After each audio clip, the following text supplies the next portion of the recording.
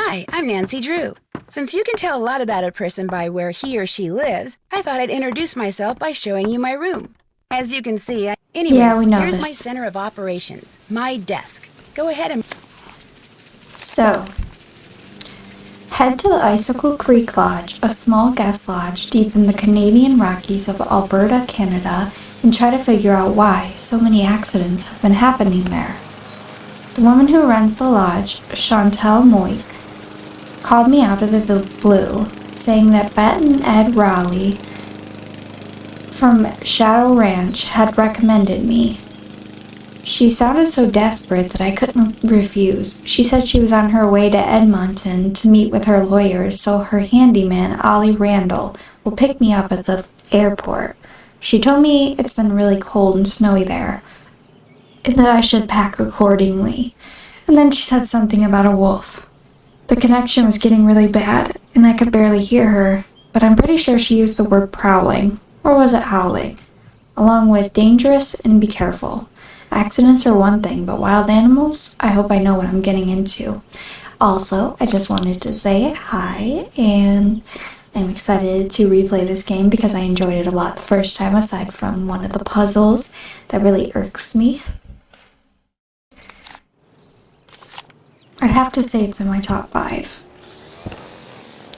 And this is just every old case.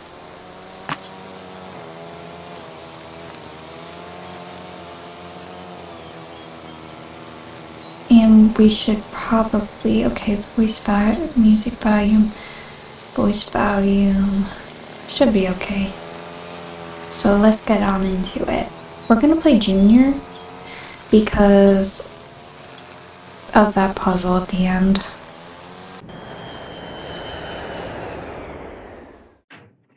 When Chantal told me you were just a young thing, well, I thought she was pulling my leg. But you're not much older than my little girl, Freddie. Well, if one of the people at the lodge is to blame for all those accidents, Chantal thinks somebody like me has a better chance of figuring out who it is than somebody more, hard-nosed. Chantal has a bad habit of making up her mind without thinking things clear through. No need for you to tell her I said that, of course. Is she still in Edmonton? Afraid so. Insurance company's giving her and her lawyers a real hard time. Left running the lodge up to me. Which is why I'm not real crazy about the idea of having somebody new underfoot, especially if something else happens. I won't be underfoot, Mr. Randall, and I may be young, but I'm no novice when it comes to solving mysteries. We're here, so you'll get to prove yourself soon enough. You hear that? Well, Obviously. What was that? Oh, it says the time at the top. It's new. Was anyone in the bunkhouse when it exploded? No, ma'am. Everyone here at the lodge is accounted for. That's where Elsa and Becky had been living. Guess it was a good thing they quit after all. Elsa was my maid and Becky was my cook. Does the sheriff have any idea why the bunkhouse exploded? He said he'd know more after the lab was done running tests on the debris he'd collected. He did say the blast was pretty powerful. One of his deputies found the knob to the back door clear out on the highway. That does it. Nancy, you have to find out who or what is behind these incidents, and you have to do it fast. You sure you don't want to give your daddy a call? My dad runs a whole chain of resorts, Ollie. If you think I'm going to admit to him that I can't handle running just one, guess again.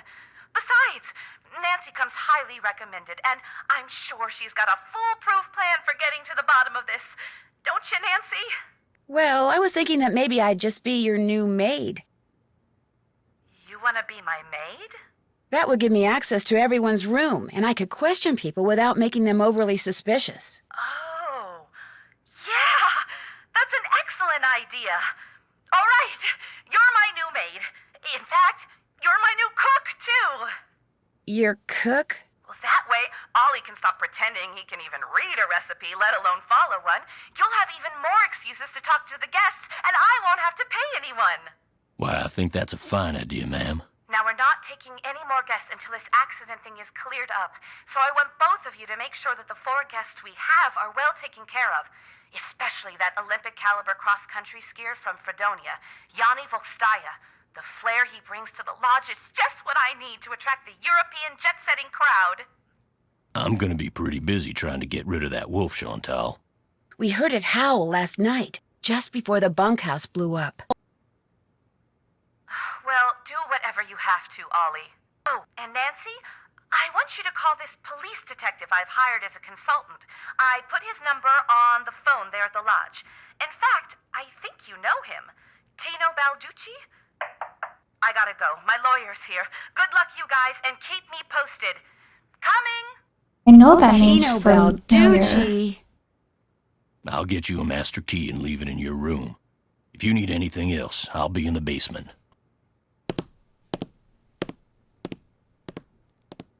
Which one is he from again?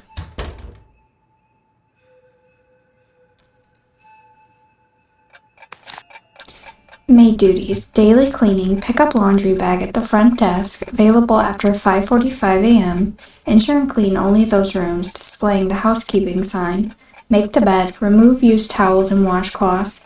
All rooms displaying the housekeeping sign must be cleaned no later than noon. When finished, drop the laundry bag down the chute at the top of the stairs by the restroom. Skating pond maintenance. Oh, looks like I'm going to be doing a little bit of everything while I'm here. She really should be getting paid for this. Pond must be shoveled after every snowfall. Warning, some sections of the ice will be very thin due to hot spring activity. Pay close attention to the color of the ice and only shovel off those areas which are safe to skate on. The shade of the ice will reveal how many adjacent ice grids have dangerously thin ice. Be sure to mark these areas with an orange safety cone and to never step on one. Example of a shoveled snow pond. This color means there are 3 patches of thin ice nearby. This color means there are no patches of thin ice nearby. This color means that there is 1 patch of thin ice nearby. The bottom area never has thin ice. Place cones on thin and cracked ice.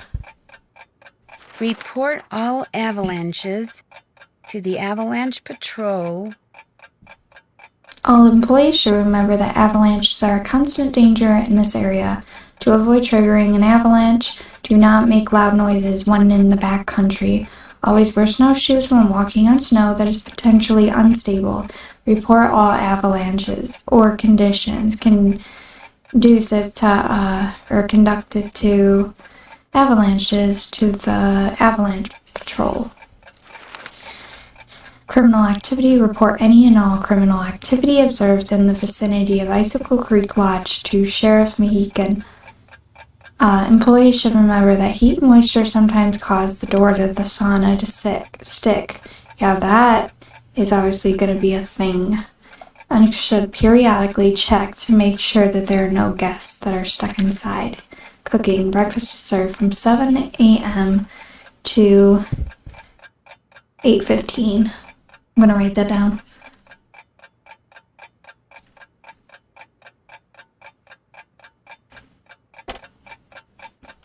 Lunch is from noon to 1.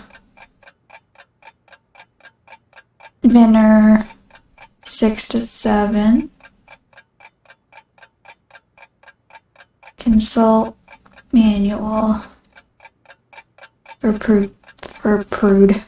food preparation.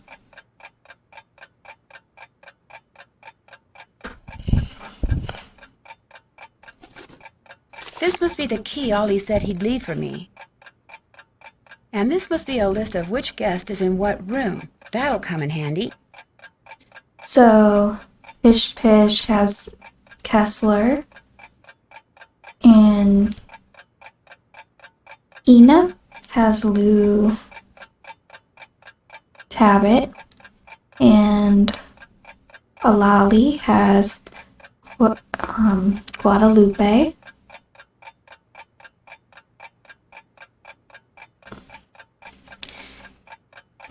Cala has the one we're supposed to take extra care of. Yanni, Quell for Nancy. And Chinook is vacant.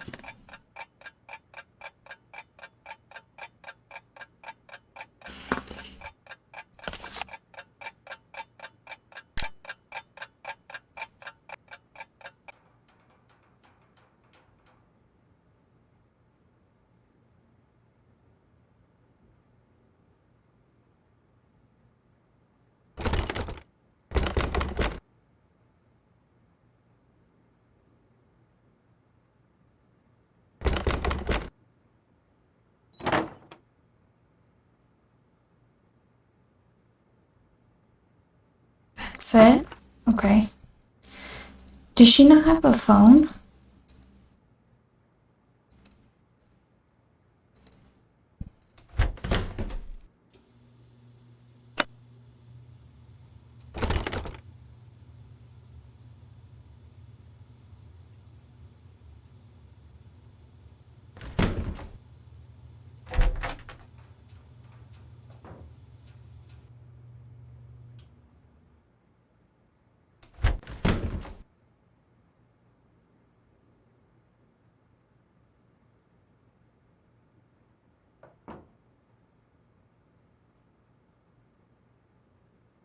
Reconstruction on what is known today as Icicle Creek Lodge in 1894. It served as his center of operations until the winter of 1921 when he vanished without a trace. In 1934, the lodge was purchased by Abe Wentworth, who maintained it as a hunting lodge until Chantal Moik assumed ownership in 2006. The rugged setting of the lodge, while spectacular, also makes it prone to natural dangers. Avalanches are not uncommon, and hot springs cause ponds in the area to freeze unevenly. Because Icicle Lake is so remote, the Navy used it for research during World War II. And this one's empty and replaced with cardboard. Trapper Dan's Needle. He built this monument not far from the lodge. Why he built it remains a mystery. Young and old alike have stayed at Icicle Creek Lodge throughout its 100-year history. Looks like some of the pictures are missing. Suggestions from Lizzie Applegate, seen it right, reportedly came in handy when in 1905 a heavy pelt tax was levied on fur trappers, and Trapper Dan added hidden chambers, passageways, and hard-to-open locks to the lodge to facilitate his smuggling operation. And we read that. Did we read that one? Nope. Although Trapper Dan, who never married, probably found himself snowbound and totally alone for several weeks each winter, which no doubt explains some of the lodge's more eccentric features and furnishings. He was outgoing and intellectually curious, and often entertained celebrities at the lodge, including Teddy Roosevelt, Lizzie Applegate, Frederick Banting, Ernest Hemingway, and Marie Curie.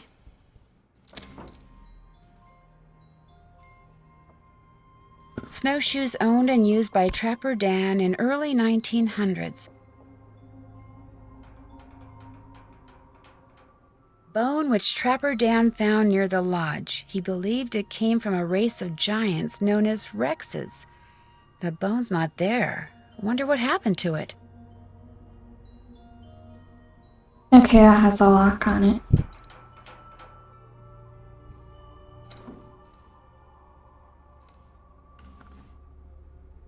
Check. Check.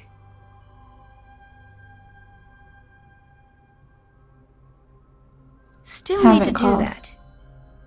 That's finished.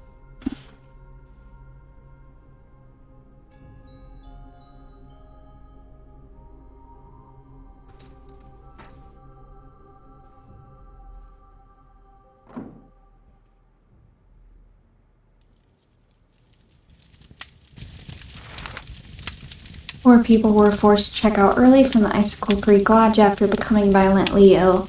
Edmund Farringdale, 41, his wife Ginny, 38, and her 9-year-old daughter, Sue, of Westwood, New Jersey, and Betsy Stills, 58, of Calgary, Alberta, were admitted to Pineville Hospital early yesterday morning with suspected food poisoning. Lab tests performed on food samples removed from the lodge confirmed the presence of Salmonella bacteria in the potato salad, which all four had consumed. They are expected to make a full recovery. The owner of the lodge, Chantal Moik, was at loss to explain how the potato salad became contaminated. The same ingredients used to make the potato salad were used in other dishes without any of the other guests becoming sick. She said, "Moreover, Becky assures me that the potato salad was never left sitting out at room temperature, and she should know. She was my cook." None of the four victims, including Stills, planned to return to the lodge. upon their release from the hospital. If you ask me, the lodge is jinxed. Stills said. Miss Moig better give up trying to turn the lodge into some kind of hoity-toity spa while she still can. First the wolf, now this. I'm leaving and she should too.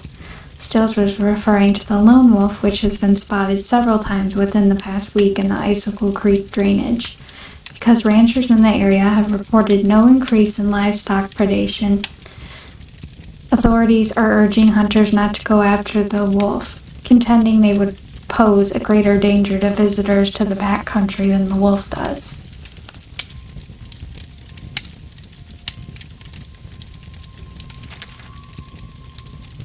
Did I read everything? Okay. Yeah. Well, hello there. You must be the new maid Ollie told us about. I'm Bill Kessler. This guy's Lou Talbot. Hey. What's your name again? Nancy Drew. Just thought I'd come over and say hello. Well, Lou here's a grad student. Art major, of all things. You're probably gonna need a jackhammer and some hydrochloric acid to clean his room, eh? Are you two old friends? Not hardly. I've known Lou for all of, what? About a week, I guess. I checked in right after he did. We sat down after breakfast one morning and discovered that this fox and geese game is pretty darn fun. That's I've the been game. whipping his tail ever since. Is this the first time you've been to the lodge? Yep, sure is. I came for the ice fishing. Of course, knowing there's a renegade wolf running around is kinda dampened my enthusiasm. Have you seen the wolf? Just heard it. Every night since I've been here, in fact. Gets creepier each time. They should get rid of it, and the sooner the better. They didn't put up with wolves prowling around this place 40 years ago, and they shouldn't put up with them now. What are you, Little Red Riding Hood? That wolf's not hurting anybody. People should just leave it alone. True. You'll be singing a different tune when it has some little kid for breakfast, then has you for lunch. Not gonna happen, dude. Trust me, if something bad can happen, chances are it eventually will, dude. Hey, I know what you can do. Shovel the snow off the skating pond so we can do some speed skating. Lou here thinks he's faster than me. You're like ancient. Of course I'm faster than you. You may have youth on your side, my friend, but I've been working construction since before you were born, which means I am more fit now than you will ever be. Get that pond shoveled so we can settle this, okay, kiddo? Consider it done. You're supposed to be shoveling snow off the pond. Yeah, I'm supposed to be doing a lot of things.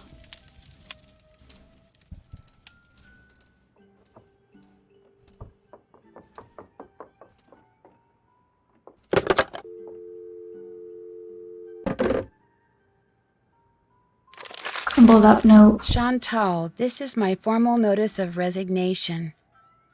Please call me at 555-2383 if you expect any delay with the check.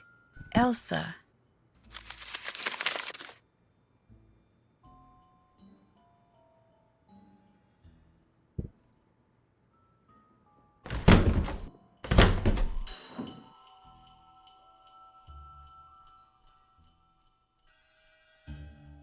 Need something? You look busy. What are you making? I'm building something that's gonna solve all our problems. A wolf trap. One that'll finish off that thing out there once and for all. No. You think the wolf is causing the accidents? Not a doubt in my mind. Everything was A-OK till it showed up and started howling. It's bad luck, and something's protecting it. Something unnatural. Why do you say that? Yesterday I went looking for it. I tracked it and finally found it, sitting across the creek, not 20 yards away from me, just staring at me. So I raised my rifle, drew a bead, and fired. Easiest shot I've ever taken in my life. And I missed. So I fired again, and I missed, and then I missed again and again. Yeah, And you all should the while probably I just stop sat there shooting. staring until finally it just stood up, walked toward the brush just as calm as could be, and disappeared. Wild animals just don't act like that, and I just don't miss like that.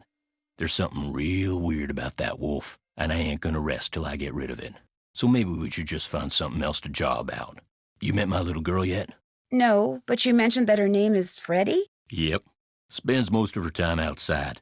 She built herself a little snow fort. Just sits out there waiting for somebody to go by so she can pick a snowball fight with them. I keep asking her how she manages to stay warm all day, but she won't tell me. Says she's got a secret weapon. Yeah, she's something. Can you tell me more about the accidents that have been happening around here? Nope, sure can. But I kinda need to know. Chantal and those lawyers of hers said I couldn't talk about 'em. Supposed to direct all questions to her. Sorry. How long have you worked for Chantal? About a year and a half. I was her first hire. Best hire, too. I could run this place single-handed if I had to, just like I'm doing now. The first time I talked to Chantal, she mentioned you used to be a rancher.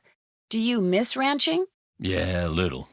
Tough life, though. Owned my own spread about 15 years ago. Well, bank owned most of it. And after 2 bad winters and 1 bone-dry summer, the bank owned all of it. But I've learned a whole lot since then. I could make it work now. Just need to find the right property, get my hands on enough cash to make a down payment, that's all.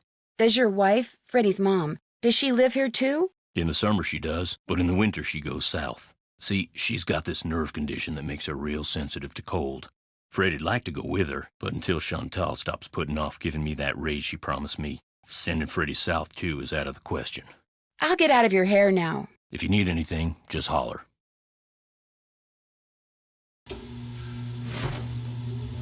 Oh, no. Is something wrong? You are what is wrong.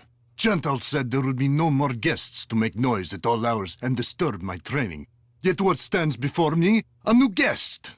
No, I'm not a guest. I'm Nancy Drew, the new maid, and the new cook. Forgive me. Allow me to start over. I am Yanni Vokstaya. I am here to train for the Eastern European Cross Country Championship. I spend my days doing interval work, drills, and isometric exercises. I follow a strict program, one painstakingly designed by a team of the best coaches in Fredonia. In fact, under no circumstances are you to use your key to let anyone into my room. My competitors are constantly spying on me, trying to steal my techniques.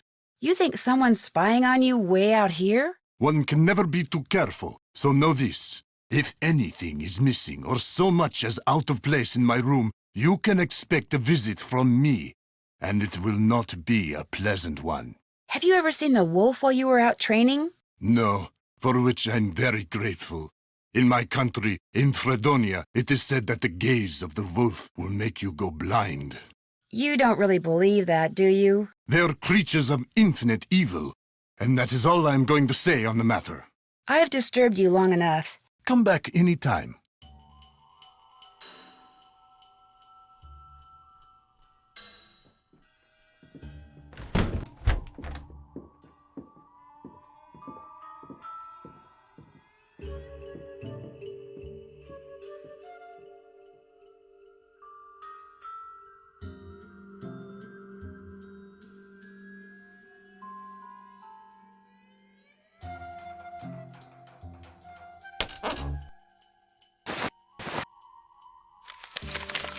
Looks like Elsa was having major boyfriend problems. Dearest Elsa, you said in your letter that you love me forever back. But if that's true, why'd you put off coming here to see me?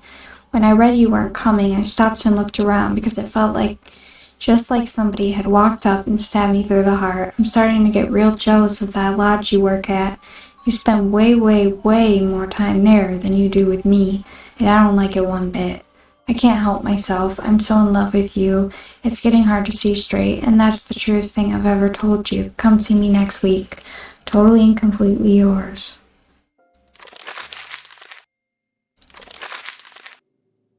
My darling Elsa, remember how I told you that I love you more than anything? Well, that was true, but what's even truer is that I'm going to love you forever. Sometimes thinking about forever makes me dizzy, like when I start thinking about the sky and how it doesn't stop at the moon or the sun or even the Milky Way, but just keeps going and going and going. But when I think about you, forever seems totally cool, because it's one thing to just keep going and going and going by yourself, but to keep going and going and going with somebody, that's awesome. Write me back as soon as you get this. I can't wait to see you next week. Love forever, Al.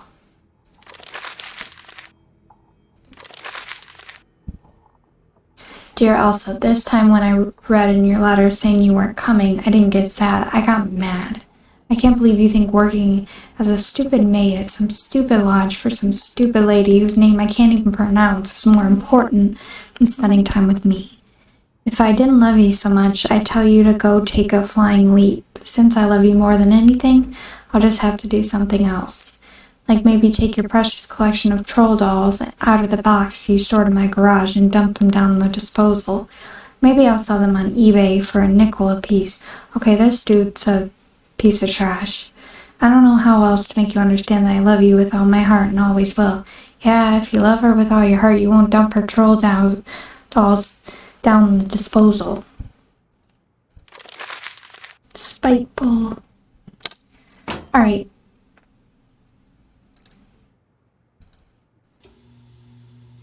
Time to do the laundry. This must be where I dropped. That's not what goes here. That's my room, so no. Okay.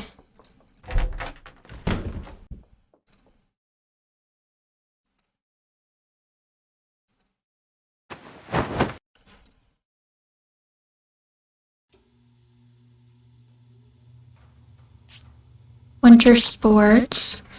While it's common knowledge that the World Championship cross-country skiing competition will take place in Alberta, Canada, the winter after next. Exactly where in Alberta is currently the sport's best-kept secret. We will be making a formal announcement next month, said Olivia Dorfman, director of the event. When pressed to explain the delay, she said, "Delay? There is no delay. We simply saw no reason to announce the venue any earlier. It is widely rumored that behind-the-scenes bidding by hotel and restaurant chains has held up the final decision, leading to criticism that the event has become more about commerce than competition, but Dorfman refused to comment on either charge. Despite Dorfman's steadfast silence, there is growing speculation that the prestigious event will be held somewhere around Banff, specifically in the pristine countryside which borders Icicle Creek. The fact that hotel owners and restaurateurs in the Icicle Creek area are extremely reluctant to discuss the competition lends considerable, credibility, basically, to the rumor, but only time in the form of Miss Dorfman will tell.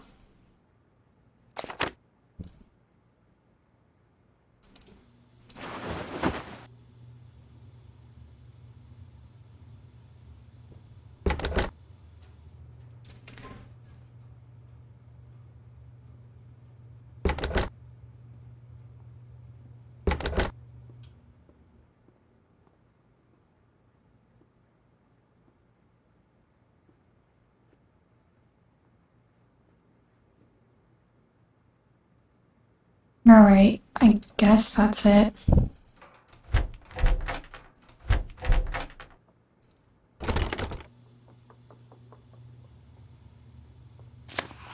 Call of the Wild.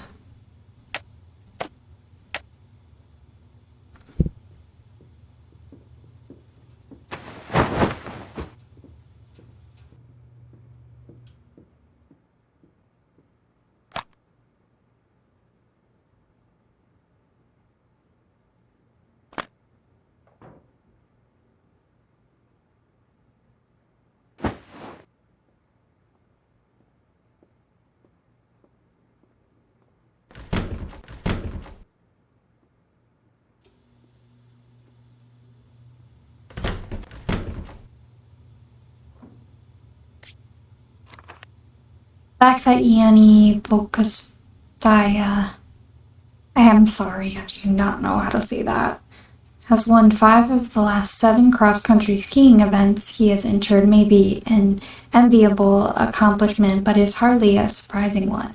This is because above all else, Volkostaya hates to lose, and for him, losing means finishing anything other than first. If you don't come in first, what's the point? When Volkostaya says this, he seems genuinely puzzled. A citizen of Fredonia, he has been skiing competitively and winning for as long as he can remember. As a child, I expected to win, and I always did. I was very stubborn. I'm trying to read faster because of the time. When I was older, I had better competition and it became more and more difficult to win because of stubbornness alone. So I began to accept advice and to watch others and to work on my technique. In that way, I was able to keep winning. A mandatory 2-year stint in the Fredonian Mountain Brigade not only sharpened Vokstaya's skiing skills, but carrying a rifle and shooting at targets while on patrol opened up what for him was a brand new sport, the biathlon. 3 weeks after leaving the army, he entered the Eastern European Biathlon Championship and won. Okay, just gonna flip through then.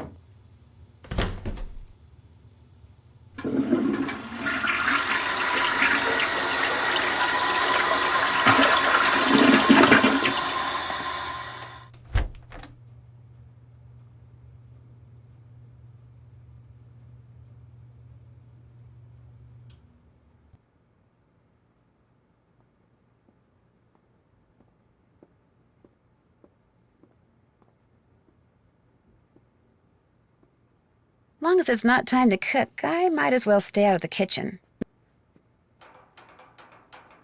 All right. Check. That's finished. Check. Oops, haven't done that.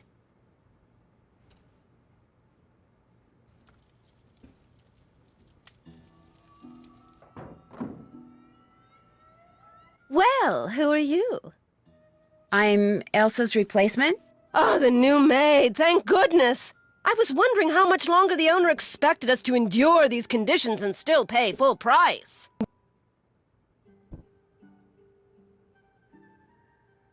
I thought I should introduce myself. My name's Nancy Drew. My name is Guadalupe Comillo. My friends call me Lupe. Be a doll and clean my room first. It'll hardly take you any time at all, especially compared to the other rooms. The other guests are all men. Single men. Well, I'm happy to report that I've already cleaned your room. Excellent. What are you looking at through the binoculars? Birds. I'm watching birds. That's what I am, you see, a bird watcher. Sometimes I go outside and watch, and sometimes I stay inside. It all depends on what the birds feel like doing and what I feel like doing. What kind of birds do you see here? In the short time I've been here, I've seen hawks, eagles, orioles, cardinals, jays, nothing truly rare. But to a wildlife lover such as myself, seeing them in such a spectacular setting is thrilling nonetheless. Have you met the other guests? I've bumped into them at one time or another, yes. I don't spend all my time in front of this window. That Yanni fellow, he's very talented, but extremely intense. His whole life revolves around being the best in the world. As for the two who are always sitting across the way playing that silly game, the older man, Bill Kessler, he's no deep thinker, but he's nice enough. But the other one, that college student, talking to him is like trying to converse with a giant turnip. No social graces whatsoever. I almost prefer talking to the handyman. Almost. Anyone that intent on destroying something as glorious as that wolf is hardly worth talking to. I'll let you go. Ta-ta!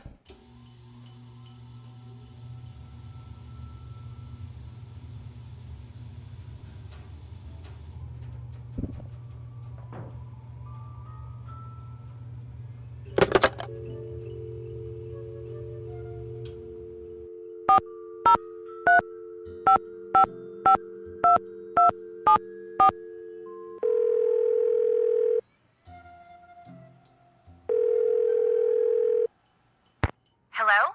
Hi, Chantal. It's Nancy Drew. You know who's behind the accident? Not quite yet. Oh.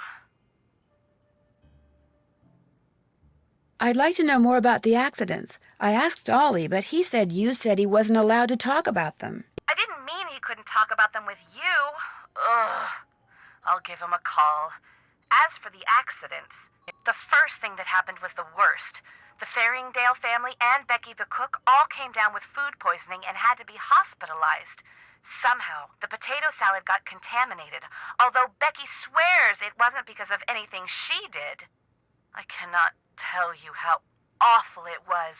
All 5 people became violently ill at roughly the same time. But were they all in the same room? Of course not. They were spread out all over the lodge. Poor Elsa was cleaning for days. And the odor? Oh my gosh. Anyway, then Carl Jenkins slipped on the stairs outside and broke his leg. Then Lou Talbot's window was broken. Then Elsa the maid's tires were slashed. Then the phone wires were cut. And then... oh yeah, and then the Southwaites were almost overcome by fumes when gas started leaking into the sauna.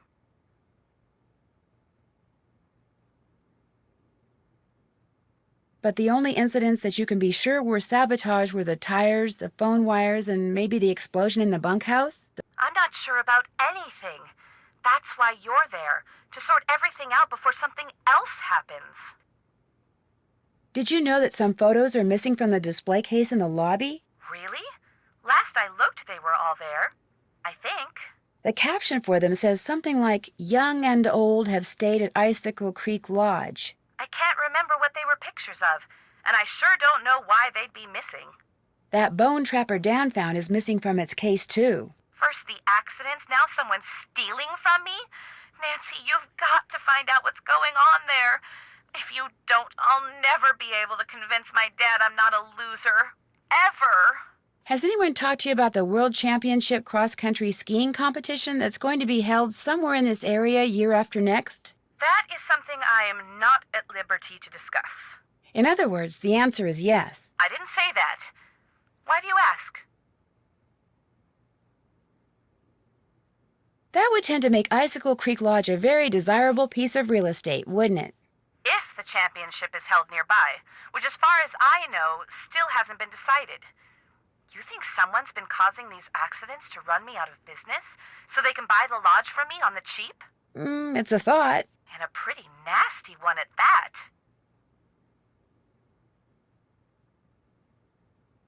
Is it true that you promised Ollie a raise, but you haven't given it to him yet? He told you that? I can't believe it. Meaning... Okay, I mentioned to Ollie once that I thought he maybe deserved a raise, and now every time I turn around, he's all like, "Where's the raise you promised me? Where's the raise you promised me?" Doesn't he realize I have a few other things to think about right now? I swear, sometimes that crabby little whiner drives me nuts. About Tino, I'm not totally comfortable with the idea of consulting with him on this case. Why not? 2 heads are always better than one, and I find him to be very knowledgeable Oh, and now I remember kinda when he's charming. from. Do you know what he did when we were on that train trip Laurie Gerard arranged? He didn't go into a lot of detail, but he did say that that's all water under the bridge. In fact, I insist that if and when you're stumped about something, you ask Tino to help you out. That's what I'm paying him for. Agreed? Agreed. Good. Nothing else to report. One more thing. Ask Yanni if it would be all right if I used his name and picture on the Icicle Creek Lodge website. I mean, when I finally have a website, it would be great publicity, okay? Sure. Good. Talk to you soon.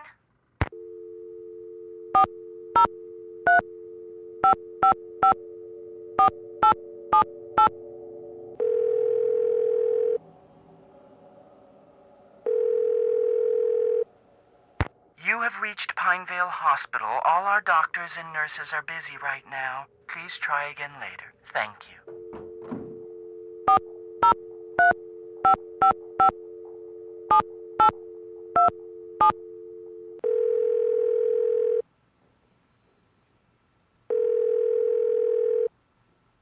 This is the sheriff's office. Nobody's in the office right now, so you can either hang up and call back, or wait for the beep and leave us a message. Your choice. Might as well leave a message. Hi, Sheriff, it's Nancy Drew. Nothing urgent. I'm just kind of checking in, so if I don't hear from you, I'll call you back later. Bye.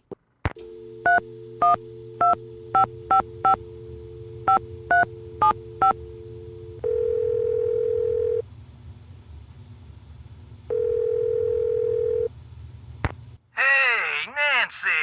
I was wondering when your number there was gonna show up on caller ID. This is Tino Balducci. Remember me? From that last train to Blue Moon Canyon we went on? Yeah, I'm the one who helped you find that long-lost treasure. I'm not sure helped is the right word, Mr. Balducci. Please, call me Tino. In fact, Tino, I'm a little surprised you're still in law enforcement, considering some of the unethical, if not illegal, stunts you pulled back then. Hey, that's all behind me. Ancient history. Water under the bridge. So, looks like we're gonna be working together on this sabotage thing, huh? Looks like. Well, you'll be happy to know that I'm working on something that'll pretty much crack this case wide open. But in the meantime, what can I do you for? I'm curious, how do you know Chantal? Friend of a friend heard about all the problems she was having up there and immediately figured she could use my crime-solving expertise. So I gave her a call, we had lunch, we hit it off, and bingo. I got myself a new client. How many clients do you have? I have enough.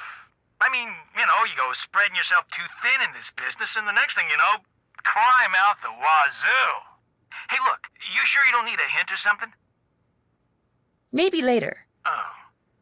Well, Chantel hired me to be at your disposal, so you know where to find me. Arrivederci. Bye.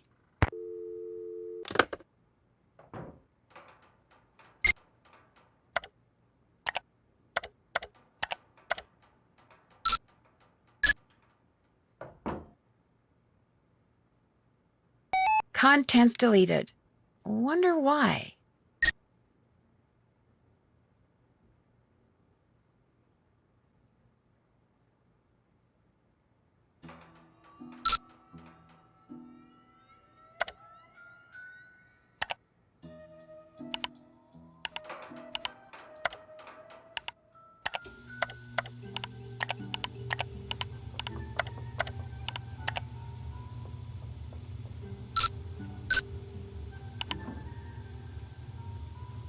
Solar heated shack on Icicle Lake allows enthusiasts to go ice fishing even on the coldest of days. Fish commonly found in Icicle Lake are pictured below. Most fishermen try to avoid hooking the lake sturgeon, a behemoth which is infamous for chewing right through fishing lines. Yeah, I bet.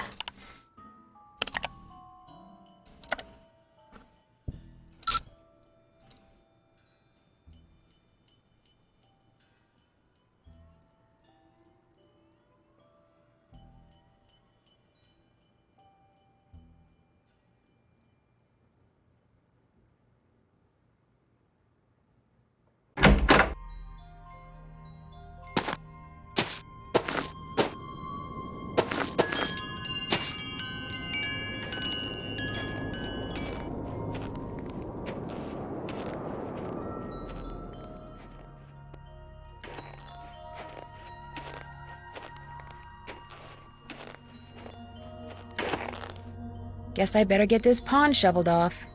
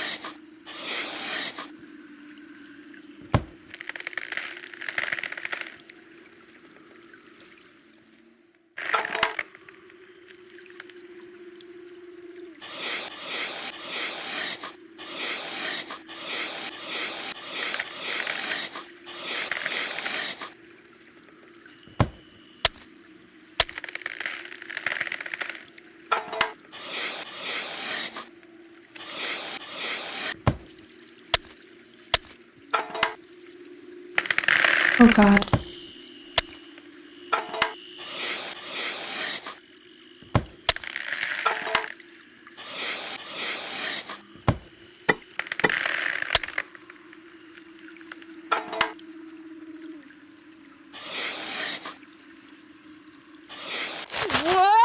Oh god, that scared me.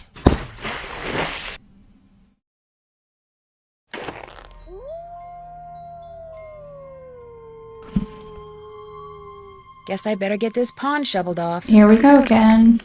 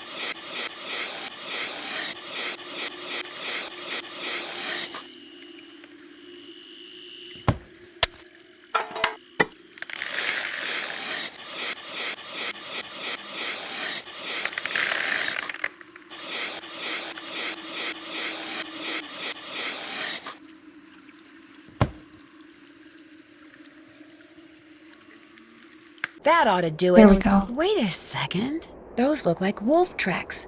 Maybe I should find out where they go.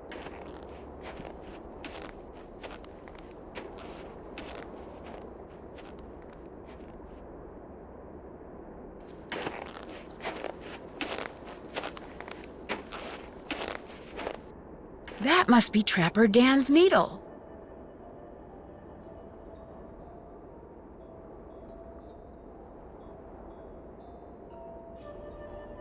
this doing here? Strange. It's halfway in and halfway out. This thing must open up somehow.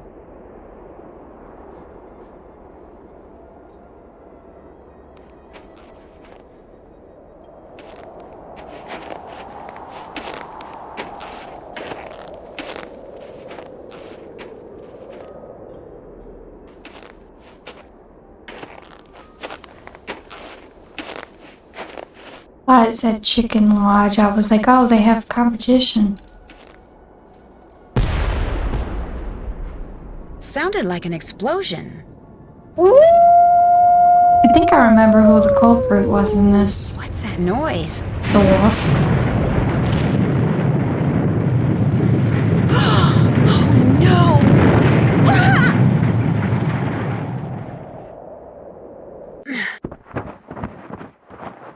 I'm buried in snow. I've got to dig myself out before I run out of air. I'll never make it. I can barely breathe. Someone's up there. Help! I'm down here, right under you. Can you hear me? Help! I can't breathe. You heard me. Thank goodness.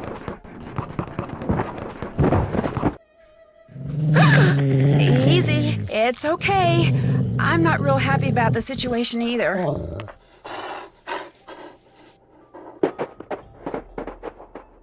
It's gone, but thanks to that hole it dug, I can breathe again. Now if I can just pull myself out.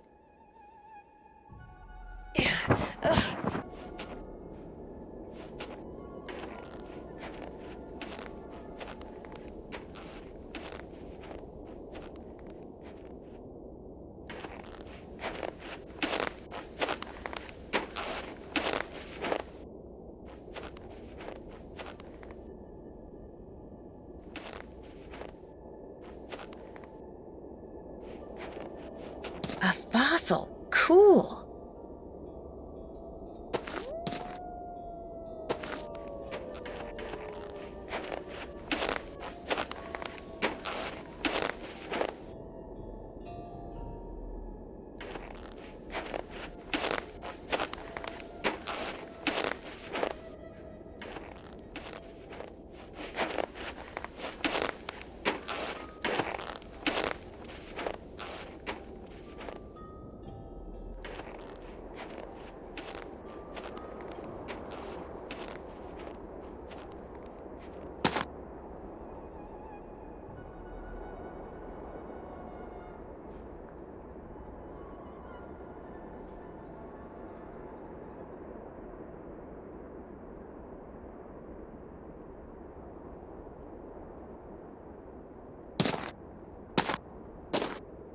I feel warmer already.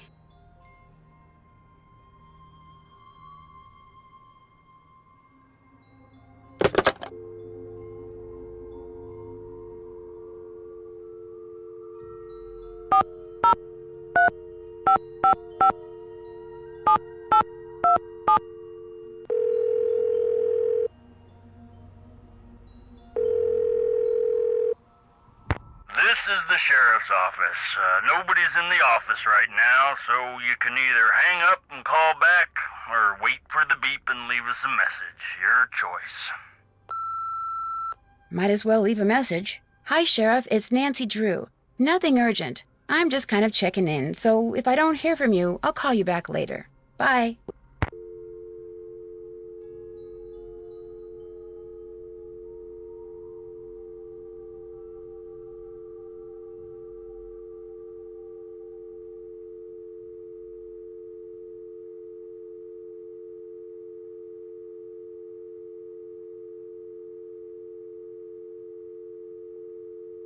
Can't check that off yet. That's finished.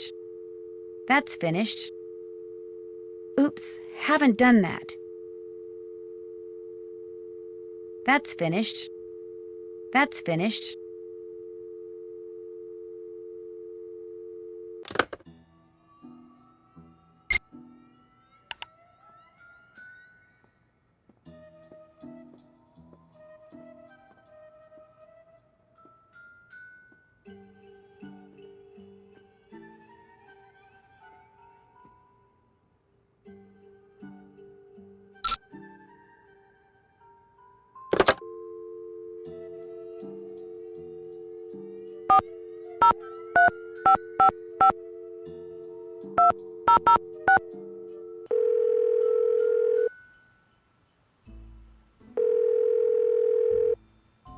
Avalanche Patrol, what's your location? I'm calling from the Icicle Creek Lodge, but I wanted to report an avalanche at Chicken Ridge. Anyone injured or trapped? Not anymore. We'll check it out. Thanks for the heads up. Hey, wait a minute. You know Ollie Randall? The handyman here at the lodge? He's also on the patrol. Do me a favor and tell him that the explosives training in Calgary has been postponed till next month. Explosives training? Sometimes the patrol has to use explosives to bring down unstable snow. Yearly training sessions are mandatory. Ollie'll know what I'm talking about. I'll tell him. Appreciate it. One more thing. Have any of you guys been setting off explosives anywhere near the Icicle Creek Lodge recently? Nope, sure haven't. Well, thanks. Bye.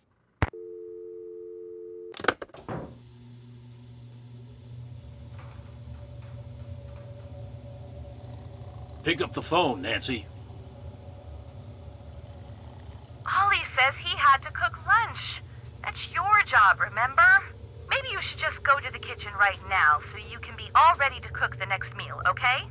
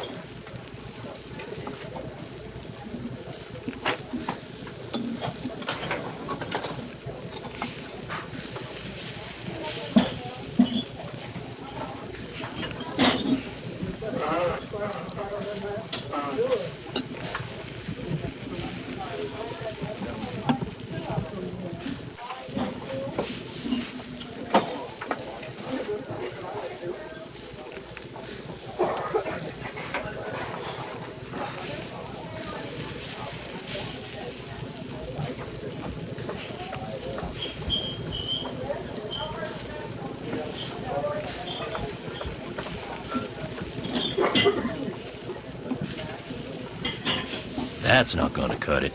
Do it over.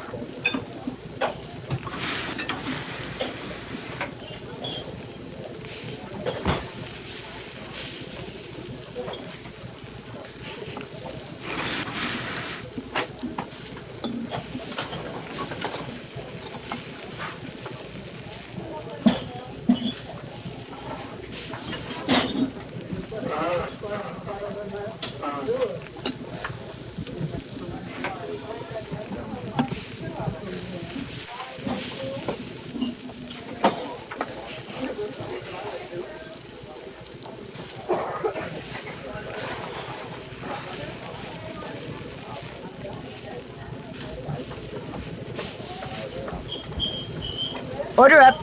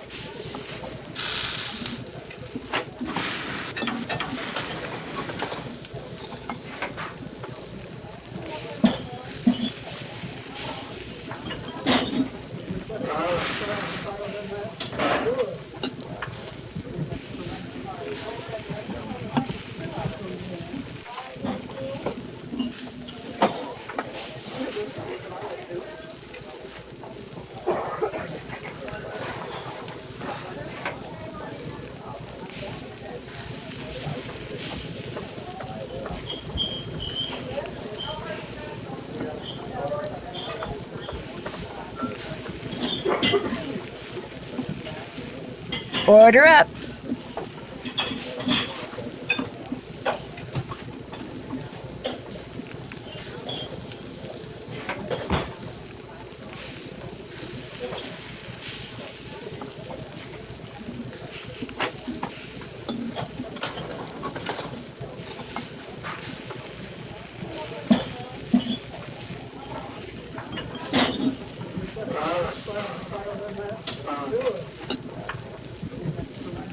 Order up.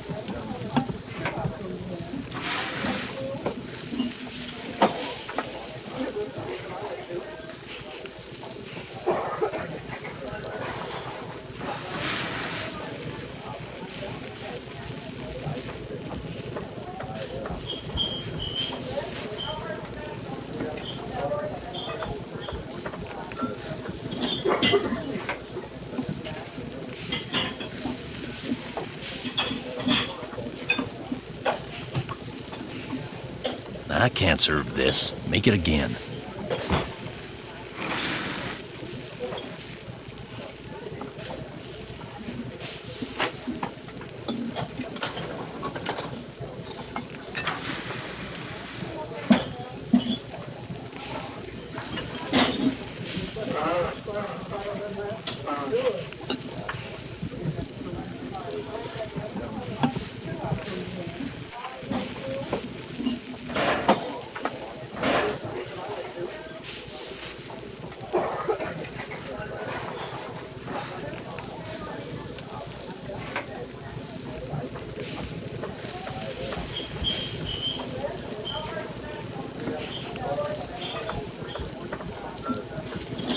Order up.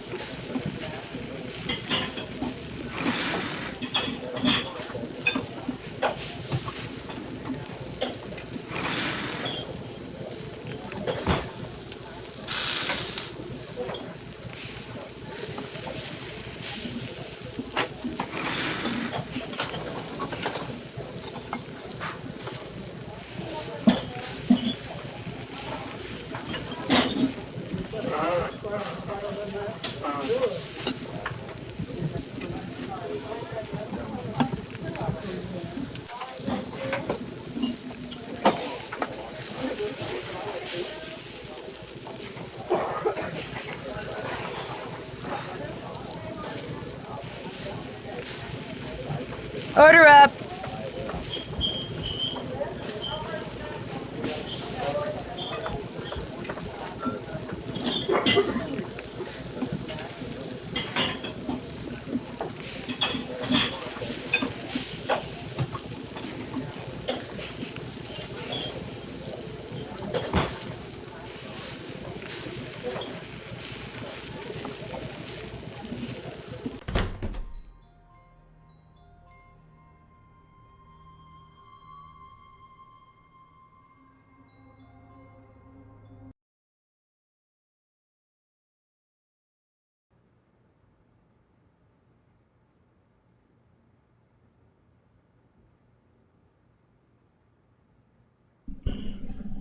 Alright, back to speaking.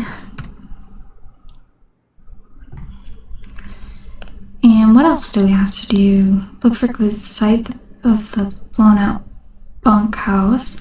Contact the victims of the accidents Chantal told me about and see if they can shed any light on who caused them. Keep an eye out for the 2 pictures that seem to be missing. Be on the lookout for the bone call avalanche. That's finished. Yep, that. Okay, so talk to Ollie. And I think we also, wait, maybe we should tell these guys that if they're, nope, they're not here. Alright, that's fine. We'll tell them later. Or maybe they're already gone. Nancy, I am glad to see you. Are you alright? You seem upset. You must listen. I was outside skiing very fast, as usual, and suddenly, boom! Snow, dirt, rocks, everything went flying into the air right in front of me. There is a mad bomber on the loose. Did you see anyone? I saw no one, not before, not after. My competitors bombed the bunkhouse thinking I would be so frightened that I would abandon my training and leave. Only I wasn't frightened, so now they are trying to bomb me. Do you think they're responsible for all the accidents that have been happening around here as well? My competitors and the governments behind them, they are as desperate as they are ruthless. They are capable of anything. They can operate anywhere in the world, under all conditions. It would not surprise me if someone right here in the lodge is right now under their employ. But to them, I say, "Pah!" They do not scare me. I am the best cross-country skier in the world. I will neutralize their petty threats with my excellent strength, skill, and speed. I am sorry. Enough about my problems. Did you want something? Chantal would like to use your name and picture on her website when she gets it up and running. Would that be okay? I am sorry, but no. Oh, well, so much for that. I hear that a major cross-country skiing competition may be held in this area in a couple of years. This is very true. It will rival the Olympics. Could that be the real reason you came here to train? As long as I have to train, why not train in the place where I must eventually put that training to use? As we say in Fredonia, I am simply milking 2 goats with 1 bucket. Besides, I told you about the bomb. My competitors will stop at nothing to defeat me. I am forced to seek out and exploit every possible advantage open to me. I take no pride in some of the things I've done to bring victory to my country, but I have no choice. You're busy, so I'll let you go. Come back anytime.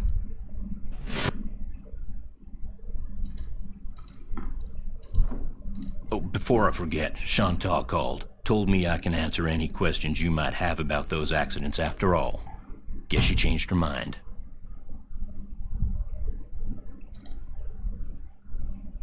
The Avalanche Patrol asked me to tell you that the explosives training session in Calgary has been postponed till next month.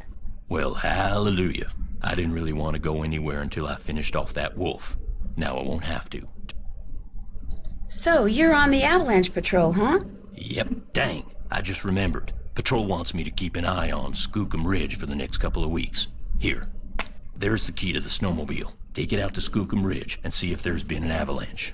You want me to check it out? Seed it so you don't have to worry about the cold. Make sure you call the patrol and give them a report when you're done. You can handle that, can't you? But I've never driven a snowmobile before. It ain't rocket science. 2 more things. That Bill Kessler guy's getting bored being the only one around here doing any ice fishing. He wants competition. So if he says anything to you, just remember that Chantal wants you to keep the guests we got happy. Other thing is, a cold snap's on its way. You think it's cold now? Just wait. Gotta be real careful anytime you're outside. So, we done here? Have you ever seen Trapper Dan's Needle? Course. What can you tell me about it? All I can tell you is, it was built by the same stir-crazy old guy who built this place. Maybe something in that display up in the lobby will tell you what you want to know.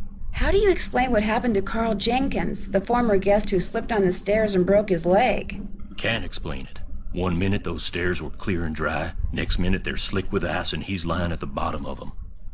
Could a broken pipe or something have been to blame? This place hasn't had so much as a leaky faucet since I came aboard. I keep everything screwed down tight and running right. You ask me, somebody iced those stairs down on purpose. 'Cause it wasn't nothing I did, no sir. No sir. I'll let you get back to work. Good.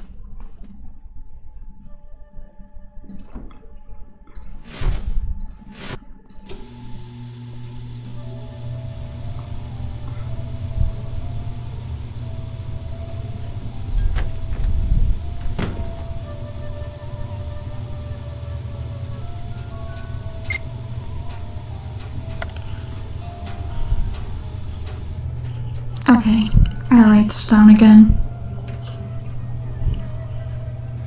Wait, no, I don't. Alright, whatever.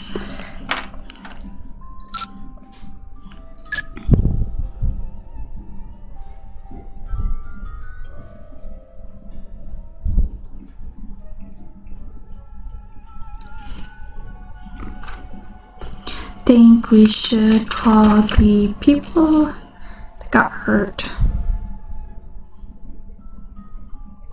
Carl Jenkins. 312-555-7547. Farendale.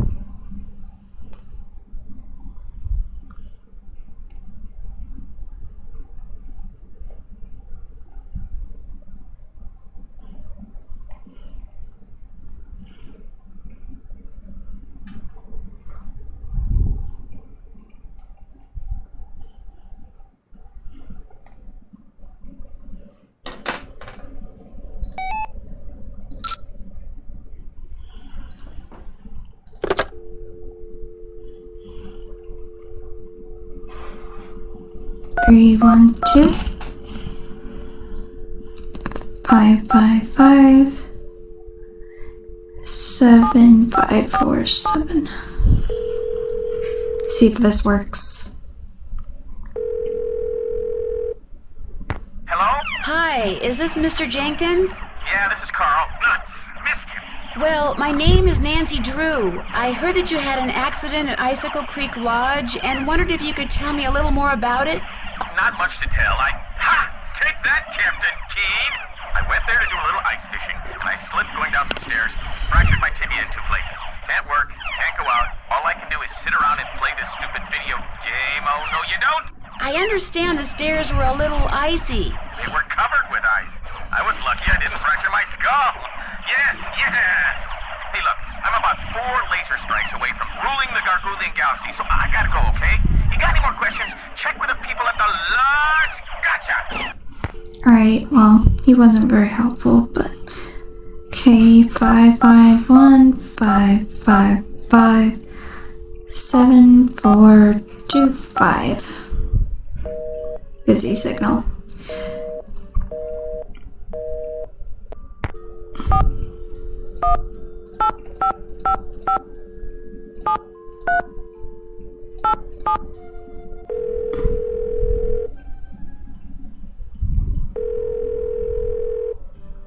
Hello? Hello? I've got it, sweetheart. Hi, is this Brenda and Derek Southwaite? Yes, it is. Is this a solicitation? Honey, you're so suspicious. Only because you can be way too nice for your own good, darling. I'm not selling anything. I just want to ask you about your recent stay at Icicle Creek Lodge. You mean Gasicle Leak Lodge? Oh, very Gasicle clever. leak. Gas was leaking from so many places while we were there. It's a wonder the place didn't blow sky high. I heard something about your almost being overcome by fumes in the sauna. Well, we had just gone ice skating, so we decided to warm up in the sauna. So we were sitting in there, and everything was fine until both of us started feeling a little woozy. We started feeling a lot woozy. And the next thing we knew, that Russian skier came in. Actually, I think he was Slovakian. The point is, he told us he smelled gas and thought we should get out, so we did. Barely. By that point, the fumes were making us both ill, if you know what I mean. That poor skier. By the time he helped us get out of there, he was almost as green as we were. Awful experience. Horrible. And it was our honeymoon. At least the owner had the decency to give us a full refund. Oops, the shuttle's here, sweetheart. We're off to Aspen. Kind of a second first honeymoon. Long story short, if you're thinking about going to Icicle Creek Lodge, don't. Well, I appreciate the advice. Have fun. Oh, we will. Bye. Bye.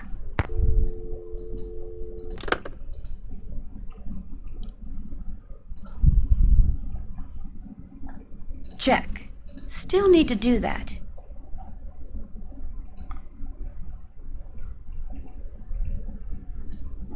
Still need to do that. Did I?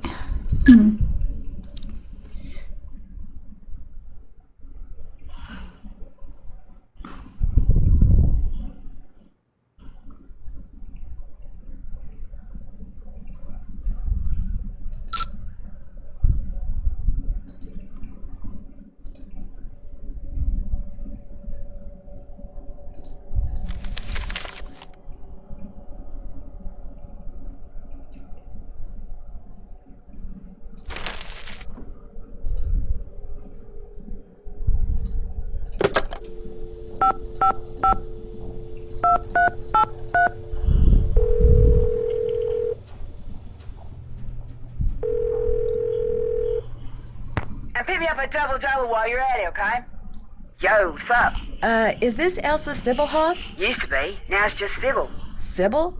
Sybil. That's what I'm gonna call myself when I audition for Canadian Idol. You're a singer? Rockstar. At least I'm about to be. Who's this? My name's Nancy Drew. I'm calling from the Icicle Creek Lodge.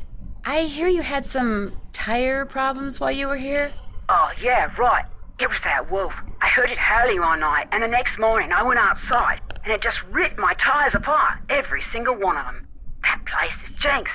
I had to quit. Working there was just plain dangerous.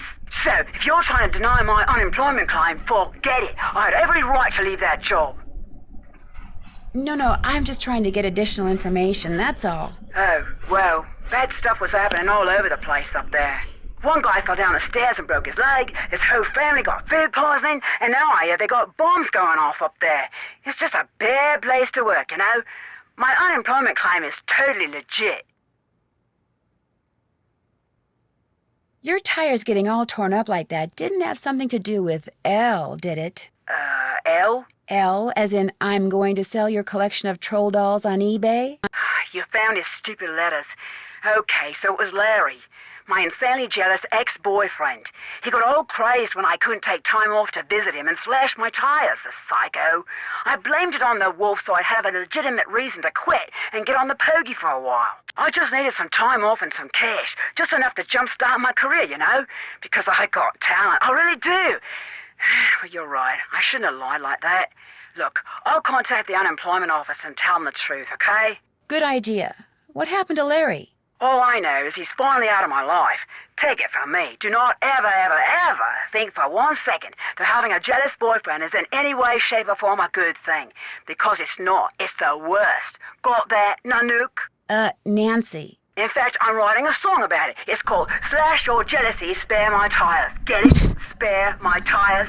I'll probably sing it on Canadian Idol. Hey, you want to hear it? No. In fact, I'd better get going. Good luck on the show, I want to hear it. Thanks for the advice. Anytime. Bummer.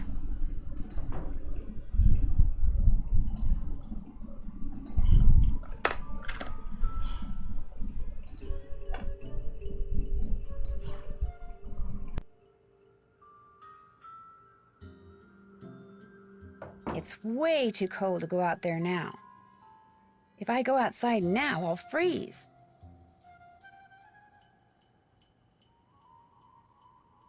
Go outside in sub-zero temperatures? I don't think so.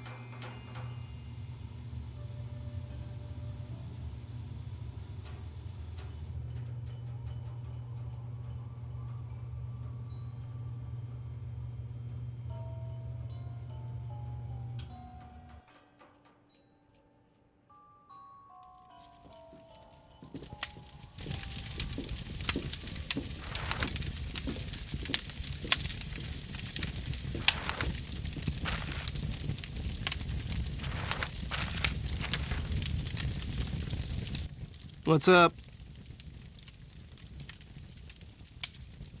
Do you ever see anyone else when you're out there snowshoeing? I see that Yannick guy sometimes. I'll be plodding along and he'll go zooming by. Those skis of his are like rockets, man. He's all like zippy zoom. Do you ever hear explosions? Yeah, and they freak me out. It doesn't take a very big sound to trigger an avalanche. And when you're out there by yourself, nothing will ruin your day faster than a couple of tons of snow roaring your way at 100 miles an hour. Tell me about it. So you go to school in California? Yep, University of California at Brea.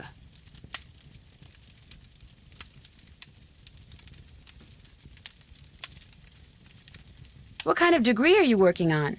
Master of Fine Arts. Cool. So what's your favorite medium? What is this, like the Spanish Inquisition? Hey, give her a break. She's just trying to make pleasant conversation. Oh, right. My favorite medium? Dirt. You paint with dirt? I create works of art by manipulating naturally occurring geophysical substances like dirt. Sometimes I just use my hands, but most of the time heavy machinery is involved. Oh, brother. Nobody understands my art. But that's cool. To be great is to be misunderstood. FYI, Ralph Waldo Emerson said that. Is this your first time at the lodge? Yep. My car broke down on my way to Lake Louise last summer. Pulled in here to wait for the tow truck and figured it'd be a cool place to visit during the winter, so here I am. What do you think about all the weird things that have been happening around here? I think they're kind of cool. Accidents make life colorful, you know? You wouldn't be saying that if you were the one who'd slipped on those ice-covered stairs or eaten that bad potato salad or had those 4 flat tires. Hey, I had that broken window. Broken window? I went snowshoeing on like the 3rd day I was here, and when I got back, the window in my room was broken. Glass was all over the place. Was anything missing from your room? Nah, it wasn't a burglary. It was like the window just decided to break. I mean, there was no rock on the floor, no bullet, no nothing. It was the wolf. Tried to jump up into your room, but didn't quite make it.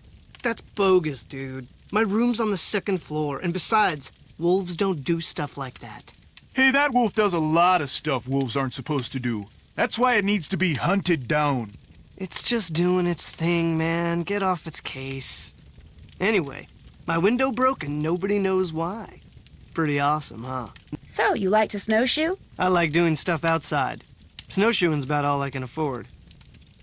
Is it a hard sport to learn? You don't learn how to snowshoe. If you need to get through snow that's too deep to walk through, you slap on some snowshoes and you just do it. Well, good luck with the game. Been real. Hey, excellent job on the snow shoveling, eh?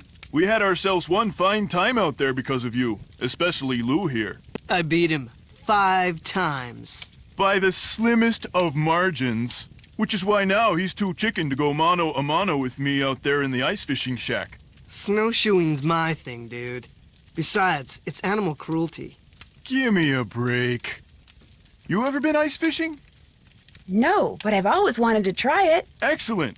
Here's the deal. I need some competition, so I want you to go out there and try to catch a bigger fish than I caught yesterday, which means you gotta catch a 2-foot northern pike. Now, it's a bit of a hike out to the lake, but the shack is solar heated, so it's nice and warm inside. So what do you say, kiddo? You game? Anything to make you guests happy. Atta girl. Are you by any chance related to Rolf Kessler, the guy who used to build carousels around the turn of the last century? No idea. I'd better get going. Glad you dropped by.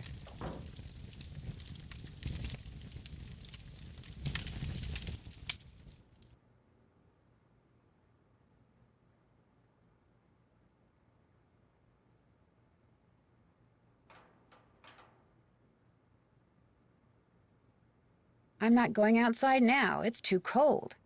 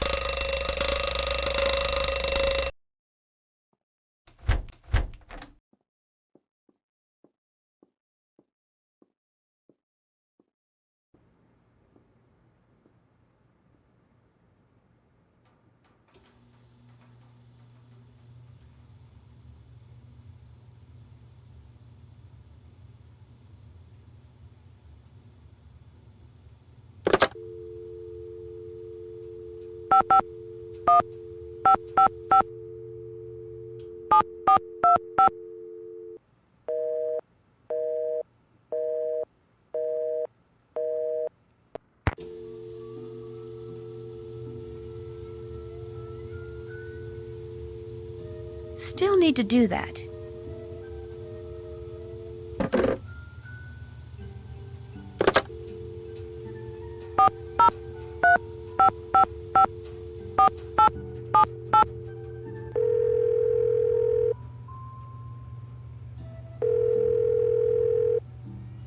You have reached Pinevale Hospital. All our doctors and nurses are busy right now. Please try again later. Thank you.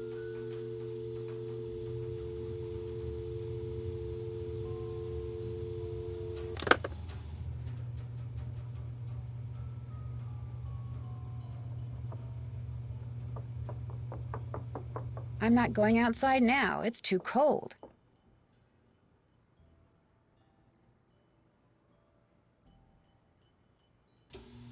No need to go in there till it's time to cook.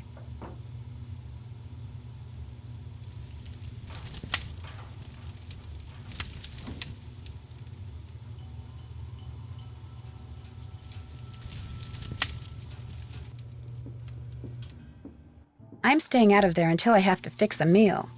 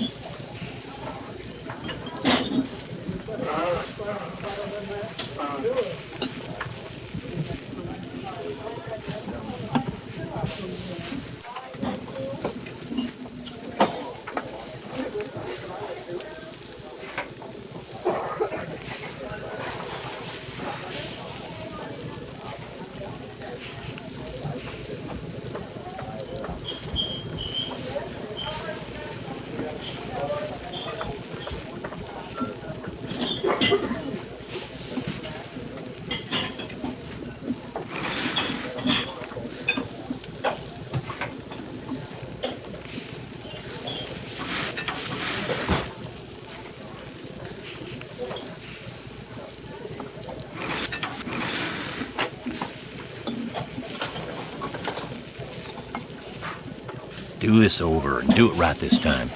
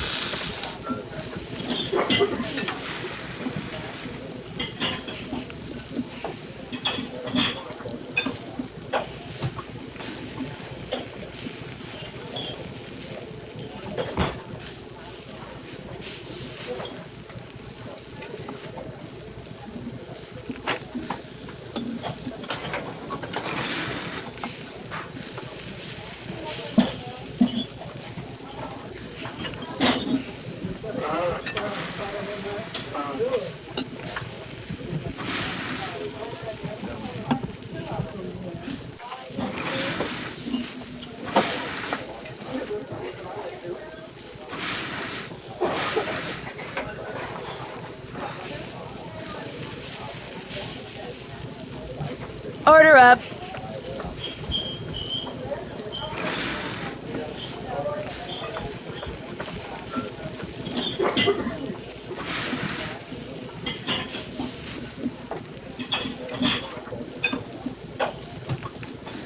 Do this over and do it right this time.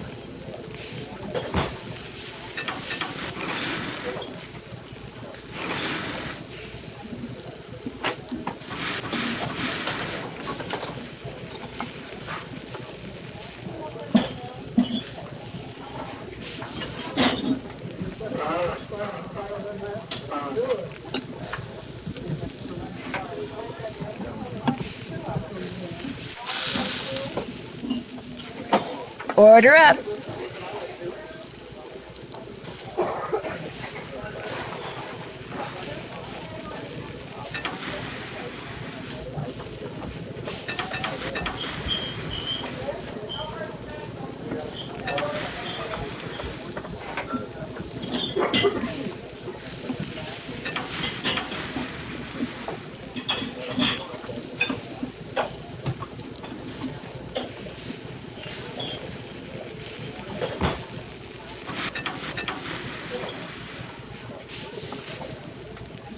Order up.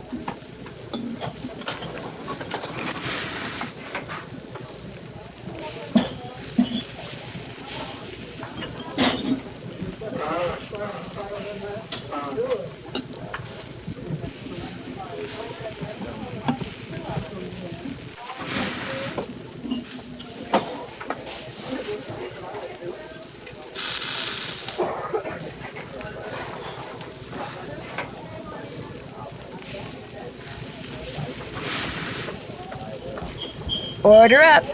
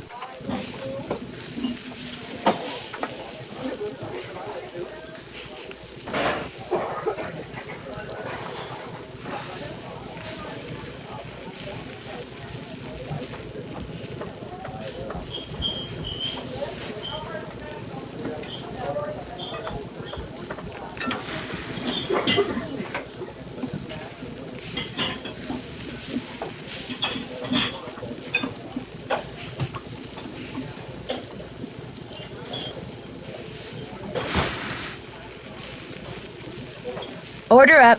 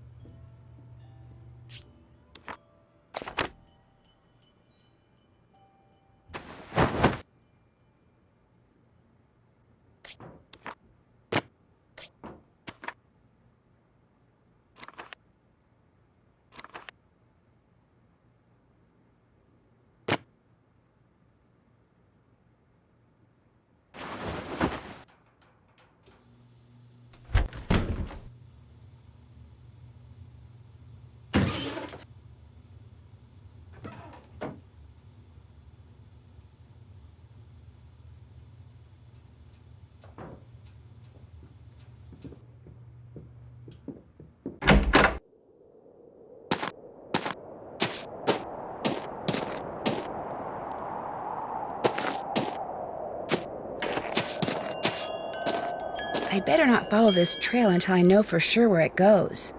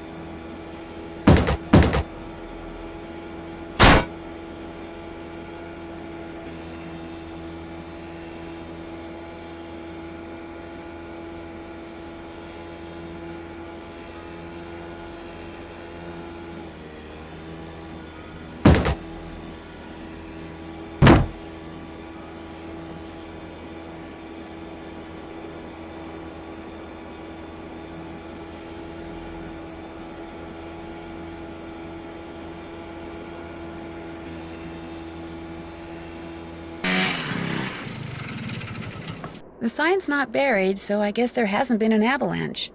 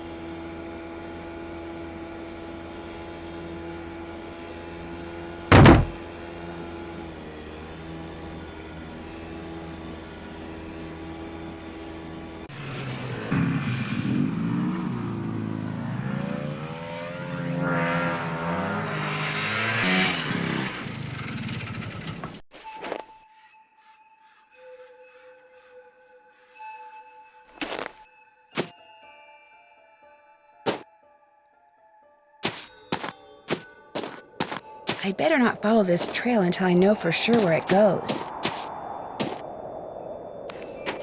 Ha! Who goes there?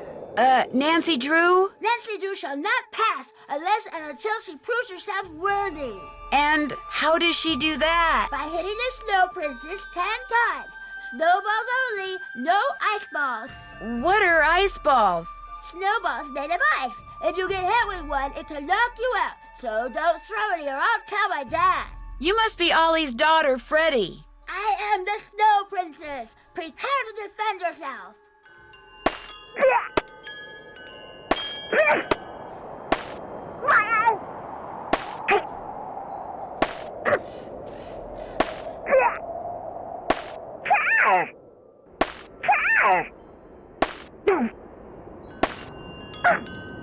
You win. Go before the Snow Princess decides to seek revenge.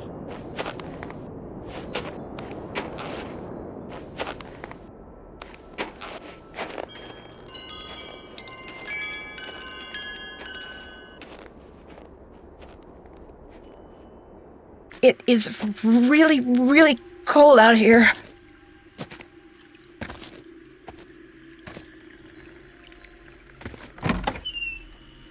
Oh my gosh. It looks like someone came in here and just wrecked everything, including the fishing gear. So much for catching a 2-foot northern pike. Left behind by whoever trashed this place, maybe? 202-555-7237. That's a U.S. phone number.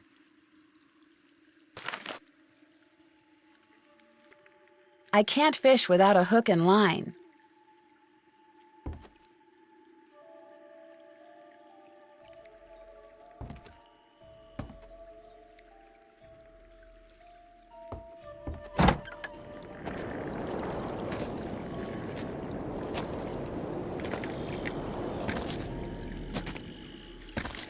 It is really, really cold out here.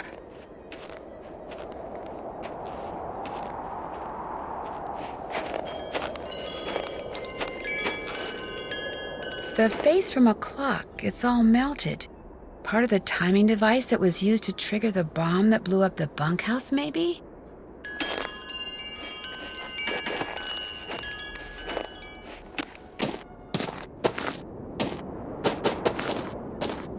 I feel warmer already. Somebody left me a note.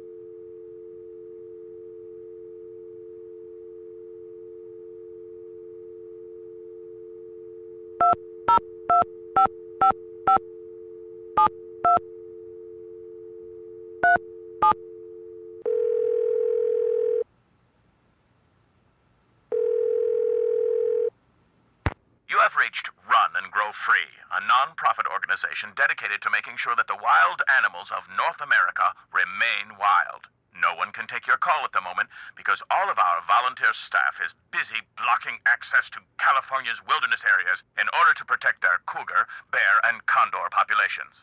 But if you leave your name and number after the beep, someone will eventually get back to you. Especially if you want to make a donation.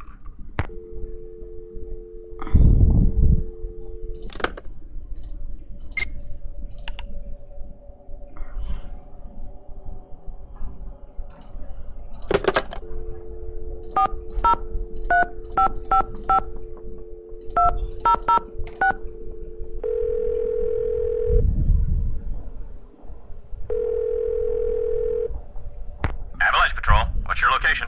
Actually, I'm calling on behalf of Ollie Randall. He wanted me to tell you that there hasn't been any avalanche activity out at Skookum Ridge. I was wondering when we were going to hear from him. Thanks for the report. No problem.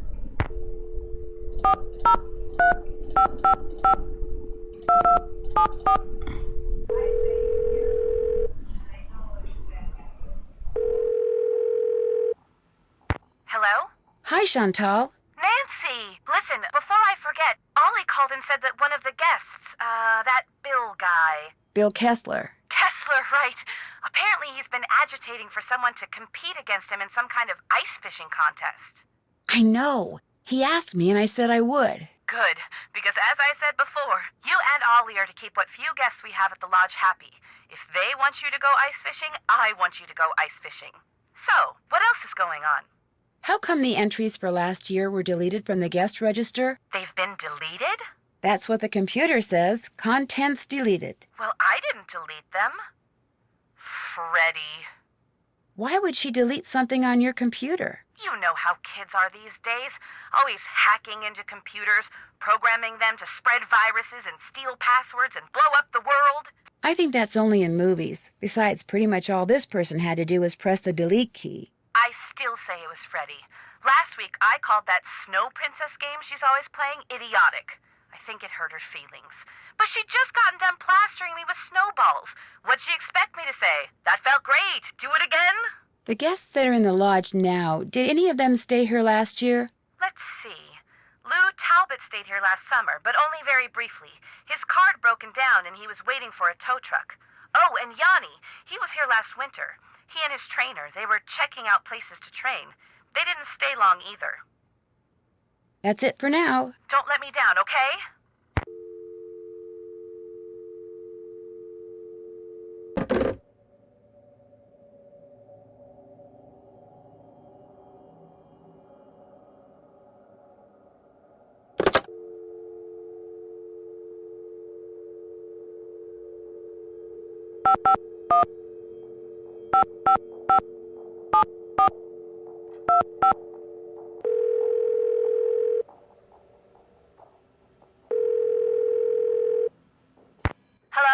Hi, are you Mrs. Farringdale? Put your socks on in the car, okay? We're late.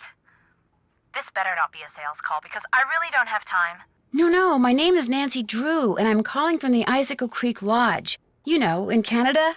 After what happened happened to me and my family, I have no intention of going back there ever, no matter how many freebies you throw in. I thought I made that clear. Put that cookie down and get in the car. I'm not really with the lodge. I just wondered if you could tell me what happened. The three of us had meatloaf, potato salad, and green beans for dinner one night.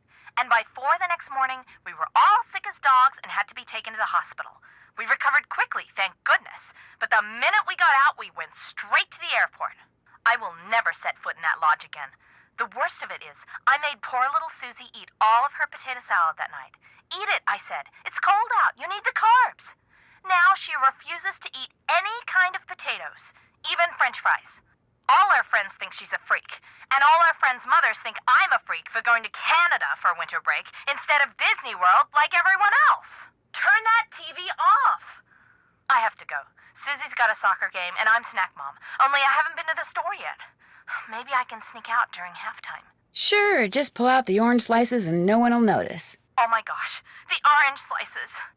Susie, get in the car! We have to go right now!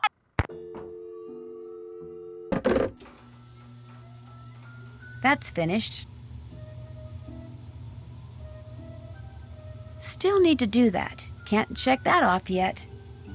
Check. That's finished. Been there, done that. Oops, haven't done that. Oops, haven't done that. That's finished.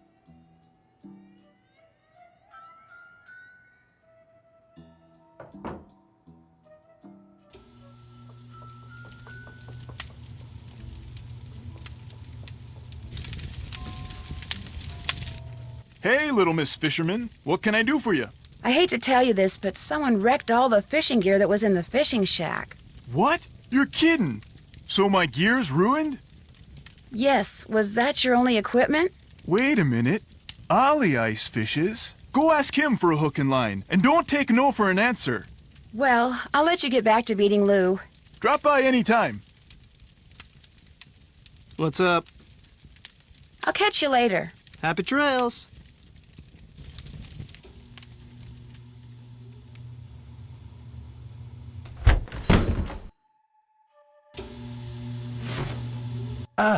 I'm glad for the chance to talk once again. There is something I must explain.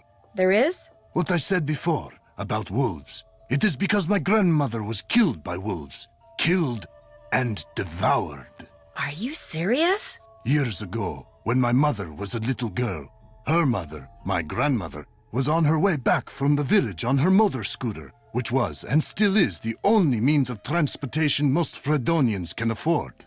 It was January, and the sun had just set, and it was dark, very cold. There were thousands of wolves in the countryside that winter. At night they would roam in huge, hungry packs. My grandmother was halfway home when she came upon a young man waving from the side of the road for her to stop. He too had been on a scooter, but his had broken down, and wolves were gathering all around him, preparing to attack. My grandmother, of course, stopped, and he leapt on behind her, and they took off down the road with the wolves, dozens of them, chasing after them. But with 2 people riding it, her scooter was slow, much too slow, and the wolves soon caught up with them. And when one of the wolves seized my grandmother's boot in its teeth and started to pull, instead of helping her, the man pushed her off the bike. It instantly gained speed and he got away. My grandmother, set upon by the wolves, did not.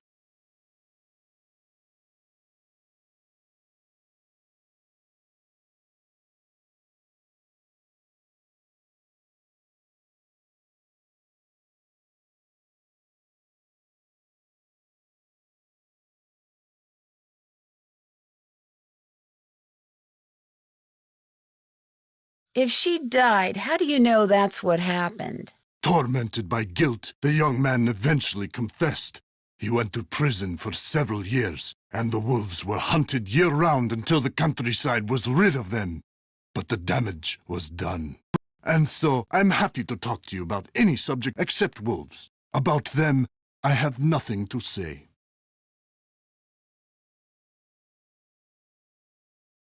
Thanks for taking the time to talk to me. It has been a pleasure.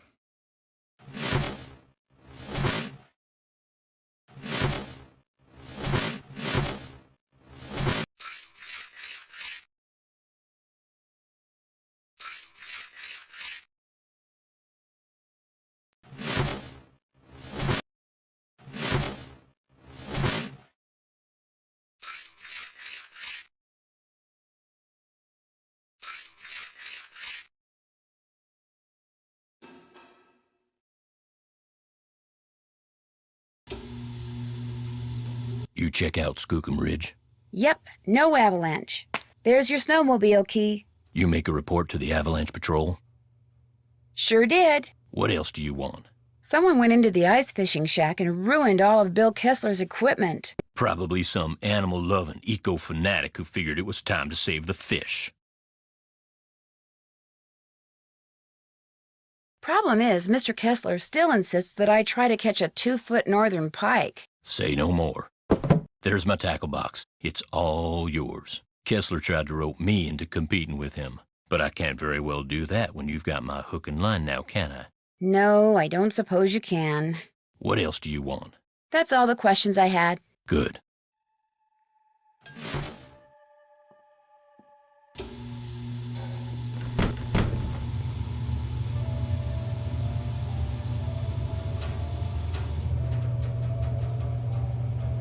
That's finished. Been there, done that.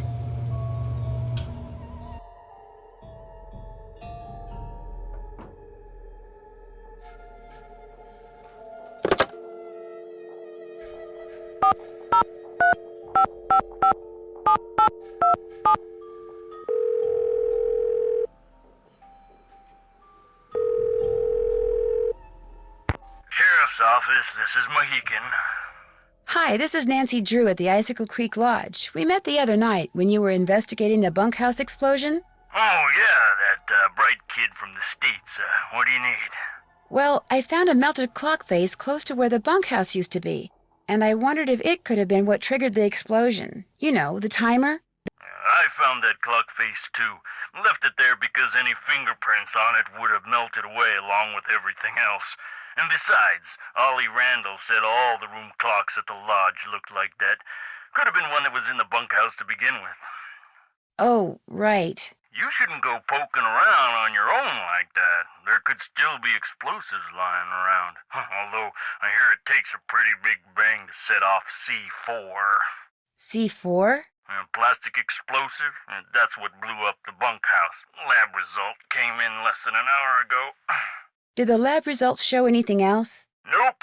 Unfortunately, that bunkhouse wasn't particularly well made, so when it exploded, pretty much everything got melted into a blob or blown to smithereens or burned to a crisp. That C4 plastic explosive stuff, I'm assuming it's not something you can just buy at your basic hardware store? No, but it's not that difficult to get. Not if you're in the military or do any kind of demolition. In Eastern Europe, it's called Semtex. It's not that hard to handle either. For somebody who's had training in explosives, it's a piece of cake. Do you need some kind of permit to hunt wolves around here? No, ma'am. You mean Ollie Randall can go after that white wolf that's been hanging around outside the lodge and just shoot it? Yes, ma'am. It's always open season on wolves out here. You can kill as many of them as you want. Somehow that doesn't seem right. Well, the animals wolves go after don't have a problem with it, I can guarantee you that. One of the guests at the hotel, Yanni Volkstaya, he says someone threw a bomb at him while he was out skiing. Well, did he see who it was? He didn't see anything except the explosion, which apparently went off right next to him. Was he hurt? No, Why are you telling me this instead of him? because he's a cross-country skiing champion and he's convinced it was one of his competitors. Apparently the governments of the people he's beaten are as ruthless as they are sore losers. So what do you want me to do? I just thought you should know that his life may be in danger. Well, if this Yanni guy wasn't concerned enough to call us, I don't see what good we can do. Life's too short, we're too understaffed, and it's just too darn cold to go traipsing around out there for nothing. Thanks for your help. Goodbye.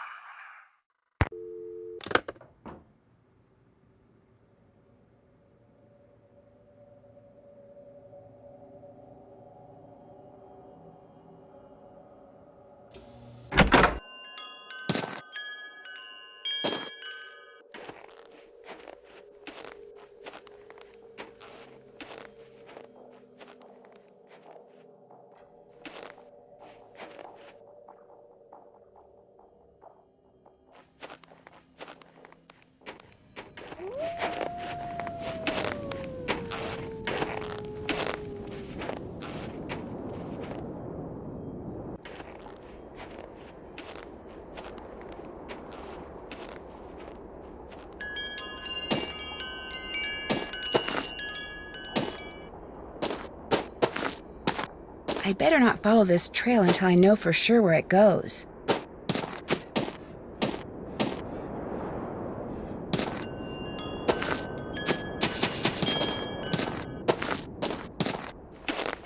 Stop! How dare you trespass here? You shall pay for your insolence.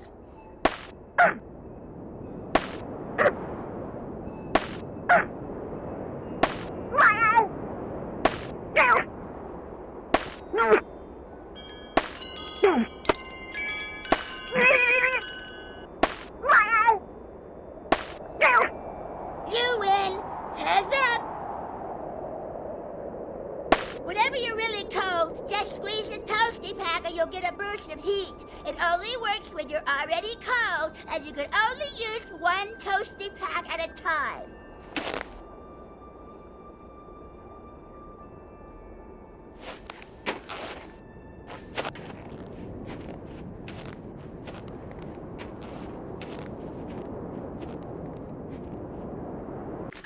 I can't stop shivering. I need to get in and out of the cold, like, soon.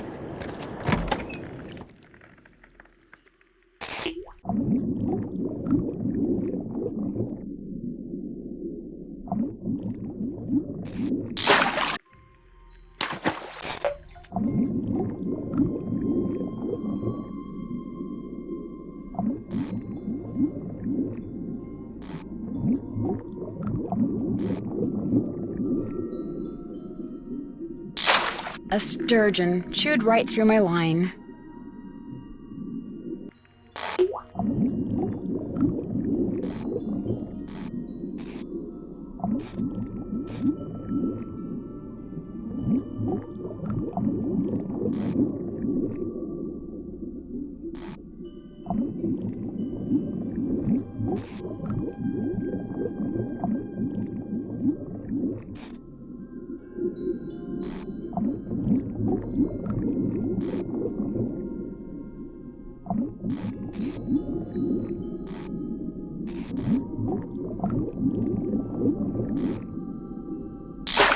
Right size, wrong fish.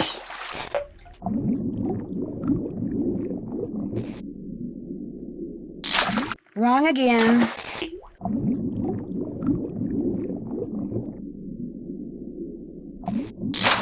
Wrong again.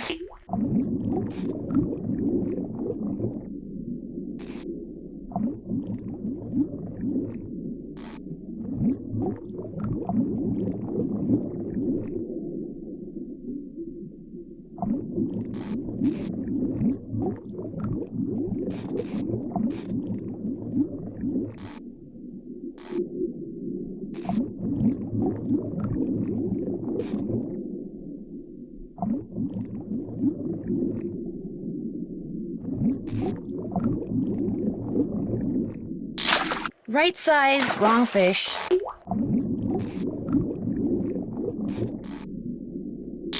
Not what I need.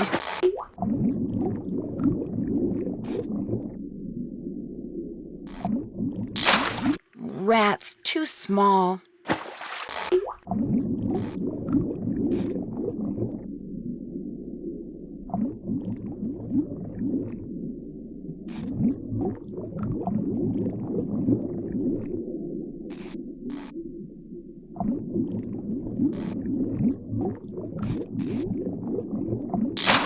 Right size, wrong fish.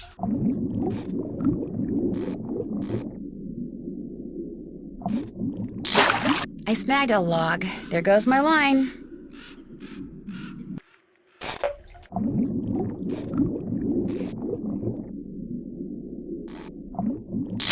Doesn't quite measure up.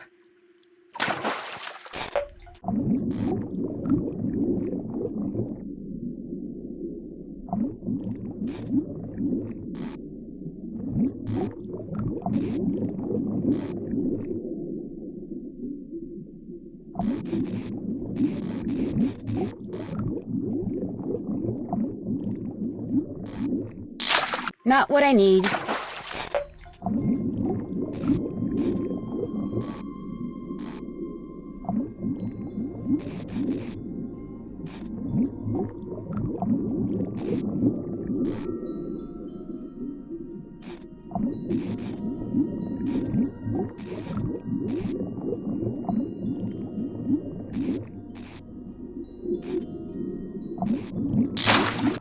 rats, too small.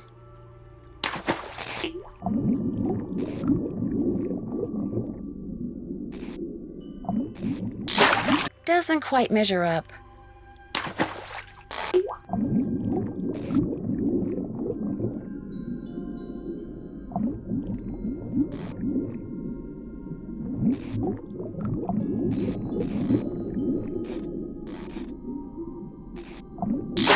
There we go, a 2-foot northern pike. No more fishing for me.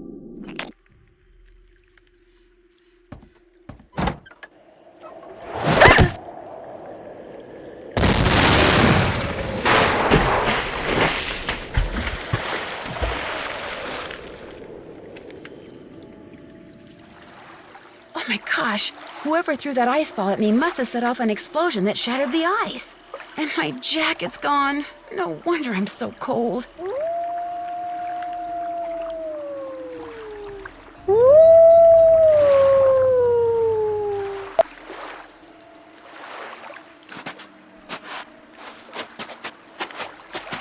A coat. I need to make it to shore by jumping from ice floe to ice floe and put on that coat before I freeze to death.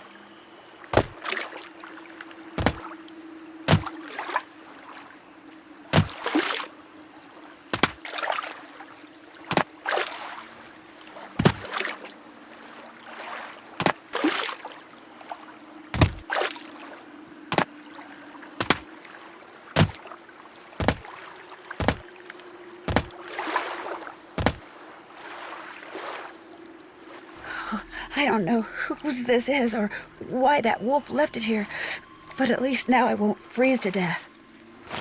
Ah, warm again. There's a note in one of the pockets. Since I can't go back the way I came, maybe these tracks will lead me to shelter.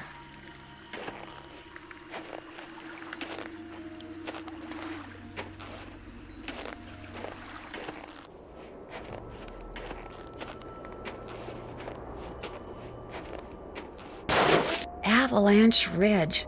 Ugh, not exactly reassuring. The snow's so deep, I'm sinking up to my knees. If I want to follow those tracks, I'm gonna need some snowshoes. Ski tracks, probably Yanni's. I bet if I follow them, I'll wind up back at the lodge.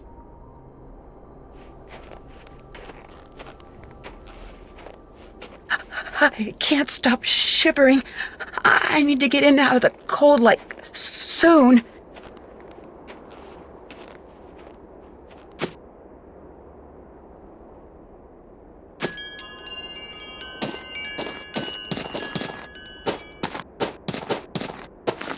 I feel warmer already. Hey, Nancy, phone. Ollie says he had to cook lunch. That's your job, remember? Maybe you should just go to the kitchen right now so you can be all ready to cook the next meal, okay?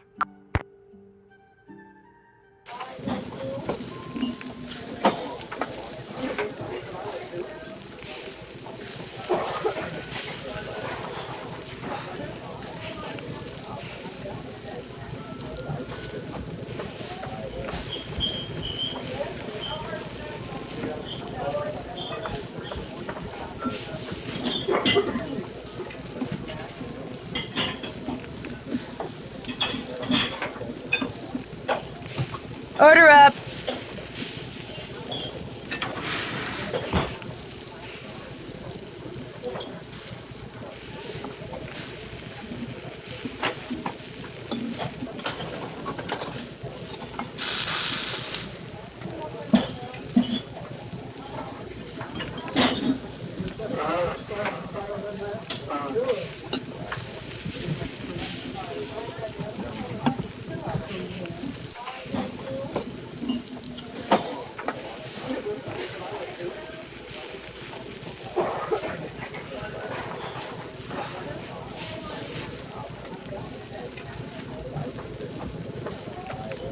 Order up.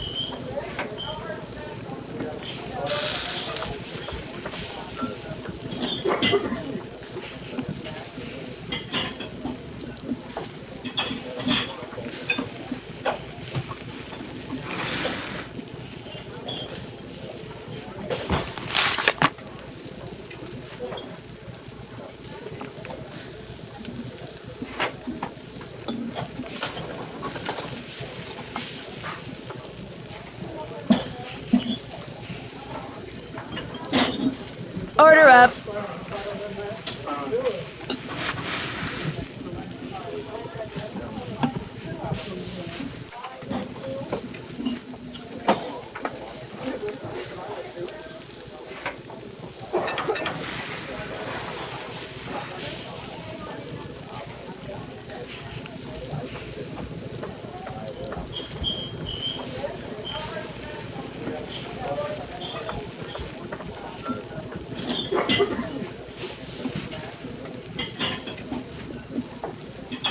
Order up.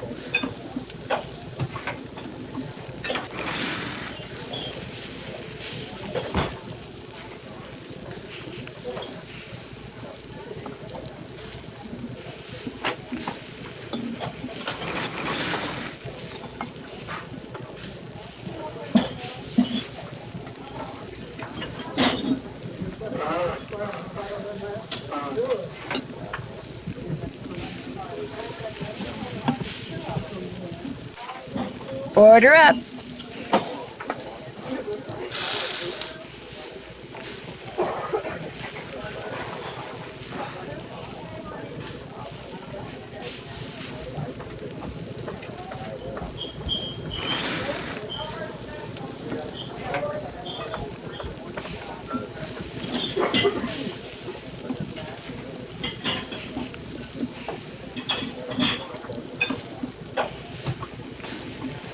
If you think I'm serving this, you're loco.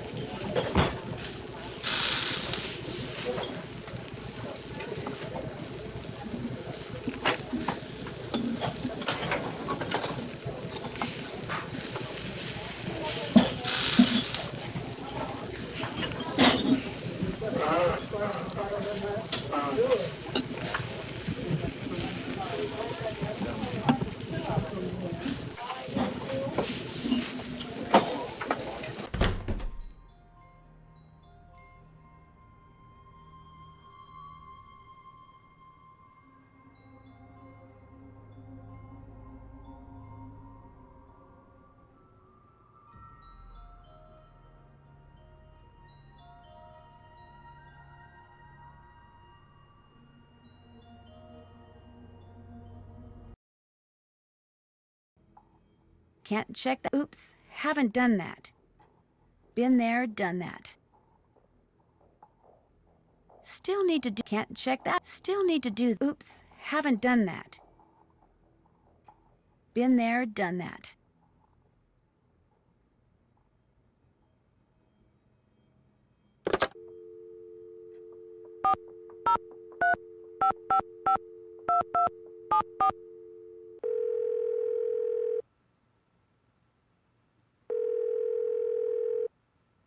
Hello? Hi, it's Nancy Drew. Did you ask Yanni about using his picture yet? Yes, but he said no. Darn. Well, thanks for trying.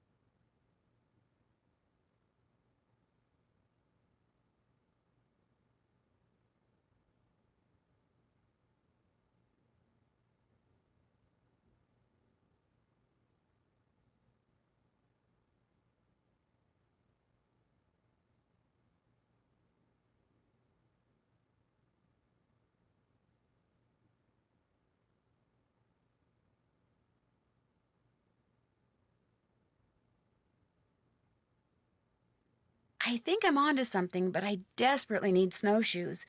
Could you give me the combination to the lock on the display case so I could use the ones in there? I certainly can, but I'm not going to until you do something for me. Like what? I'm going to fax you a survey that Tino came up with. He says you're to fill most of it out by observing the people staying at the lodge, rather than just asking them the questions outright. He says that would put them on their guard. When it's all filled out, fax it to Tino. The results will help him come up with a profile that will help you to determine which of our guests is responsible for the accidents. Sounds good. Excellent. I'm faxing it to you even as we speak. In fact, it's done. So why don't you go get it right now? I'll wait. Great. I just hope the questions aren't too dumb. Got it. Good. Now remember, when you're done filling it out, fax it directly to Tino. And he wants you to call him before you do so he can turn his machine on. You'll hear from me again later. Answers, Nancy. I need answers.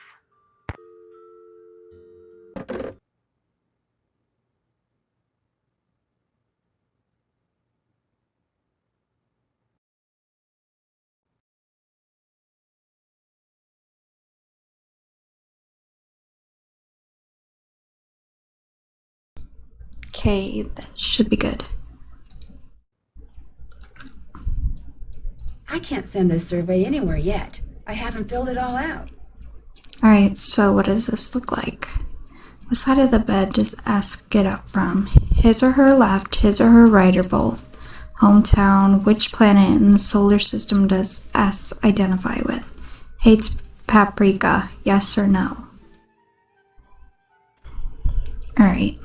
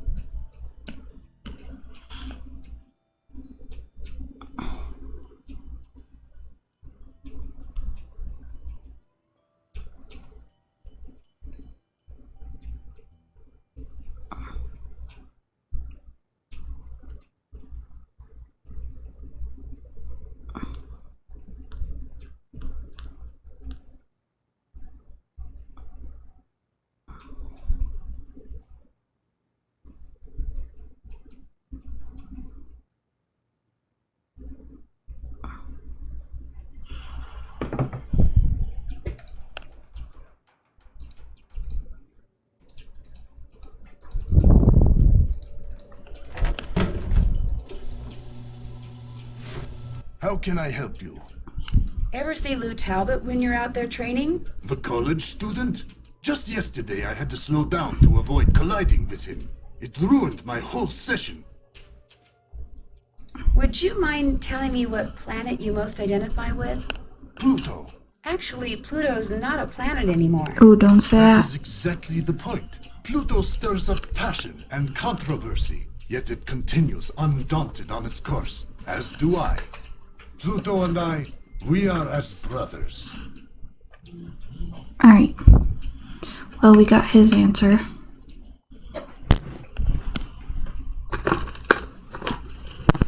And that is Pluto. I really need to get somewhere in the backcountry and was thinking you could maybe give me a cross-country ski lesson or two? Out of the question. I don't have the time, the equipment, or frankly, the desire. I am sorry.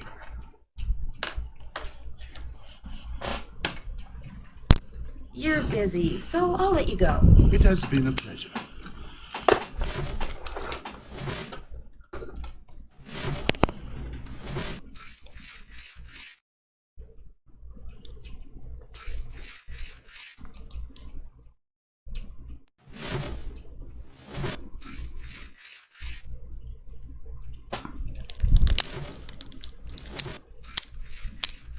There we go.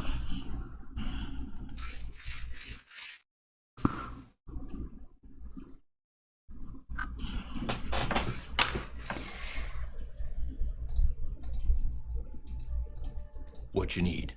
I'd better get back upstairs. Keep me posted.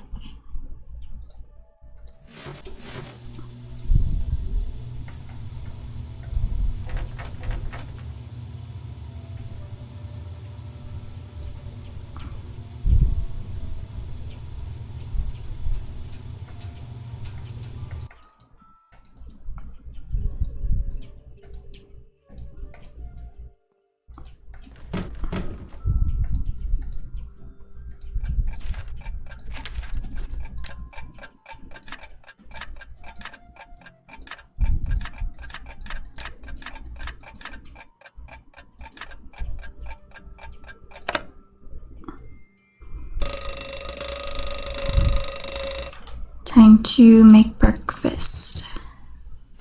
What do you want? You messed with my rifle, didn't you? This I gotta hear. Excuse me? This fax just came for you. It's from the wacko left-wing wildlife gang that paid you to screw up my rifle so I'd miss that wolf. How dare you talk to me like that? I'm leaving this place right now. Good. You just got yourself an escort off the premises.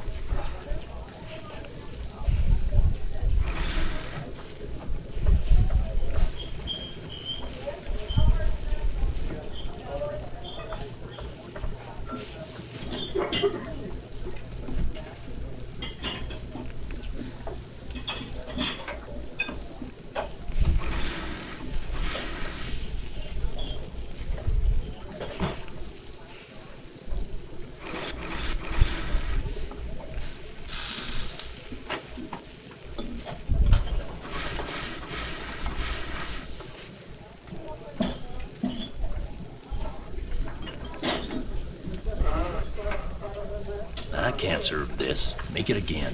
Order up. Alright, well, that was wrong.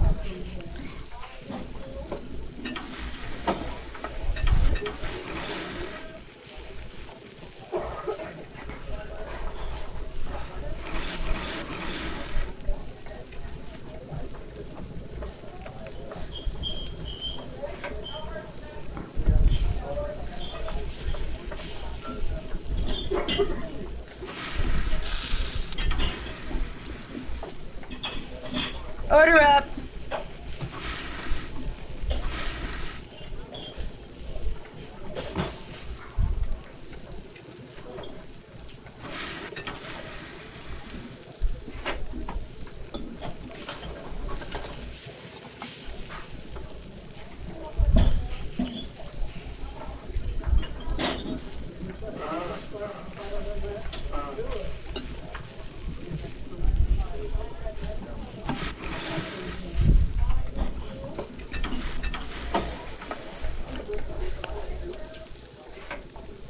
Order up.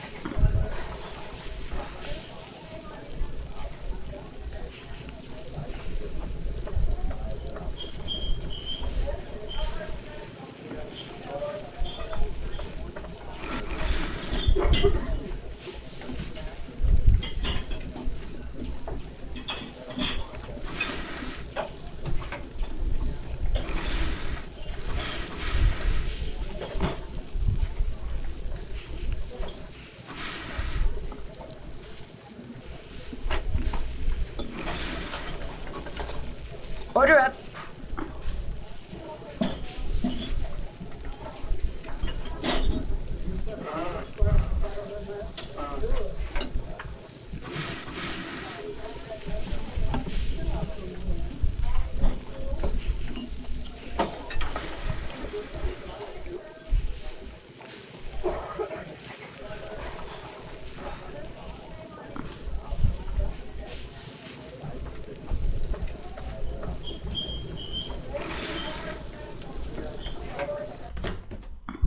Perfect.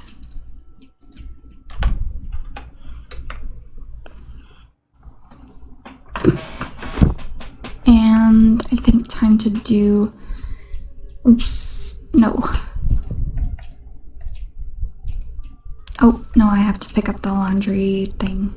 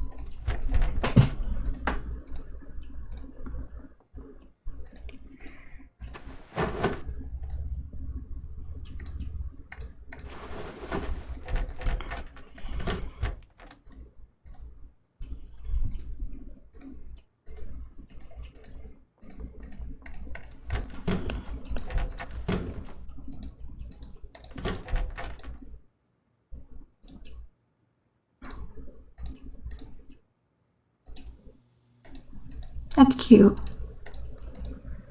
Oops.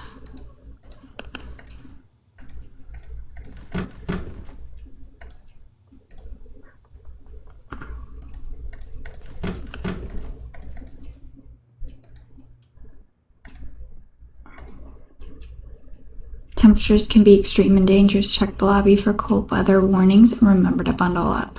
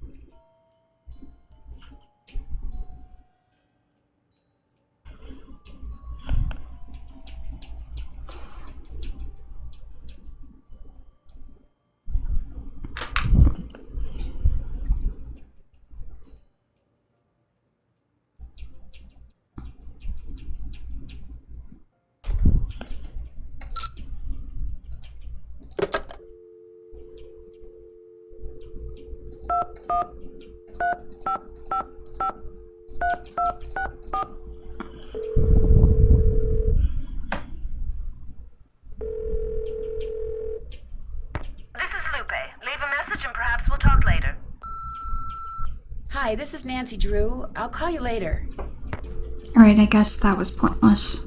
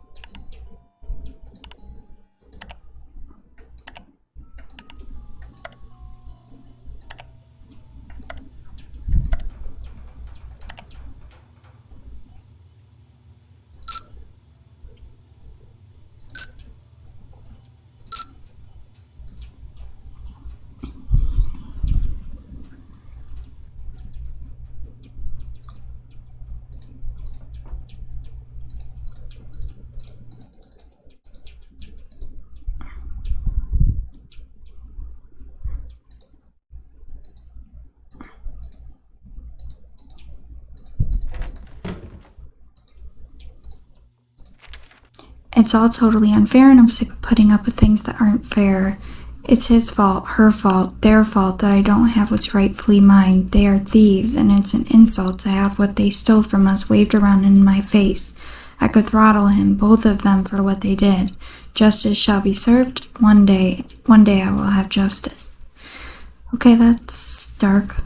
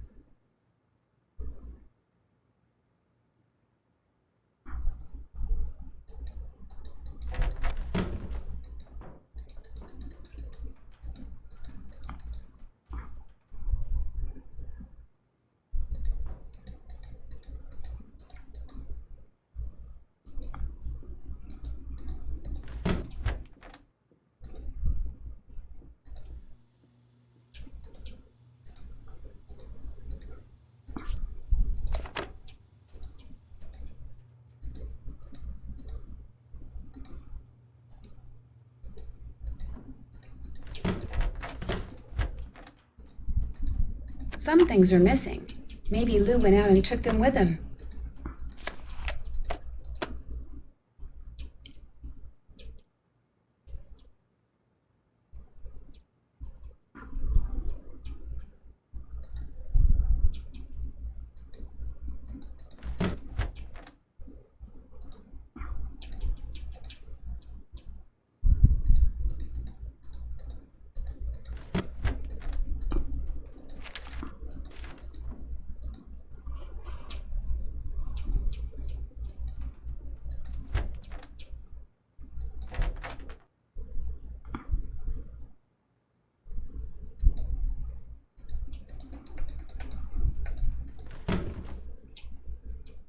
Call 1555 Mystico and prepare to be amazed.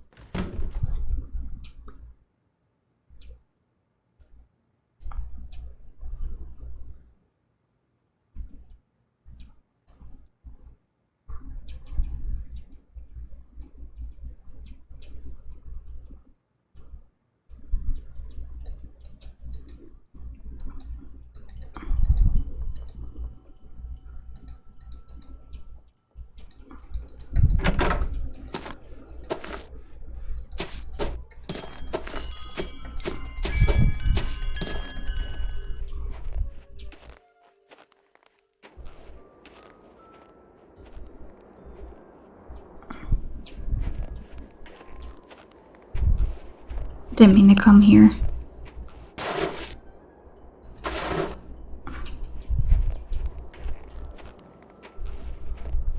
If I don't get warm soon, I may not make it.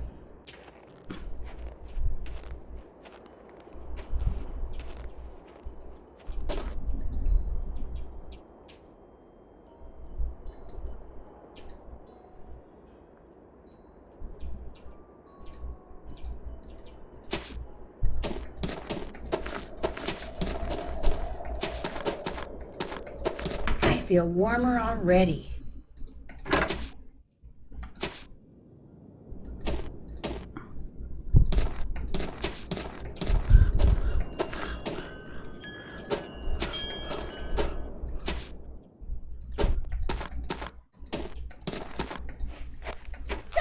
You cannot pass until you have proven yourself in battle.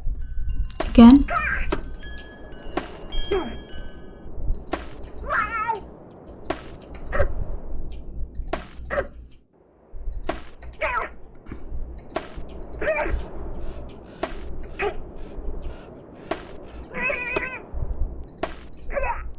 You win. Incoming!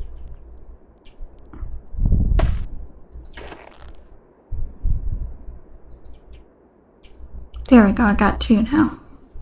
I have 2. I don't need to go to Icicle Lake. Now that the fishing shack's gone, there's nothing to do there.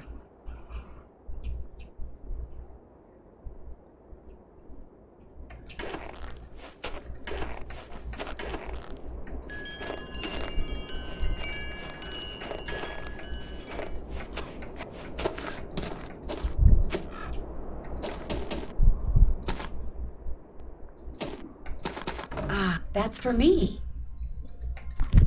Nancy, because of that Neanderthal of a handyman, I have been forced to return home. Please call me when it comes to the White Wolf. There's much for us to talk about. Lupe. Okay.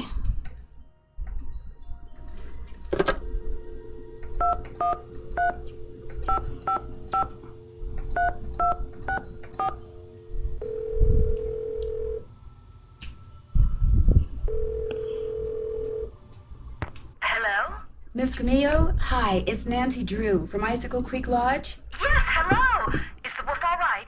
Well, Ollie hasn't succeeded in shooting or trapping it yet, if that's what you mean. But I'm not going to tell you any more until you tell me who you really are. All right. I'm a member of Run and Grow Free. As you may or may not know, that's an organization dedicated to the protection of wild animals. I went to the lodge to make sure nothing happened to that wolf. See, we're trying desperately to arrange to have it captured and transported to a sanctuary. But so far, all the ones we've contacted are full. And unless and until we find a place for it, all we can do is try to protect it. Now tell me more about the contact you've had with the wolf. After I was buried by an avalanche, it dug a hole in the snow so I could escape. It may have sensed you were in trouble, or its behavior may have been totally random. But either way, the fact that the wolf didn't simply run away from you is very bad news. It is? Wolves and humans simply do not mix. While wolves may appear to be similar to dogs, behaviors that have been bred out of dogs after thousands of years of domestication are still instinctive to wolves. Training a wolf to behave like a dog may mask those instincts, but it cannot eradicate them. For that reason, no matter how sociable the wolf may appear, instinct can at any moment rear its ugly head with devastating results for any humans involved and for the wolf.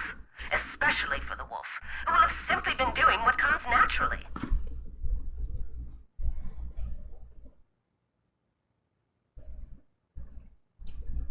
So the fact that this wolf doesn't seem to be that afraid of people could lead people to think they don't have to be afraid of it. Precisely. It could make them forget that all wolves are, first and foremost, wild. And while we're on the subject, do not ever give in to the temptation to feed the wolf. For one thing, a wolf's jaws are twice as powerful as a German shepherd's, and should your hand happen to get in its way when it tries to feed? I get the picture. For another thing, making the wolf dependent upon you for food would seal its doom. It sounds strange, Nancy, but the very best thing you can do for that wolf is nothing.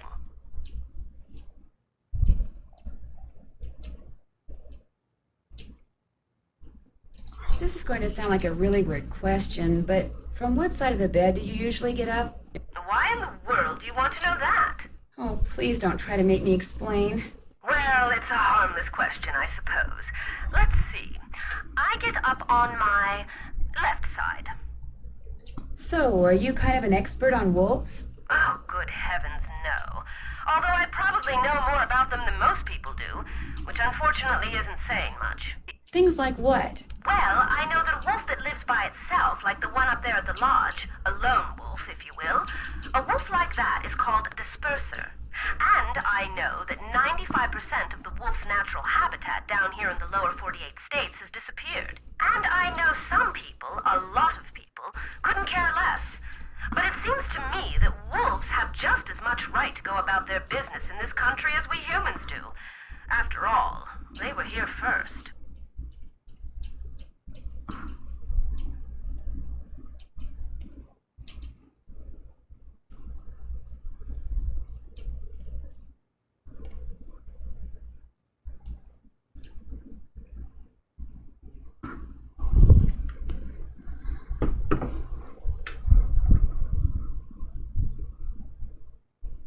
If I were to ask you which planet you most identify with, which one would you say?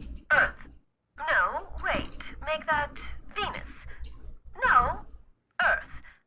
No, actually Venus. No, Earth. No offense, dear, but that's a very silly question. Tell me about it.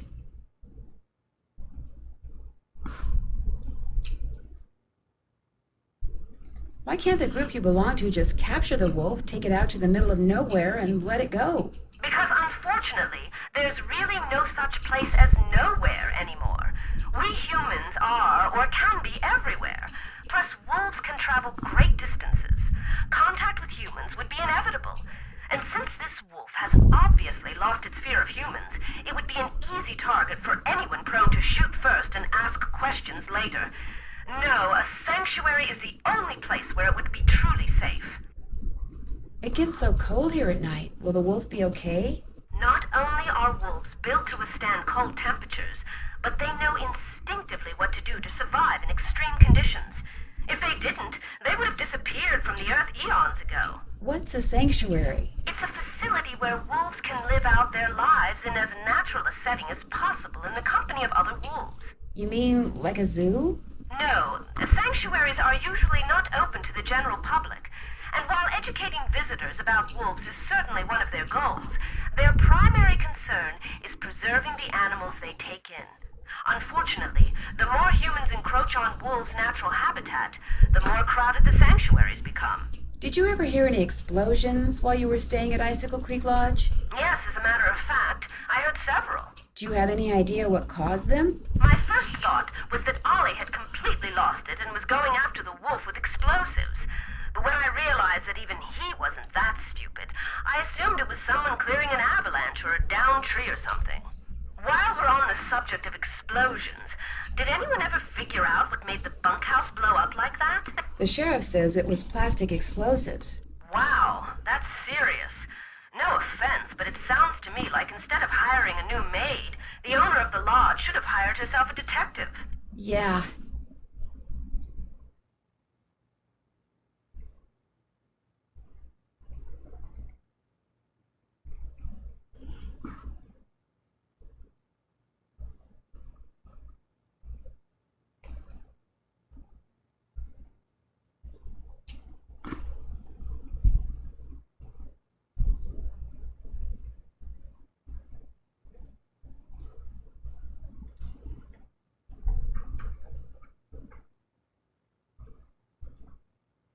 Aren't there any government agencies that can take care of the wolf?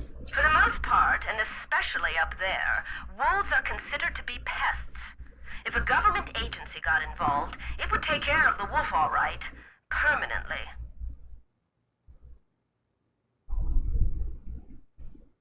Why didn't you just come out and tell the people at Icicle Creek Lodge that you were there to protect the wolf? Because I assumed, and quite correctly as it turns out, that very few people there would be sympathetic to my cause.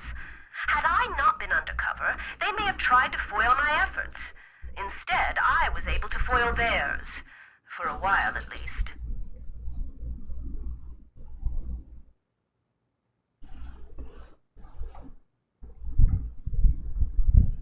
When you were here at the lodge, how come you had a magazine that featured Yanni Volkstaya in your room? You're very observant. I read the article thinking he might make a good spokesperson for Run and Grow Free. But then I actually talked to him. At which point I realized that not only is he a raving egomaniac, but he's appallingly superstitious when it comes to wolves. I put an abrupt end to that conversation. I was afraid he might try to tell me that wolves had eaten his grandmother or something. You know, actually, never mind.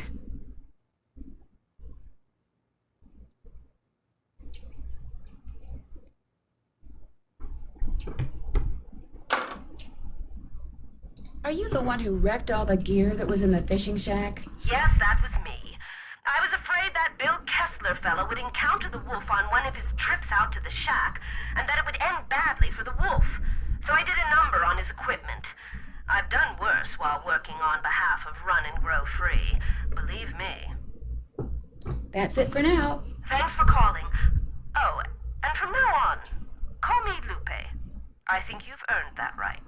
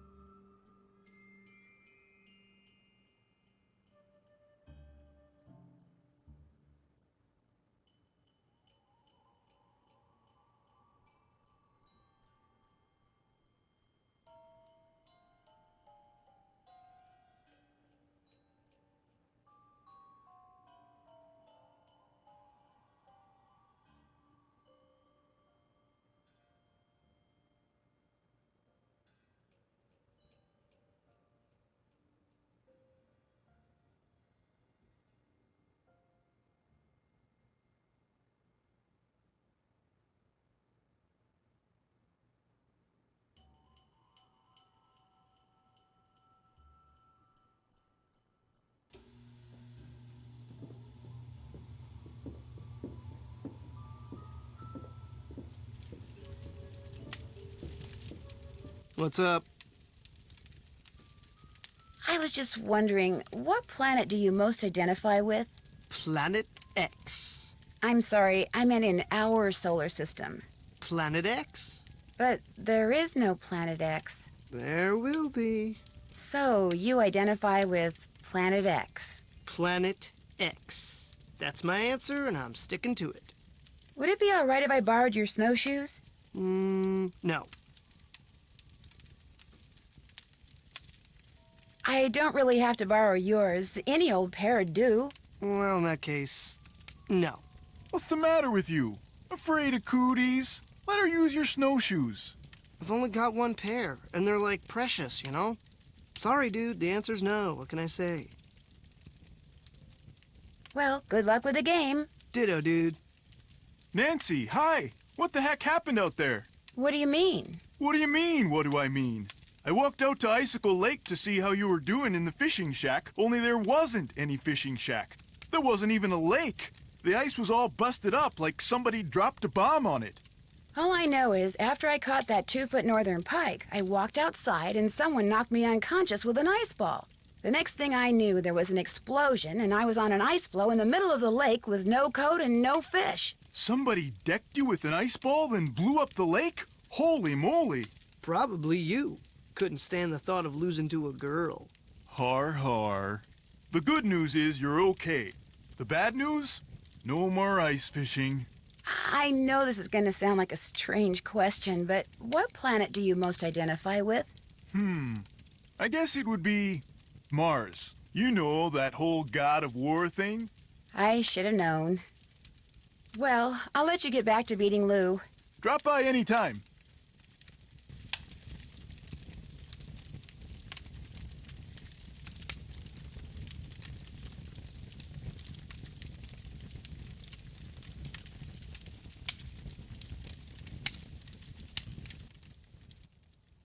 I'm staying out of there until I have to fix a meal.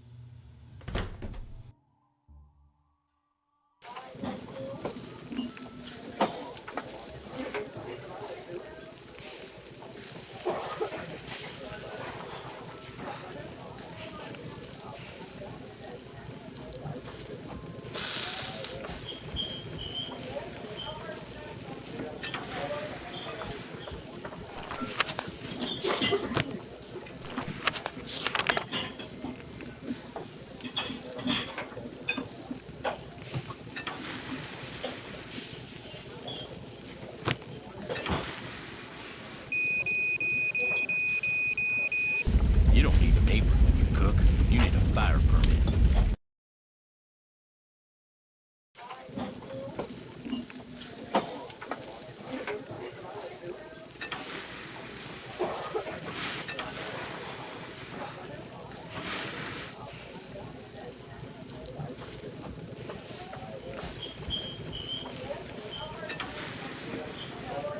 I can't serve this. Make it again.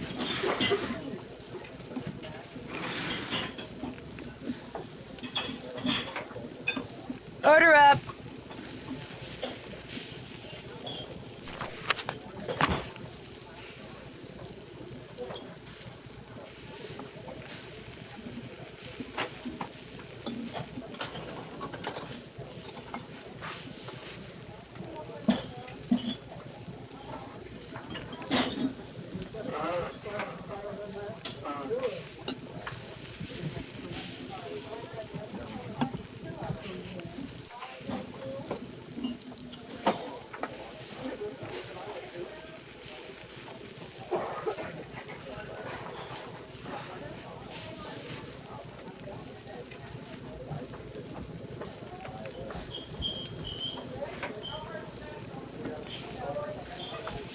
I can't serve this. Make it again.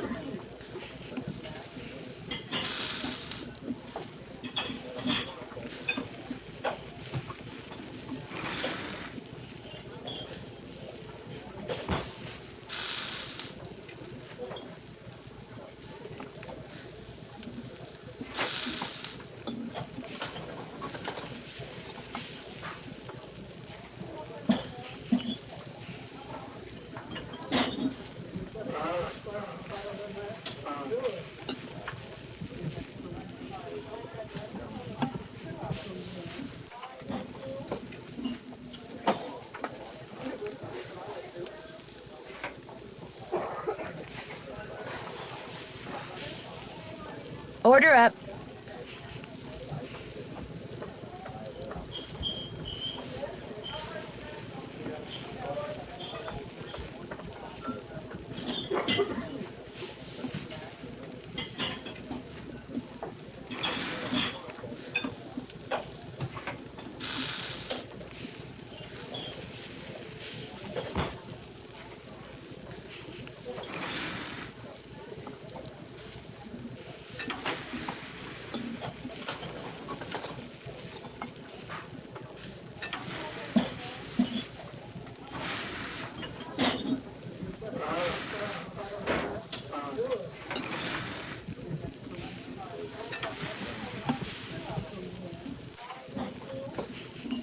Order up.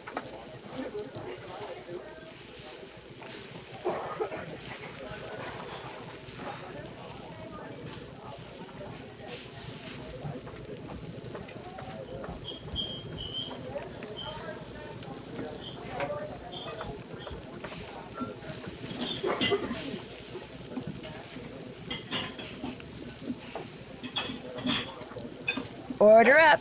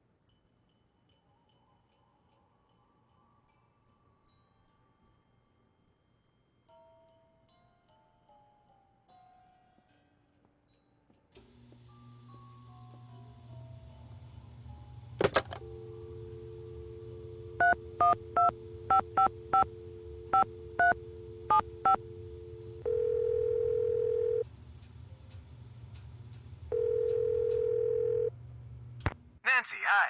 You finished with that survey yet? I sure am. Good girl. I'll just turn on my fax machine here. Okay, let her rip.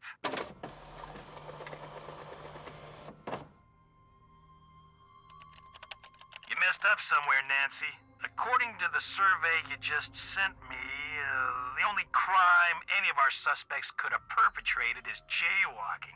Do it over and call me before you fax it, okay? You bet. Anything else? I'd better go. Don't be a stranger.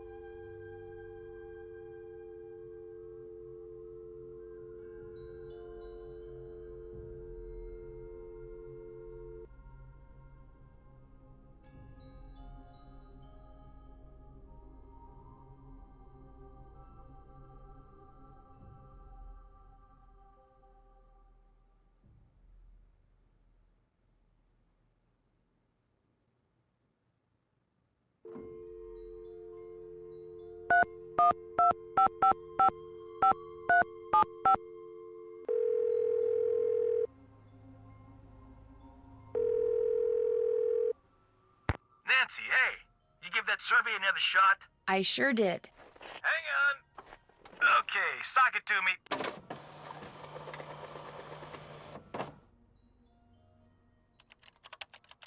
Nice work, Nancy. According to the survey, our perp is none other than our bird-watching champion snowshoer, Bill Kessler. But Bill Kessler likes to ice fish. Guadalupe Comillo is the one who likes to birdwatch. Yanni Volkstaya is a champion skier. And Lou Talbot likes to snowshoe. Oh. How did you come up with that survey anyway? I put it together using this profiling kit I saw advertised on the Detective Channel. It was supposed to be foolproof.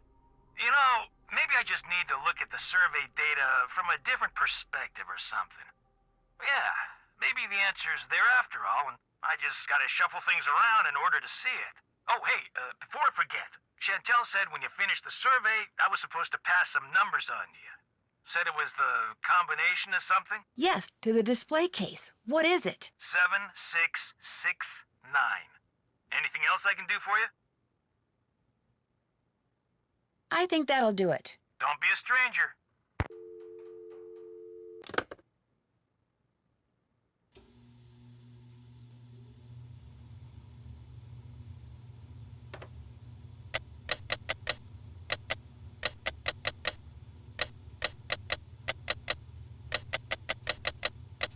That did it.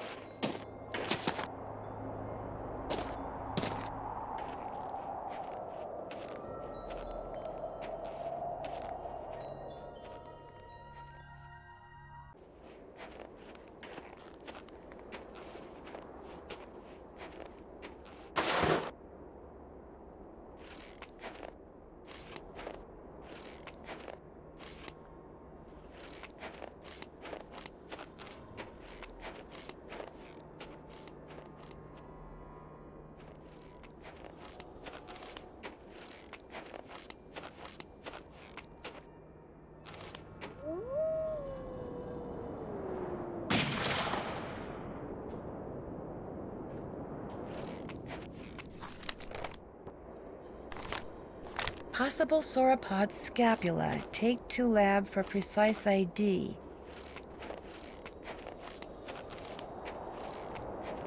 I can't stop shivering. I need to get in and out of the cold, like, soon. Looks like some kind of house.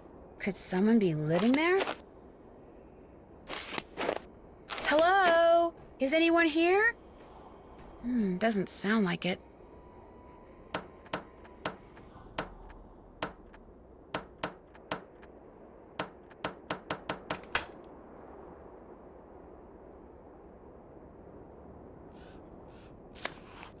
The Rest of My Life by Julius McQuaid.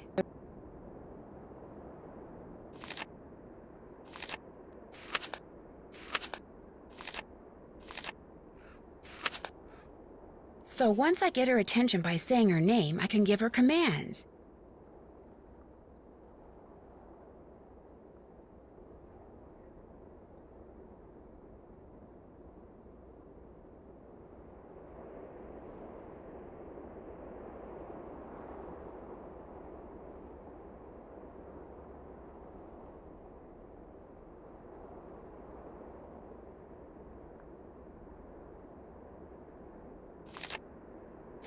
Ability to sort objects by scent. If she has an object in her mouth, she'll sniff, then drop the object near another object that has the same scent.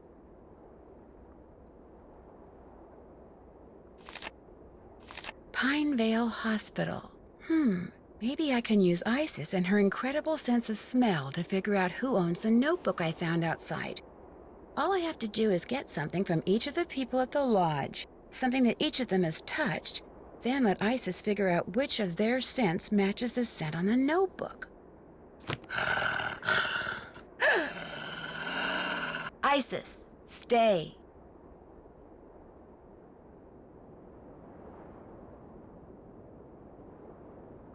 Paw. Down.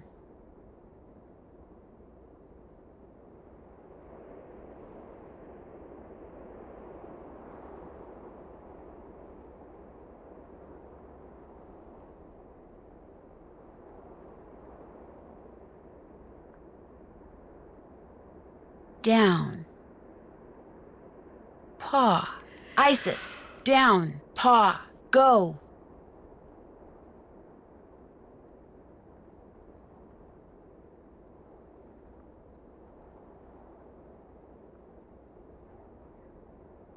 Bark. Isis, down. Paw. Bark. Go.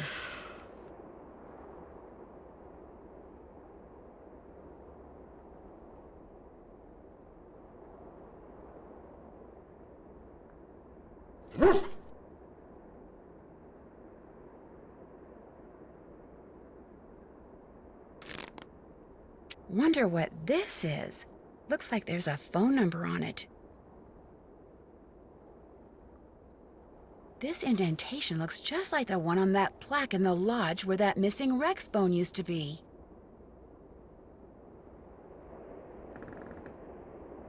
Around.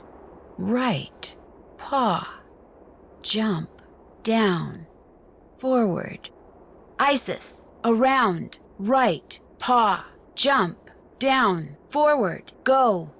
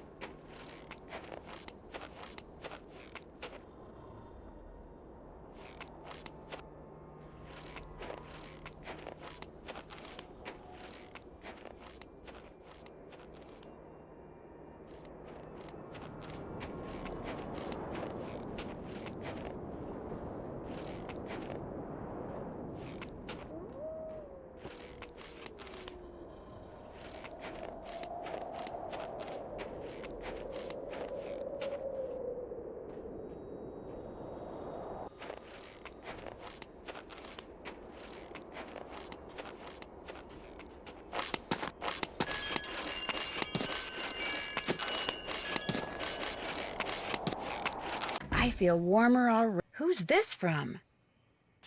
Meet me in the sauna in the basement. I have some interesting information for you. A sauna sounds good to me.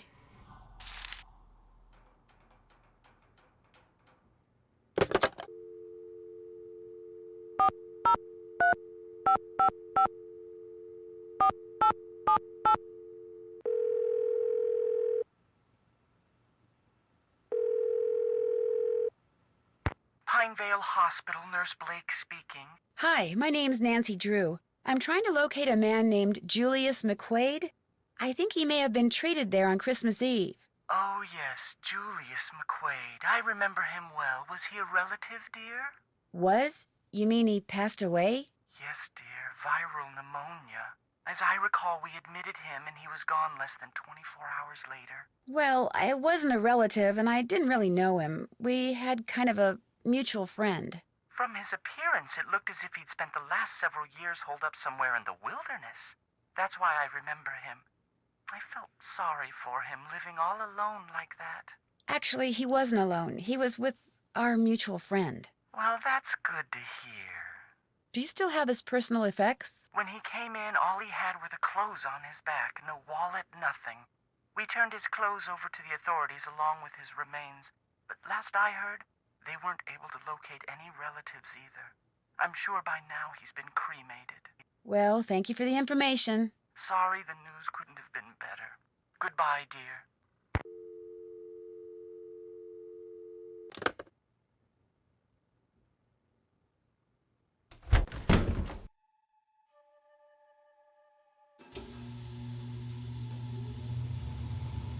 Ah, something that Ollie has touched.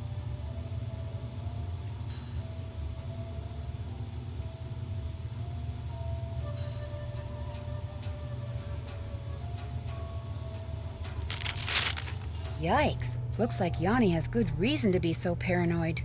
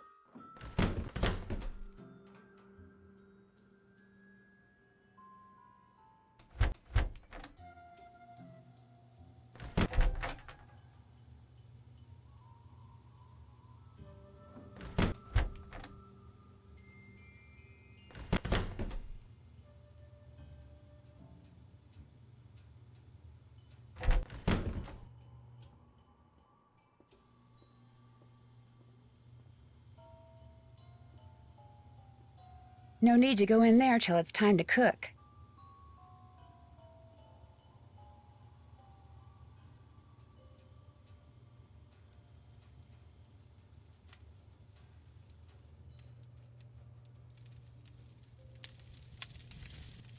What's up? Nice talking to you. Been real. Hello again. I better get going. Glad you dropped by.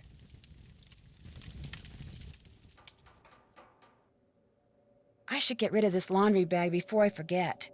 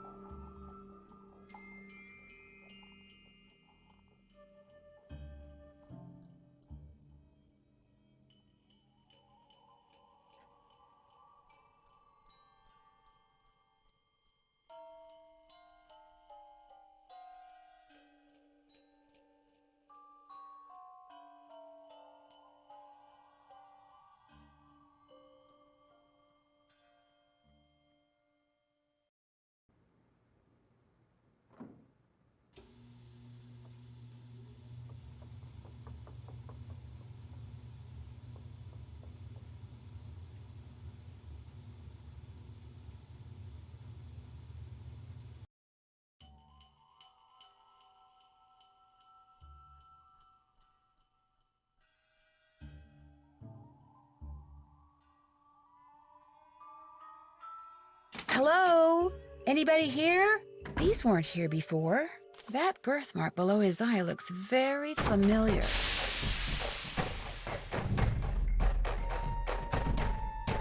Hey, is someone out there?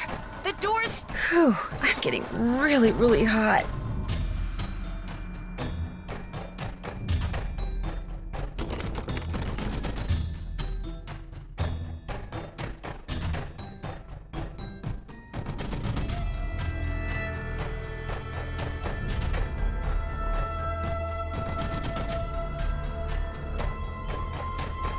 I'm running out of time. I've got to do something fast. I've got to get these pipes aligned before I pass out from the heat. I don't have much time. I've got to get these pipes lined up now. Ugh.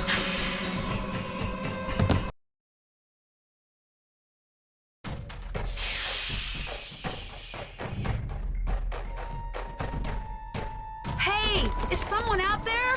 The door's... Whew, I'm getting really, really hot. Once I get all these pipes connected, I can turn on the cold water and cool this place off.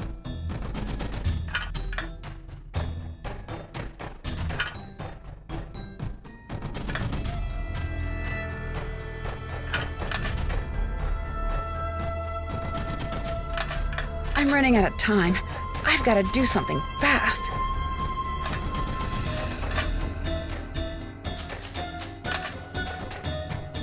I've got to get these pipes aligned before I pass out from the heat. I don't have... Once I get all these pipes connected, I can turn on the cold water and cool this place off. I can't take this heat much longer.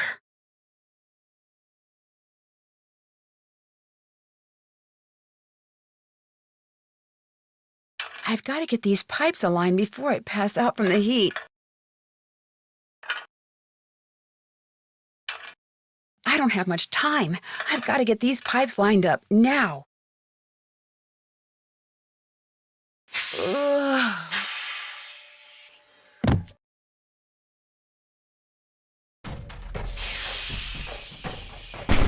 You know what? We're just gonna do the cheat I found on Game Boomers. Hey, is someone out there? The door's... Whew, I'm getting really, really hot.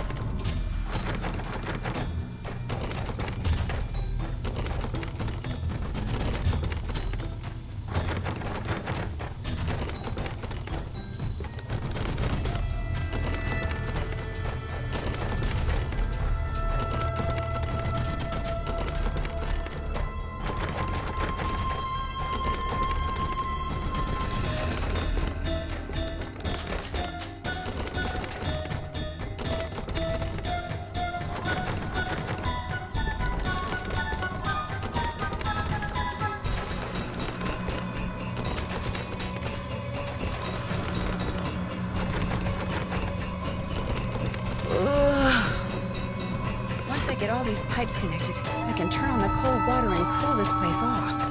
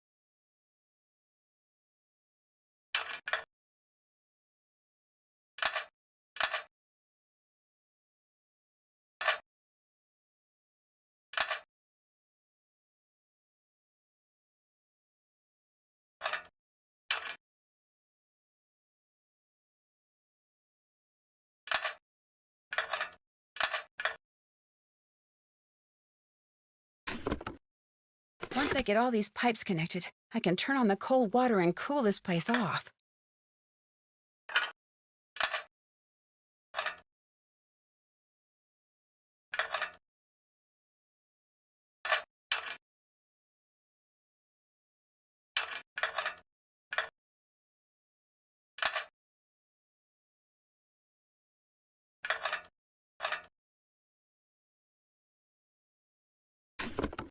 Once I get all these pipes connected, I can turn on the cold water and cool this place off.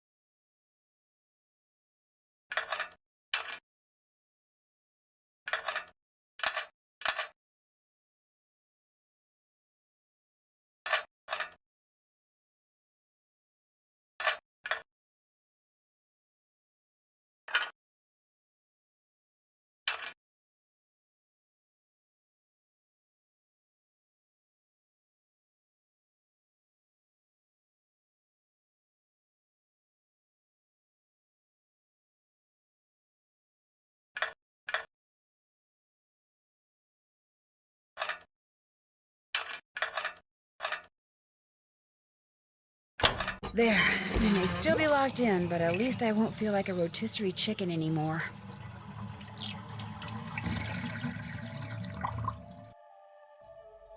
Nancy!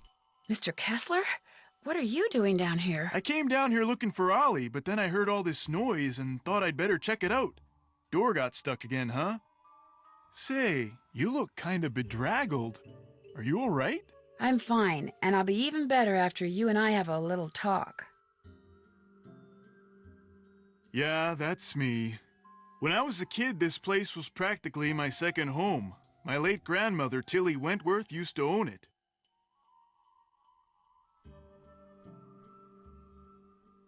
So when you said this was the first time you've been here? I lied. See, about 2 years ago, just before she died, my grandmother sold this place to Albert Moeequay without telling anyone in her family. From what I've heard about Moeequay, I'm pretty sure he bullied her into selling. I think he cheated her, and he cheated us, and that it's high time somebody... Taught him a lesson by, say, putting Icicle Creek Lodge out of business? I had nothing to do with that explosion, Lou's window, the food poisoning, the icy stairs, none of that stuff. You ask me, it's karma. The Moeequays are just getting what's coming to them.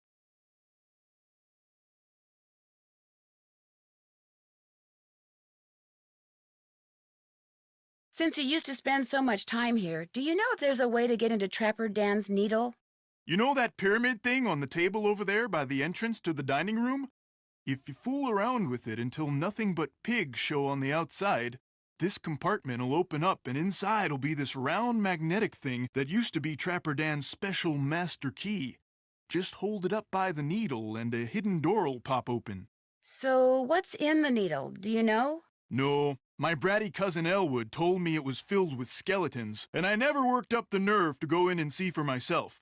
And maybe it was filled with skeletons. I mean, let's face it, living all by himself way out here in the wild, winter after long dark winter, Trapper Dan was probably stark raving bonkers.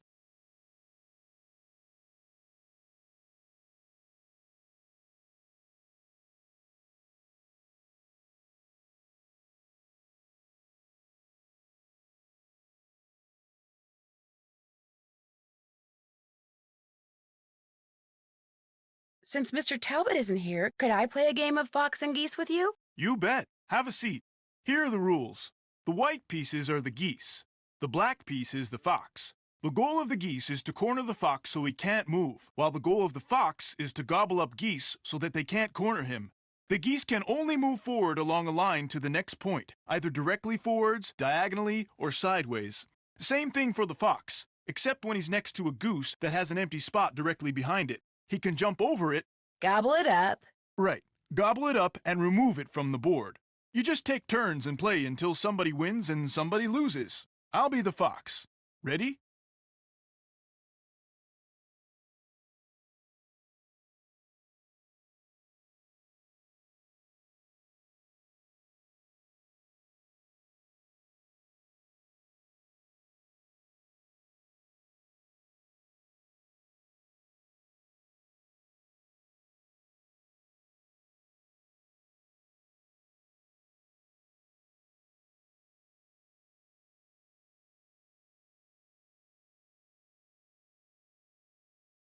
I had nothing to do with that explosion, Lou's window, the food poisoning, the icy stairs. None of that stuff.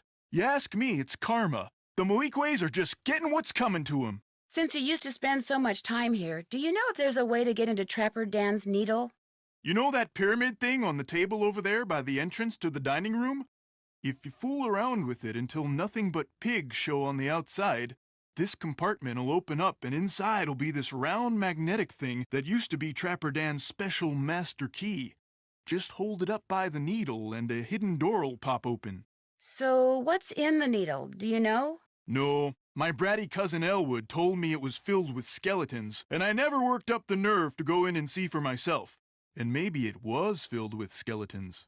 I mean, let's face it, living all by himself way out here in the wild, winter after long dark winter, Trapper Dan was probably stark raving bonkers. I'd better get going. Okie dokie. Huh? Oh, hi. Oh, sorry, I didn't mean to wake you. Could have fooled me. What do you want? I'd better get going. Okie dokie.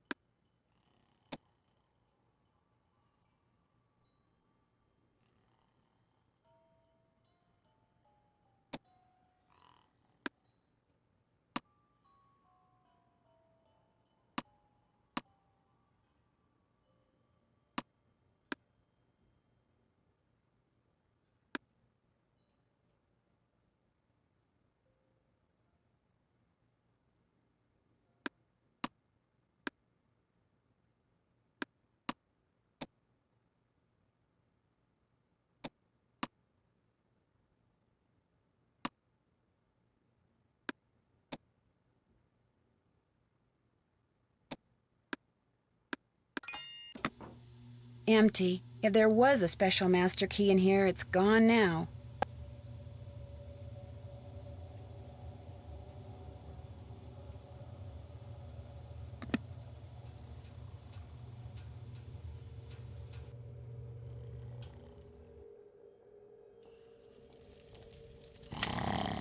Huh? Oh, now what? I opened up that pyramid like you told me, but there was nothing inside. There wasn't? Oh. Well, I'm afraid you're out of luck. There's no other way to get into Trapper Dan's Needle? You know, Grandma Tilly once told me that if you turn the top of the pyramid 45 degrees, then fill all the boxes on the outside with one kind of animal, then another kind of animal, until you do that for all 4 animals, she said if you do that, you'd find a journal in there written by Trapper Dan himself.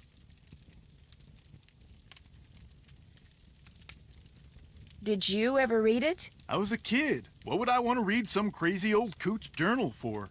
I'd better get going. Okie dokie.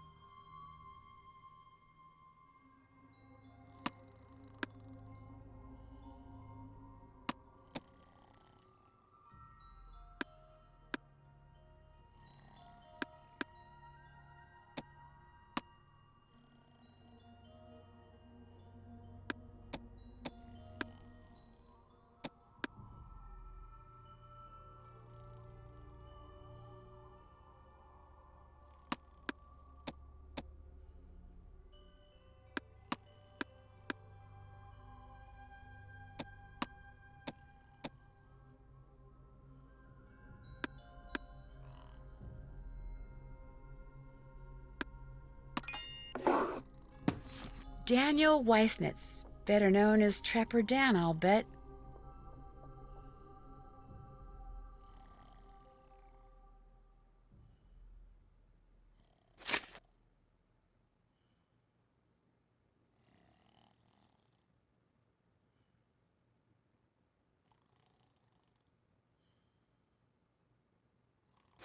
The first thing you need to do is crack my cipher below, or just follow the moose, wolf, raccoon, and Mary.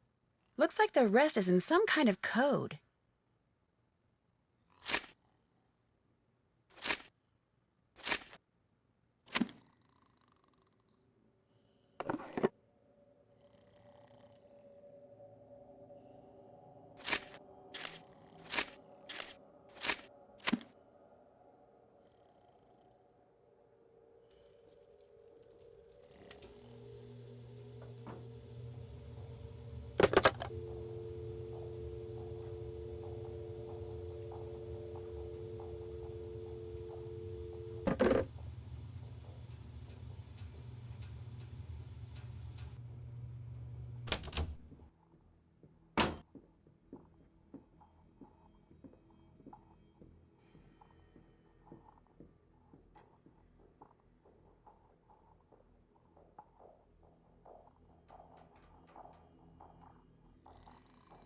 Long as it's not time to cook, I might as well stay out of the kitchen.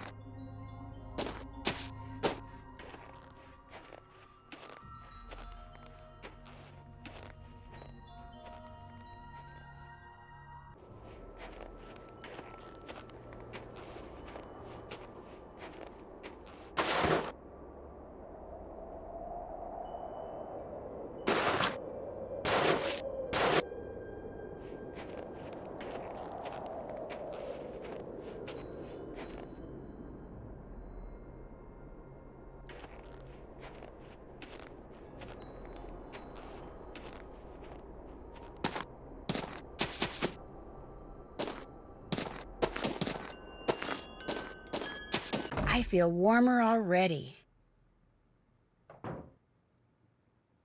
No need to go in there till it's time to cook.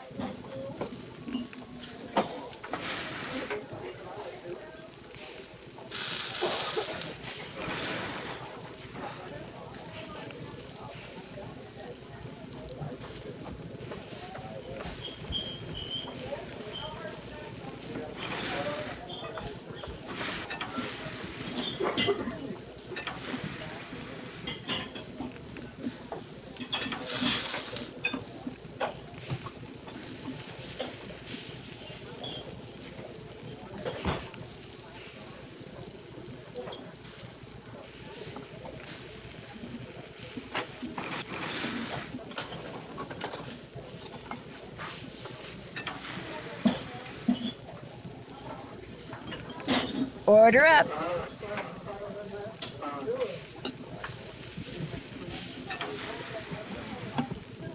Order up.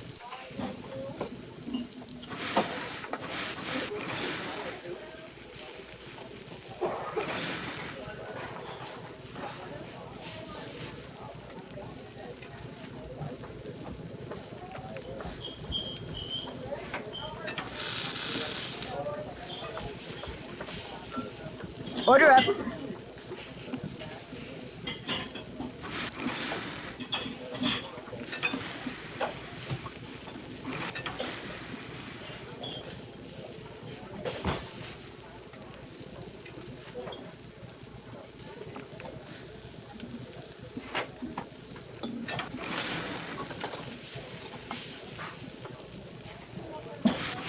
Order up.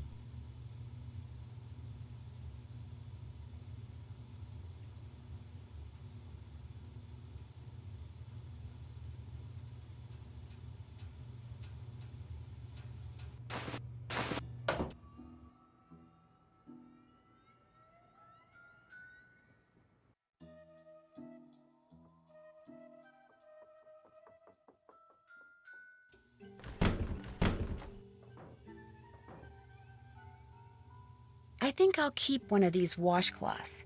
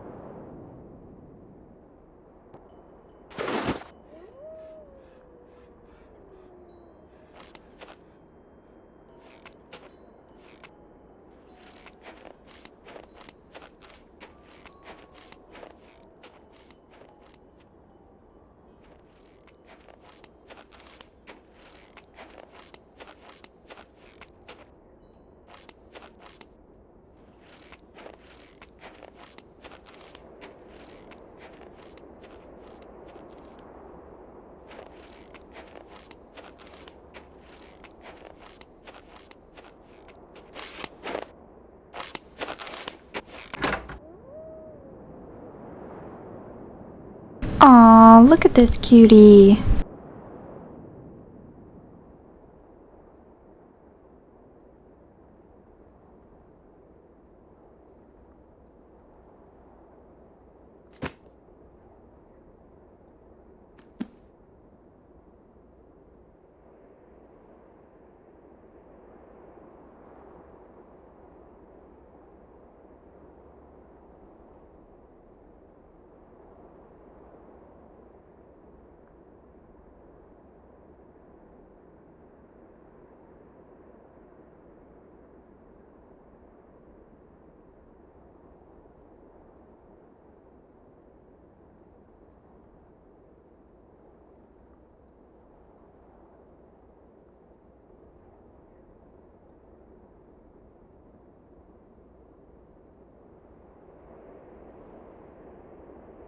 I shouldn't give Isis that. I should give her the notebook.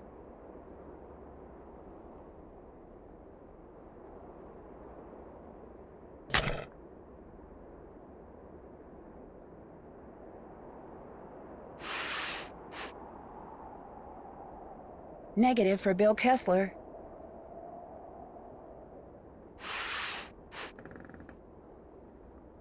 Looks like it's not Yanni's. The scents match, which means those notes belong to Lou Talbot.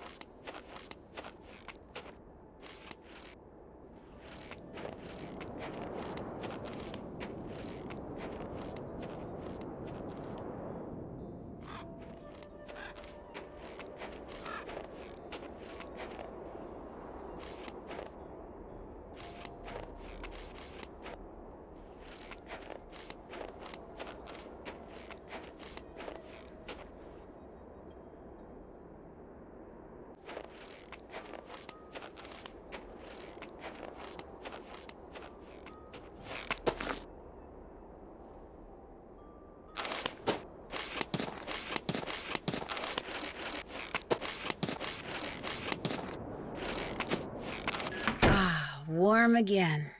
Now what? Lou Talbot, charged with trespassing, vandalism, and theft, found digging on private property, creating a piece of architecture inspired by maverick artist Poppy Dada, of keeping the dinosaur bones dug up in the process. Dinosaur bones?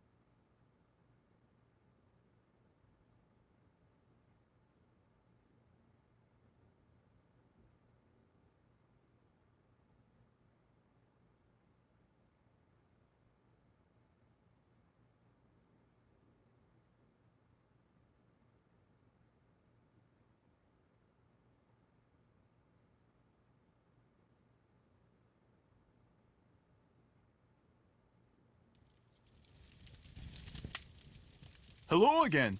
I'll see you two later, okay? Drop by any time. What's up? Do you think I could have the Rex bone that you took from that plaque by the display case? Dude, what makes you think I took some bone from some plaque?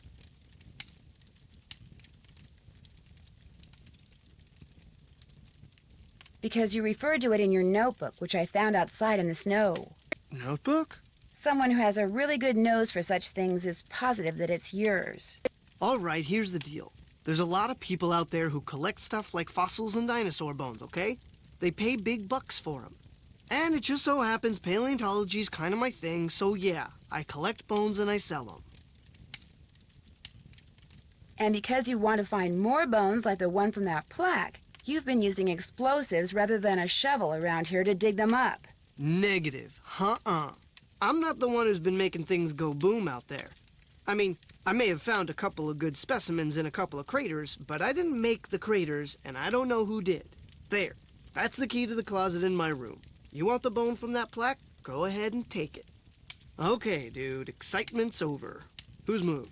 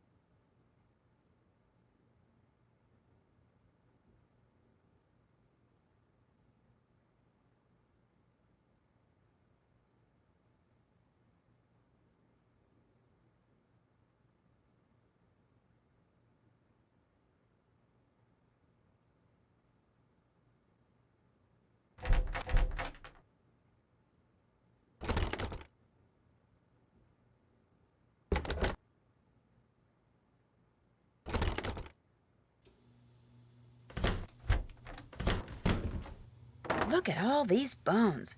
Lou's been a busy... Here's the one I'm looking for, the Rex bone that's missing from that plaque.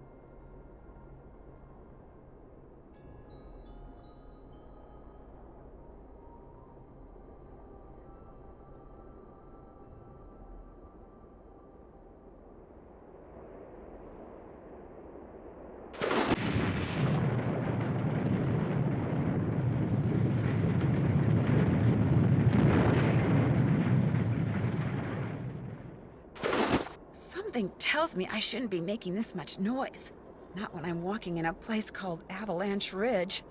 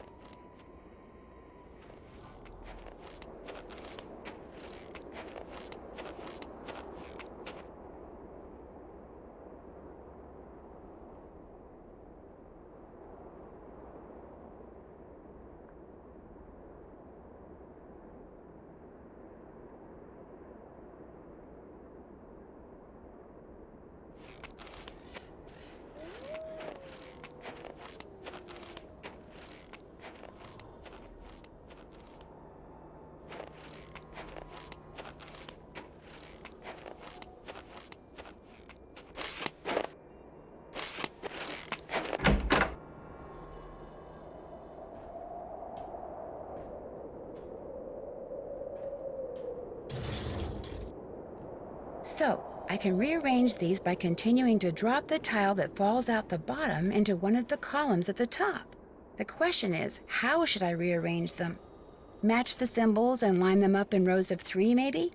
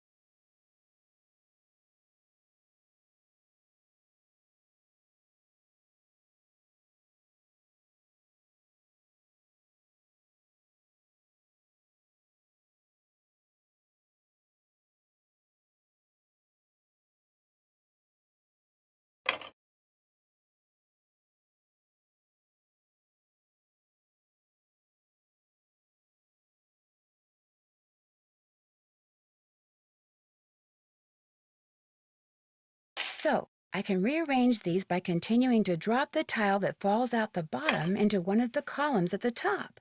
The question is, how should I rearrange them? Match the symbols and line them up in rows of 3, maybe?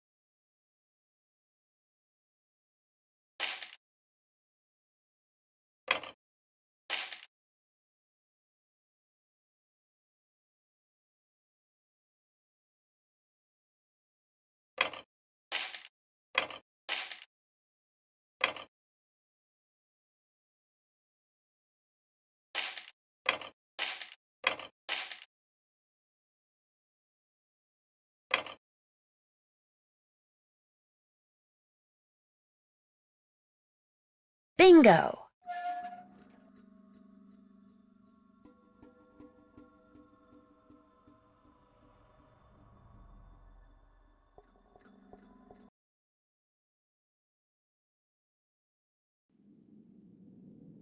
The lanterns in here are basically just rocks hung in cages. I wonder what makes the rocks glow like that. Looks like the map to some kind of maze. The wolf followed me. I wonder if she expects me to do something. Forward, right. Left, right. Jump. Isis, forward, right, left, right, jump, go.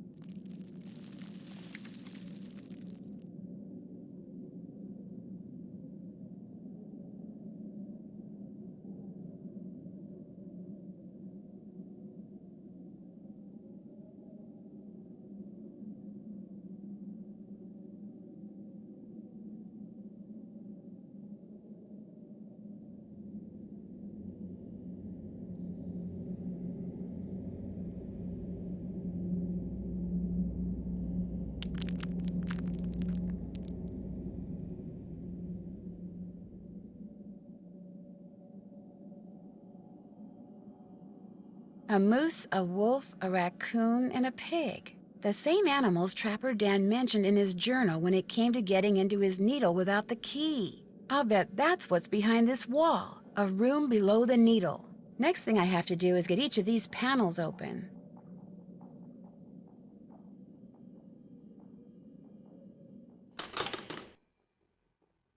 Next thing I have to do is get each of these panels open.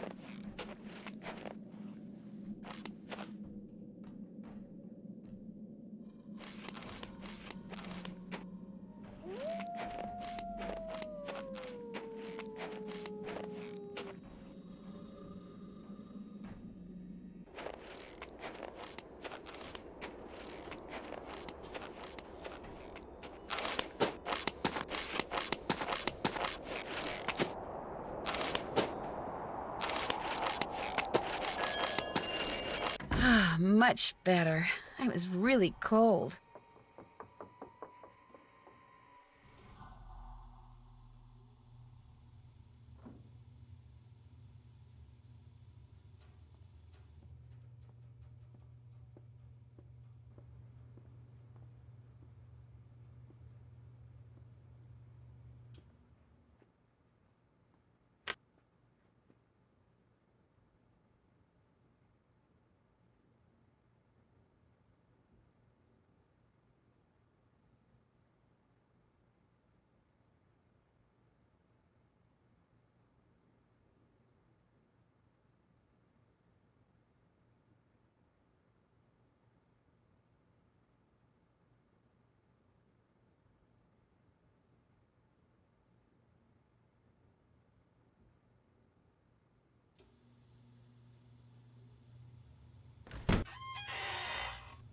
My jack! I'm getting a definite feeling I'm not wanted here.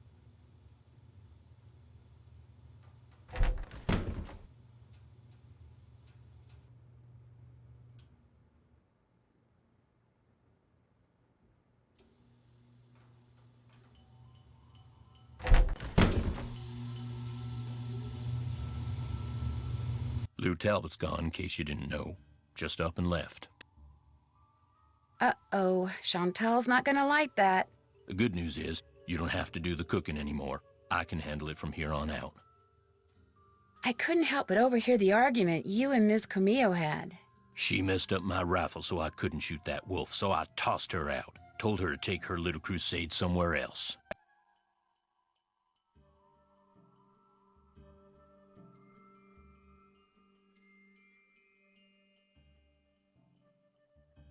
Do you think she was responsible for any of the other stuff that happened around here? Anybody who deliberately sabotages a man's rifle is capable of anything. But at least now I know why I missed that wolf. And like I told her as I was giving her the bum's rush, next time, I won't miss. I'll let you get back to work. If you need anything, just holler.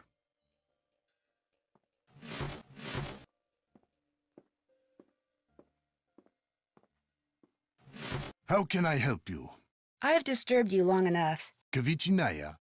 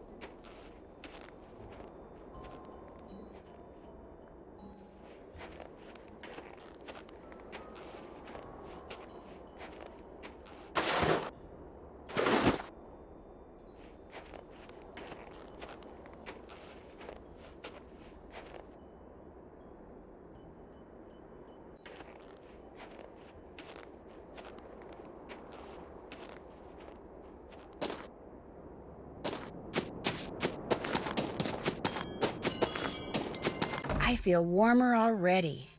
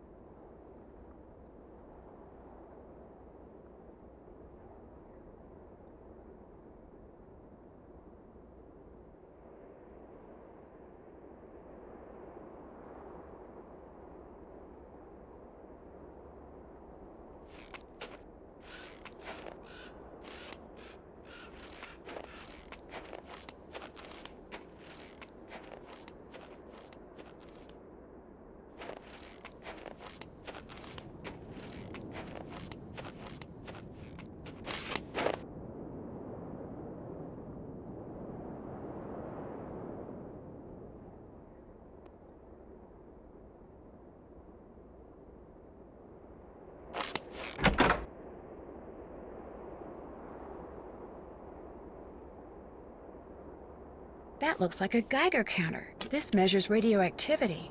I wonder if ISIS found it outside somewhere or in here.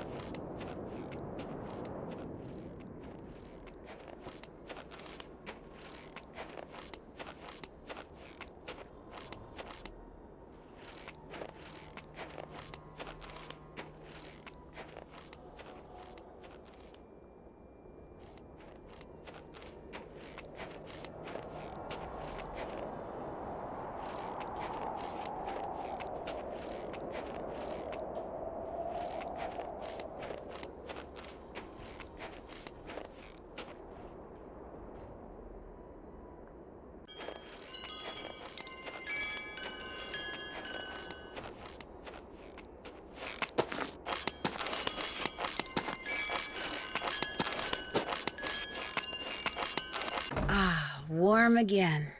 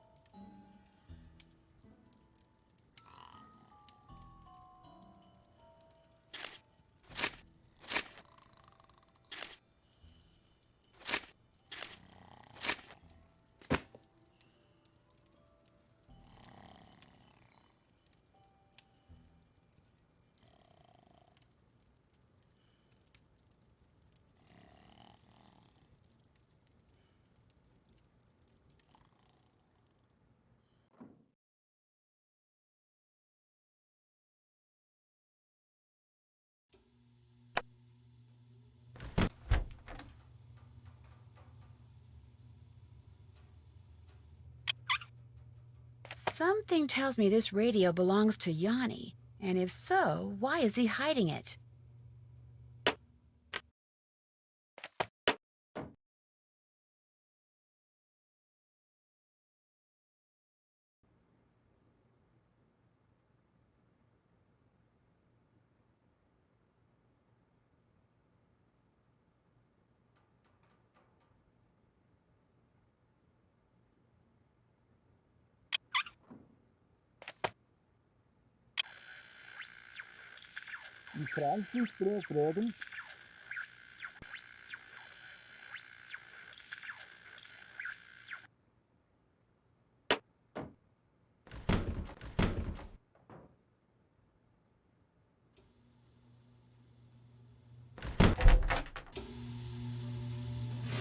How can I help you?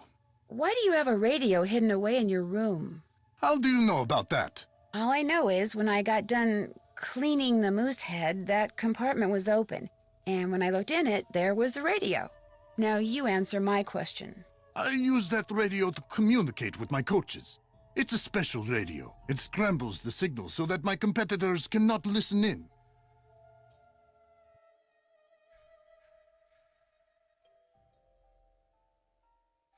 How did you know there was a secret compartment in your room? The first night I was here, I searched for bugs, something which, due to the cunning of my competitors, I have become very good at. I discovered that by pushing on the moose eye, a compartment opened up. What I don't know is, did you really open that compartment by mistake, or were you up to something else? How do I know you are not working for them? If I was working for the competition, why would I have told you about finding your radio? Who else have you told about the radio? No one. I believe you, Nancy. So if I find out you're lying, both of us will be very sorry. Do you have any proof that your competitors are out there spying on you? When one has enemies, it's prudent to assume that they are always close by. They are here, Nancy. Make no mistake. Thanks for taking the time to talk to me. Kavichinaya.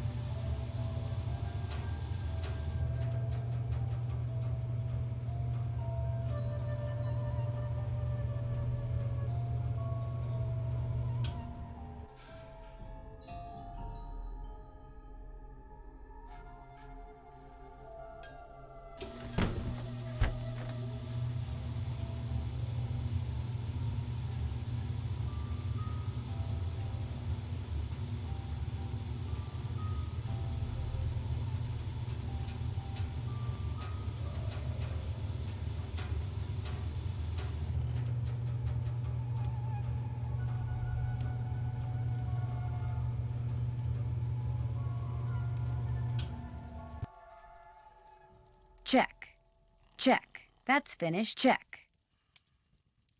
That's finished. That's finished. Still need to do that. Check. Check. That's finished. Been there. That's finished. Oops. Haven't done that. Check. Been there. Still need to. That's finished. Check. That's finished. Check. Been there. Done that. Check. Check.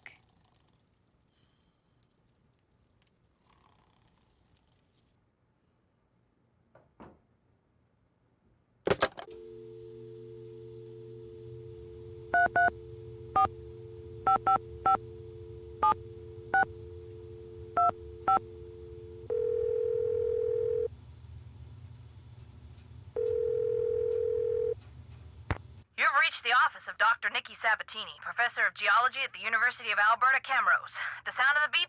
No, disregard all that. I'm here. Who's this? My name is Nancy Drew. I'm staying at the Icicle Creek Lodge, and I recently came across some kind of device that had your phone number on it. Describe the device. Well, it has a spike on one end of it, and... Well, I'll be darned. Where did you say you found it? Well, actually, someone's dog was using it as a chew toy. She must have found it outside somewhere. You know what it is? It's a geophone. Someone stole a whole crate of them from me when I was out on Skookum Ridge not too long ago. What's a geophone? If you stick it in the ground, a geophone will detect seismic waves and turn them into electrical signals, which are then transmitted to a computer so they can be recorded and eventually interpreted. It lets geologists like me make maps of mineral deposits and such without doing any digging. See, I was preparing to do a subsurface survey of the area using reflection seismology. I set up camp, stored all my equipment in a trailer, went into town for supplies, and when I came back, the trailer had been broken into, and all my geophones were gone. I was going to be the first person to do a full geological survey of the Icicle Creek drainage and the ridges surrounding it. Got grant money and everything.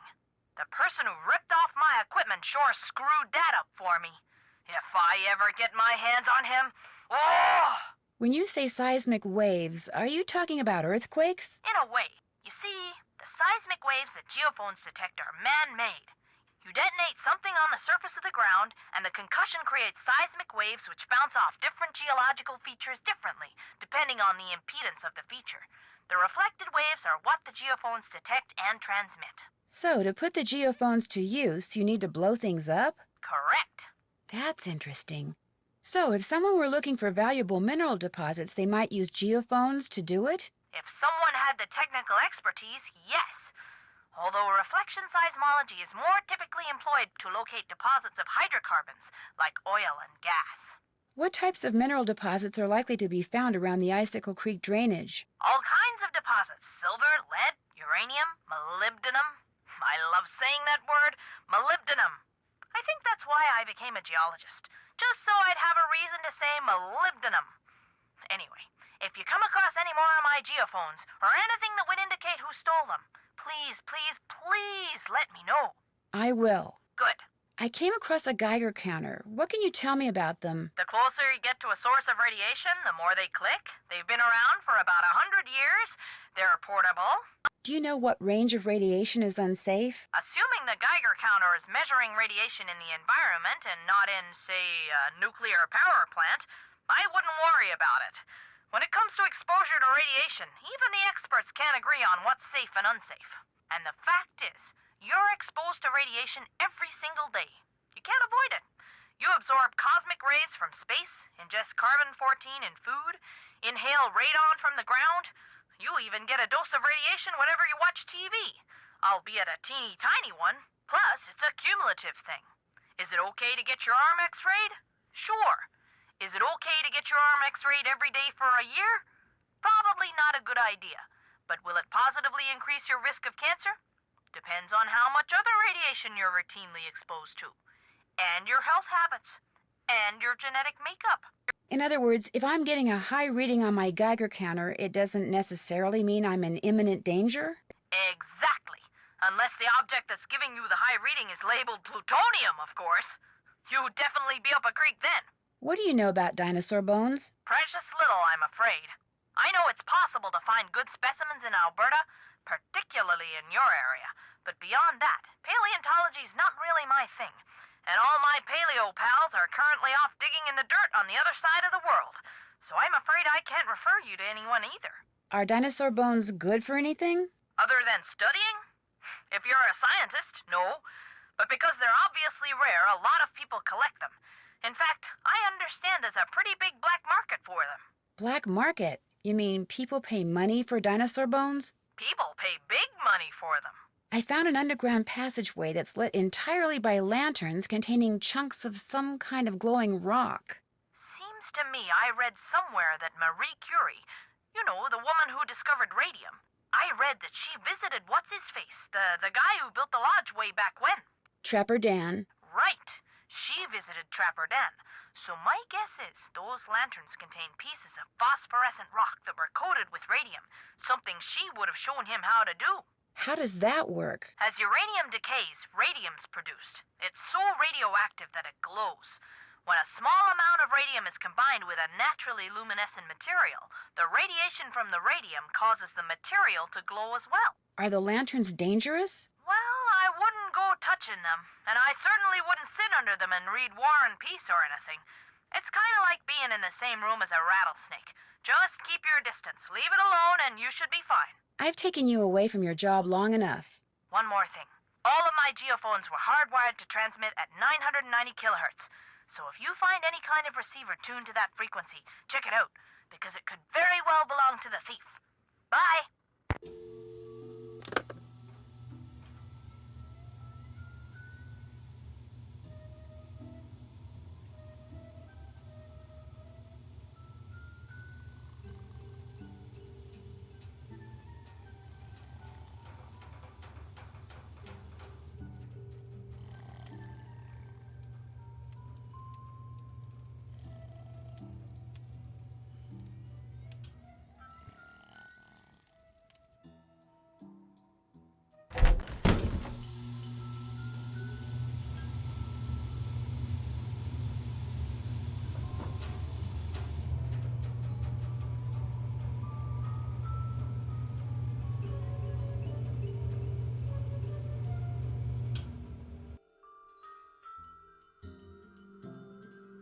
Can't check that off yet.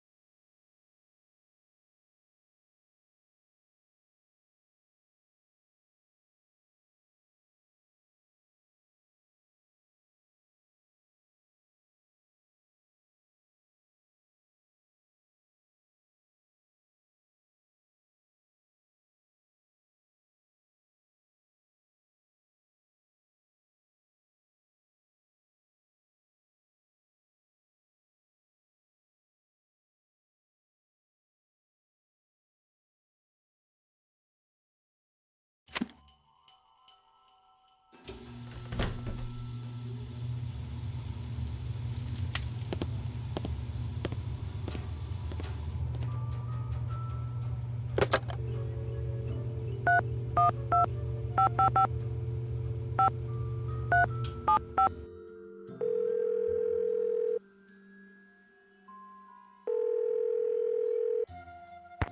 Nancy. I'm still trying to reanalyze that survey data, if that's what you're calling about. Actually, it's not. Oh, well, what do you need? I guess maybe I could use a hint. That's what I'm here for. A lot of Trapper Dan's journal is written in a code that consists of 2 lines of jumbled up letters. Any idea how to decipher it? Sounds to me like a railroad code. You read it top to bottom and left to right. In other words, go from the first letter in the top line to the first letter in the bottom line, to the second letter in the top line, to the second letter in the bottom line, and so on. Keep going like that and see what gets spelled out. Excellent. It was nothing. Ciao for now.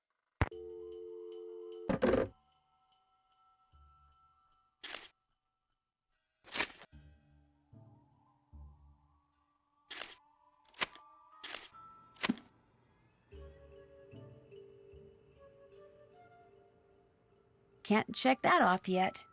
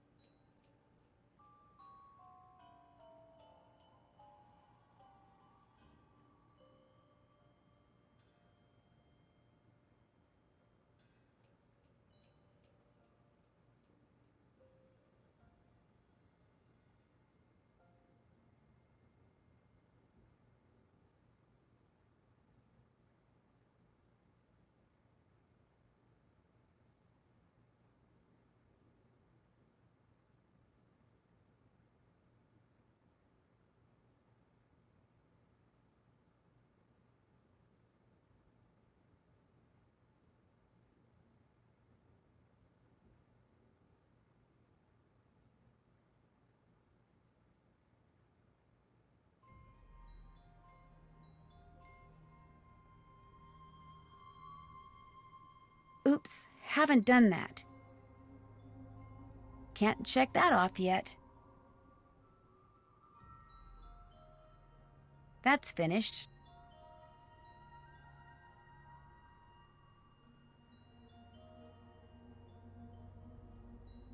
Been there, done that.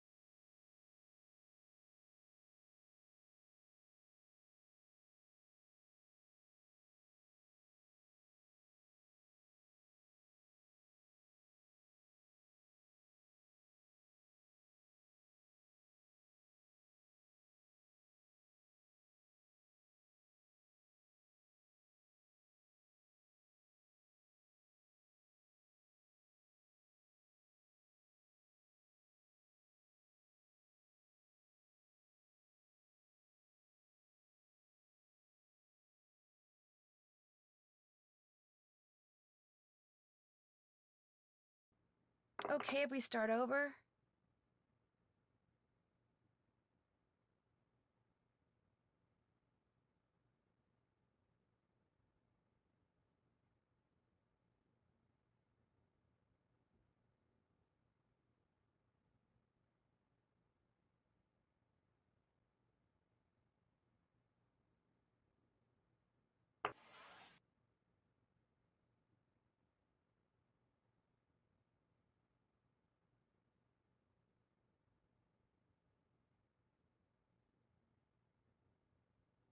Okay if we start over?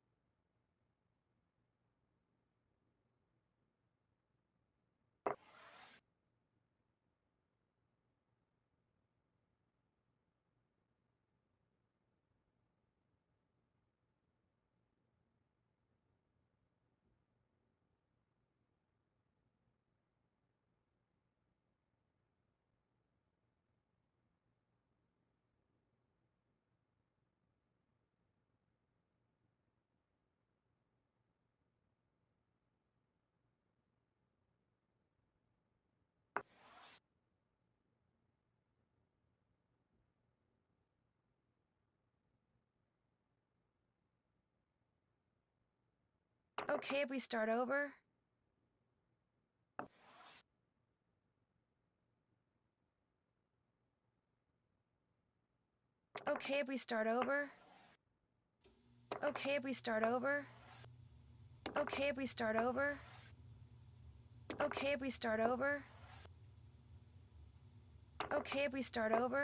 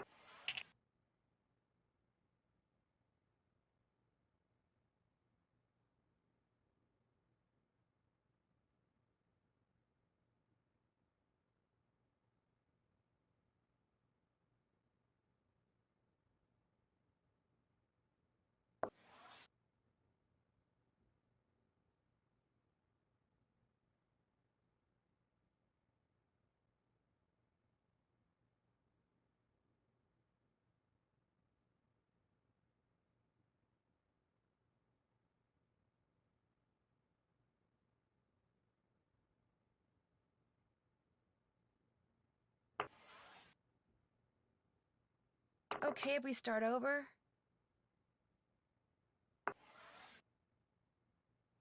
Okay if we start over? Okay if we start over?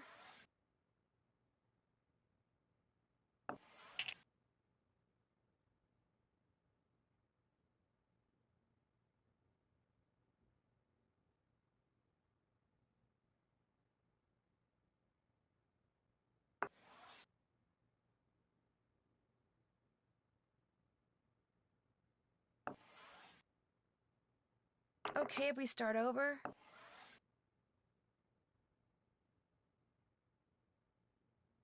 Okay if we start over? Okay if we start over? Okay if we start over? Okay if we start over? Okay if we start over?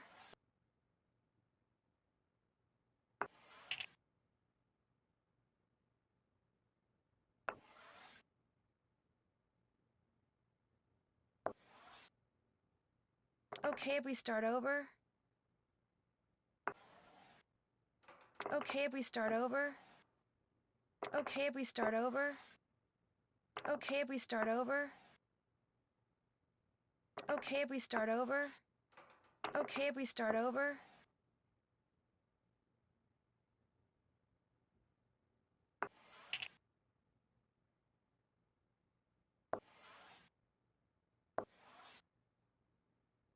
Okay if we start over?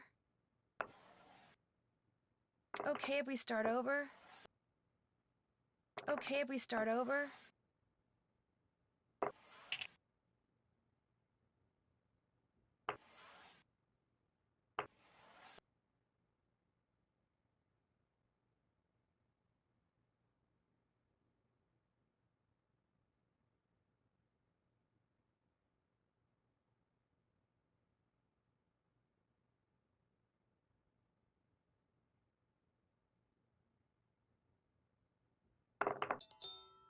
You're pretty good. Well, would you look at that?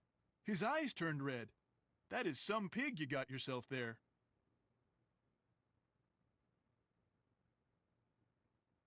Okay if we start over?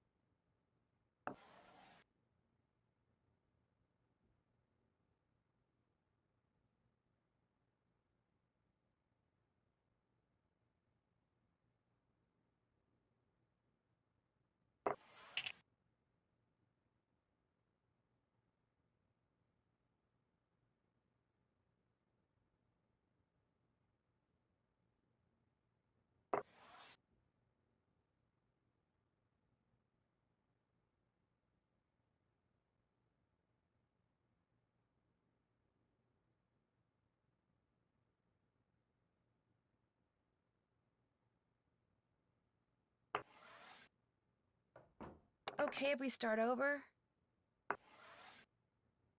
Okay if we start over? Okay if we start over?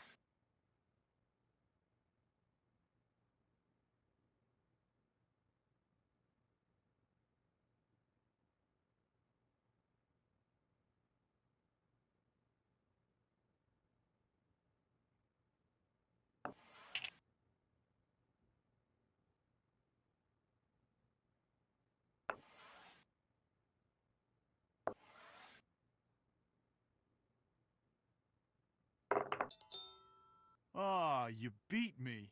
Another win, another set of red eyes.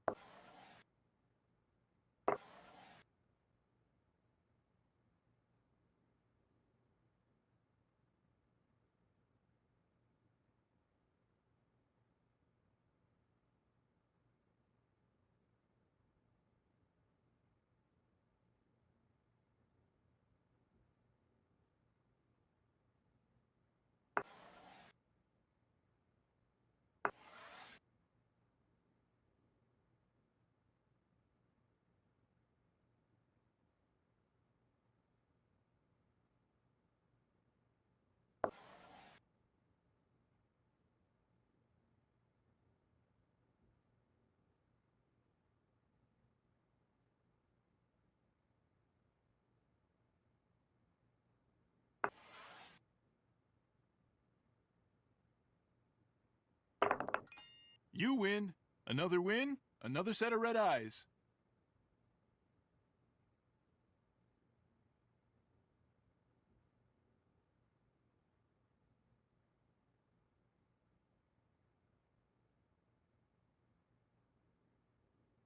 Okay if we start over? Huh? Oh, now what? I've kept you awake long enough. You want to talk? You know where to find me.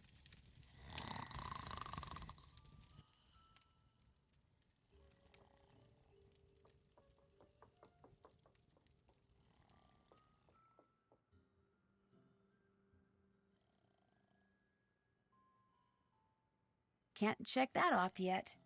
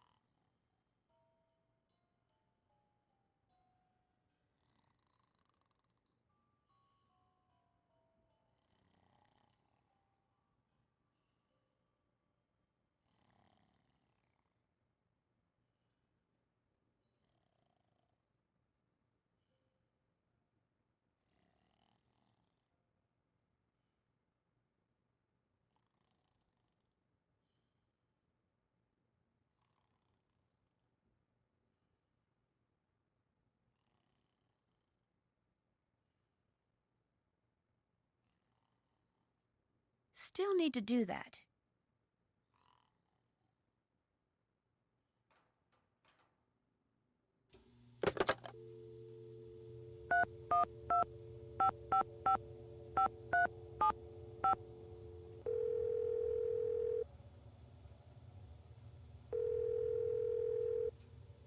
Hey, Nancy. What you need?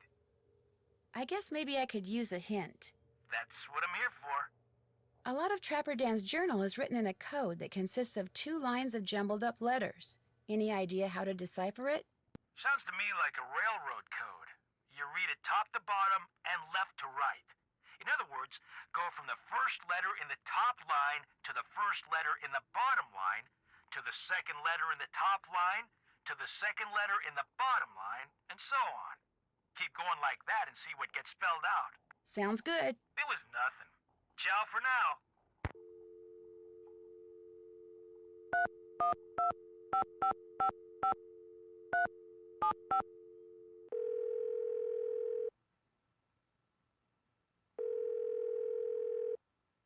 Hey, Nancy. What you need?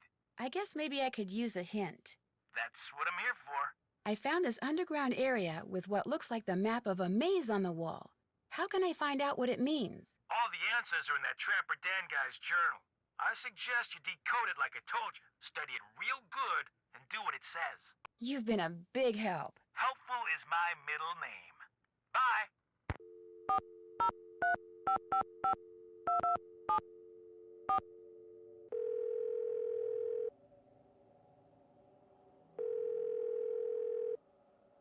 Hello?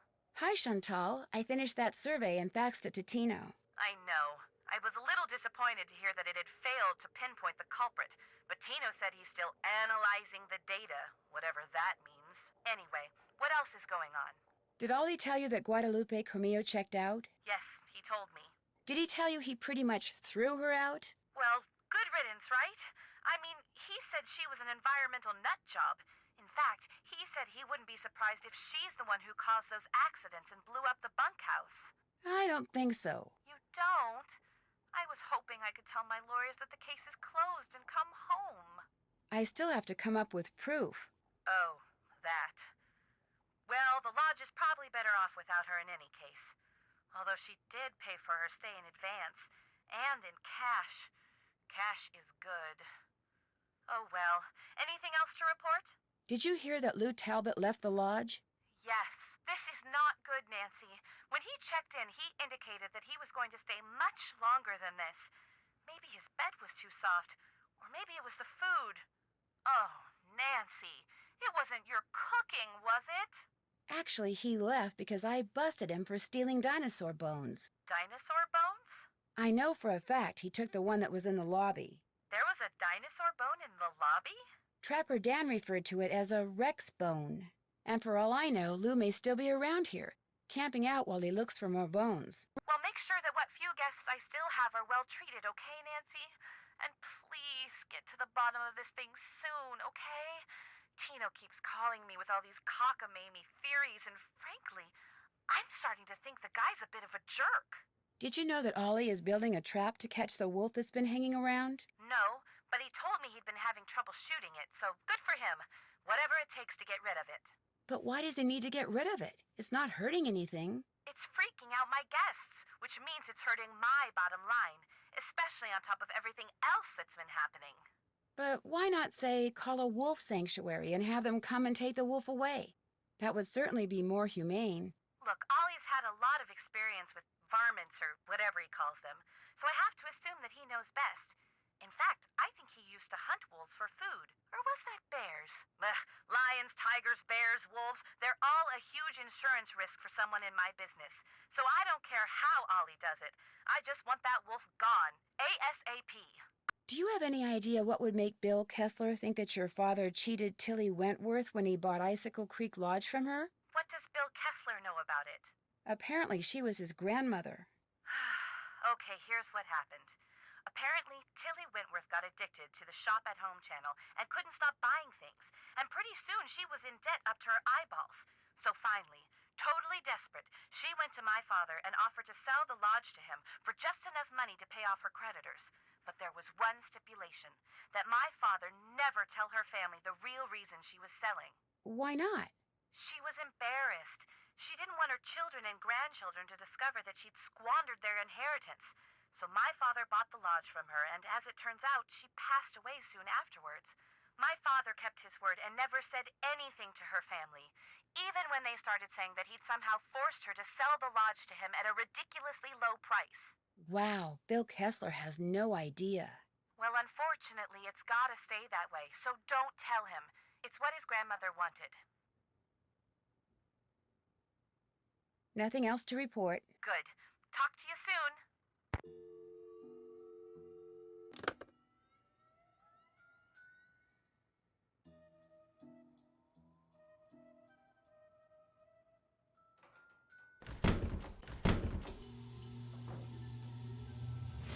How can I help you? That's all for now. We'll talk again, I'm sure.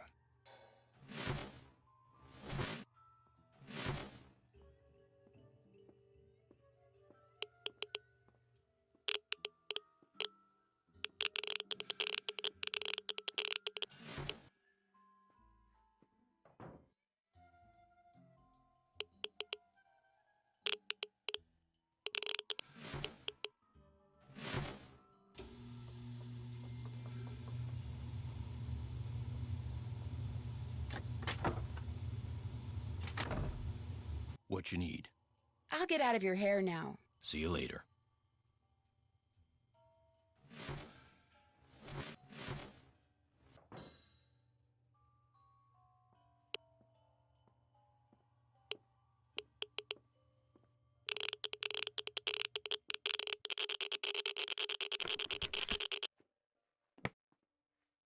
If I go outside without a coat, I'll freeze.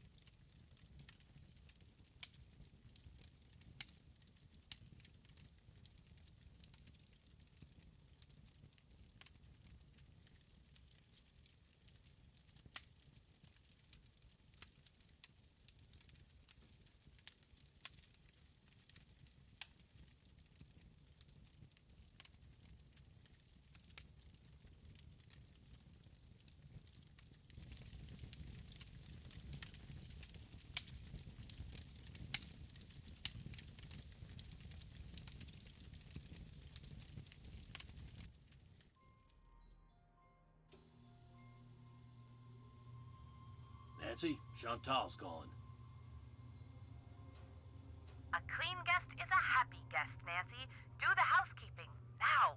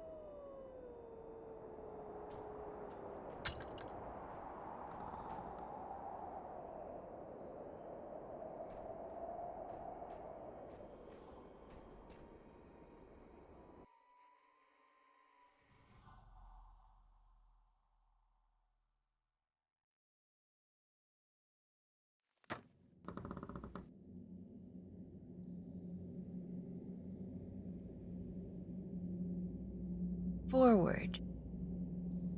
Left, left, paw.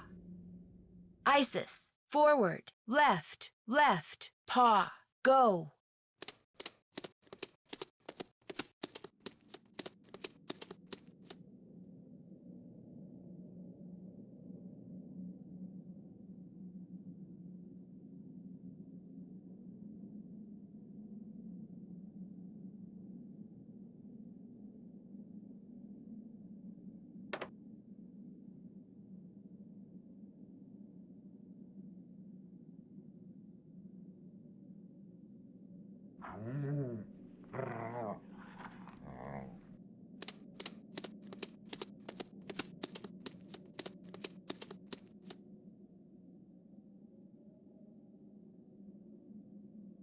Forward, forward, forward, jump, paw.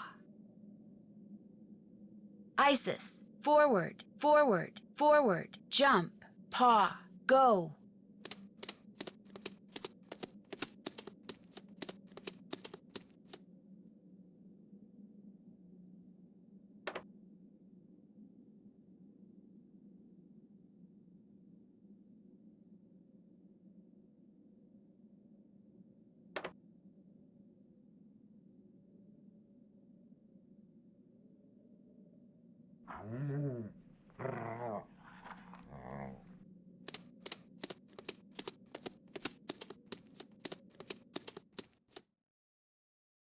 Forward, right, forward, jump, left, paw. Isis, forward, right, forward, jump, left, paw, go.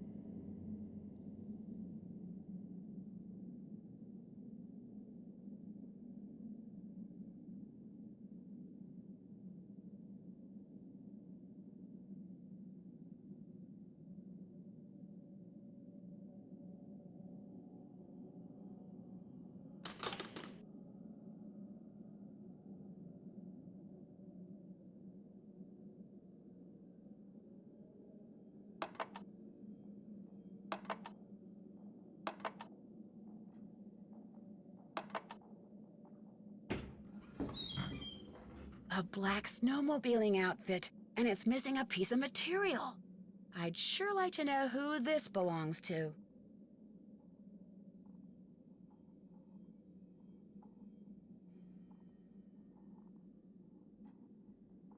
UC Brea. This bag must belong to Lou. Oh my gosh, it's full of explosives. Lou is the one who's been making those craters. He lied to me. He has been looking for dinosaur bones.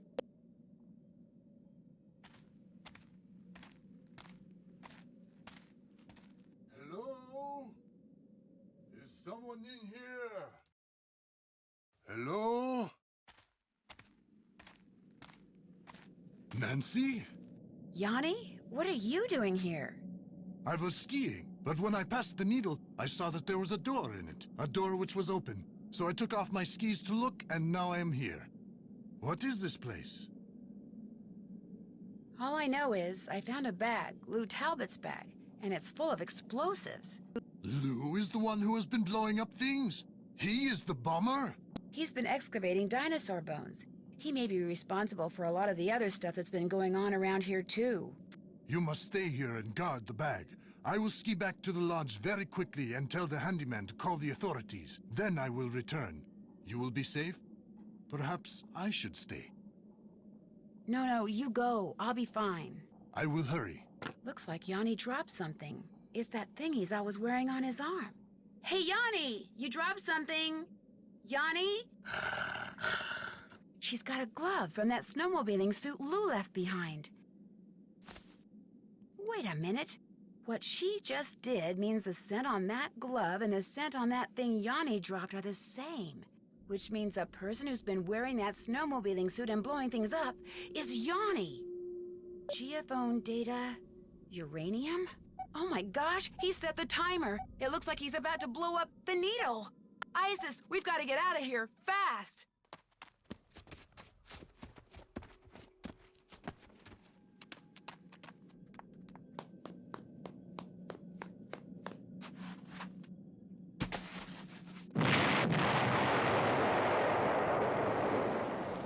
Yanni's getting away.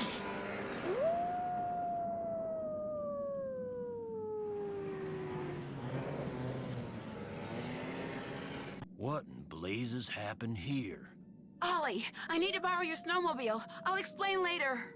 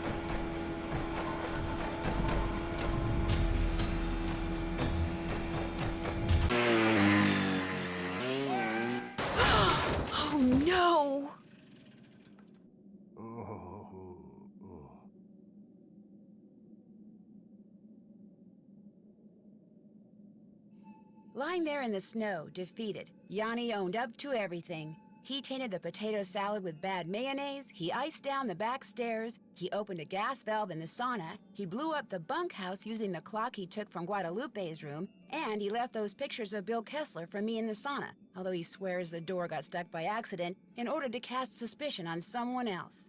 He did all this because he wanted everyone to leave Icicle Creek Lodge. Why? Because it turns out that he was actually spying for the government of Fredonia, which had sent him to Canada to look for uranium. Apparently, his superiors hoped to secretly mine what he found and smuggle it back to Fredonia. What they planned to do with it then, even Yanni didn't know, but he insisted that he never meant to hurt anyone, and that he really was the best cross-country skier in the world. Unfortunately, he'll never get a chance to prove that now.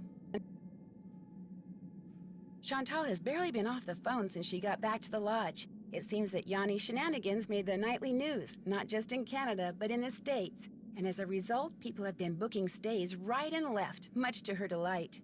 When I told her and Ollie how ISIS had helped me, they were truly amazed. Hopefully, from now on, Ollie will think twice about pulling out his rifle every time he sees a varmint. As for ISIS, Guadalupe called me that very night and told me she'd found a wolf sanctuary that could take her. I could tell from the way the volunteers from the sanctuary treated her when they came to get her that she'll be in good hands at her new home. But still, it's sad that through no fault of her own, she can never run free again. They said it's possible that she might someday be released back into the wild, but not very likely. I'm going to keep my fingers crossed anyway.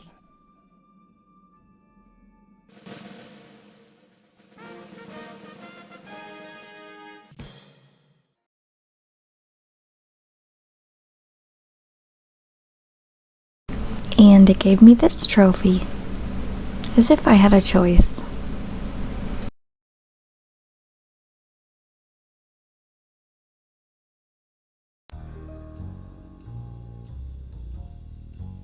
When Beth suggested we head to New Orleans for a short vacation, I thought it was a great idea. The French Quarter, fantastic food, awesome music, friendly people. But all it took was one little side trip to check on a friend of Ned's, and suddenly everything got very strange. A recent death, a musty old mansion, a disturbingly odd curio shop, a garden where only secrets seemed to grow, and something as ancient as it was terrifying. Join me on my next adventure, Legend of the Crystal Skull. Alright guys, sorry that one was so long. I'm gonna try to work on editing better to be able to trim it down quite a bit. I know there was a lot of wandering, but I tried to edit out the parts where, I don't know, but there's probably still quite a bit left in. If you need to skim through, that is totally okay. If you use my video to, guide you. Thank you for watching, and I'll see you next time on Legend of the Crystal Skull, or whatever video you watch next. Okay, have a great day. Bye.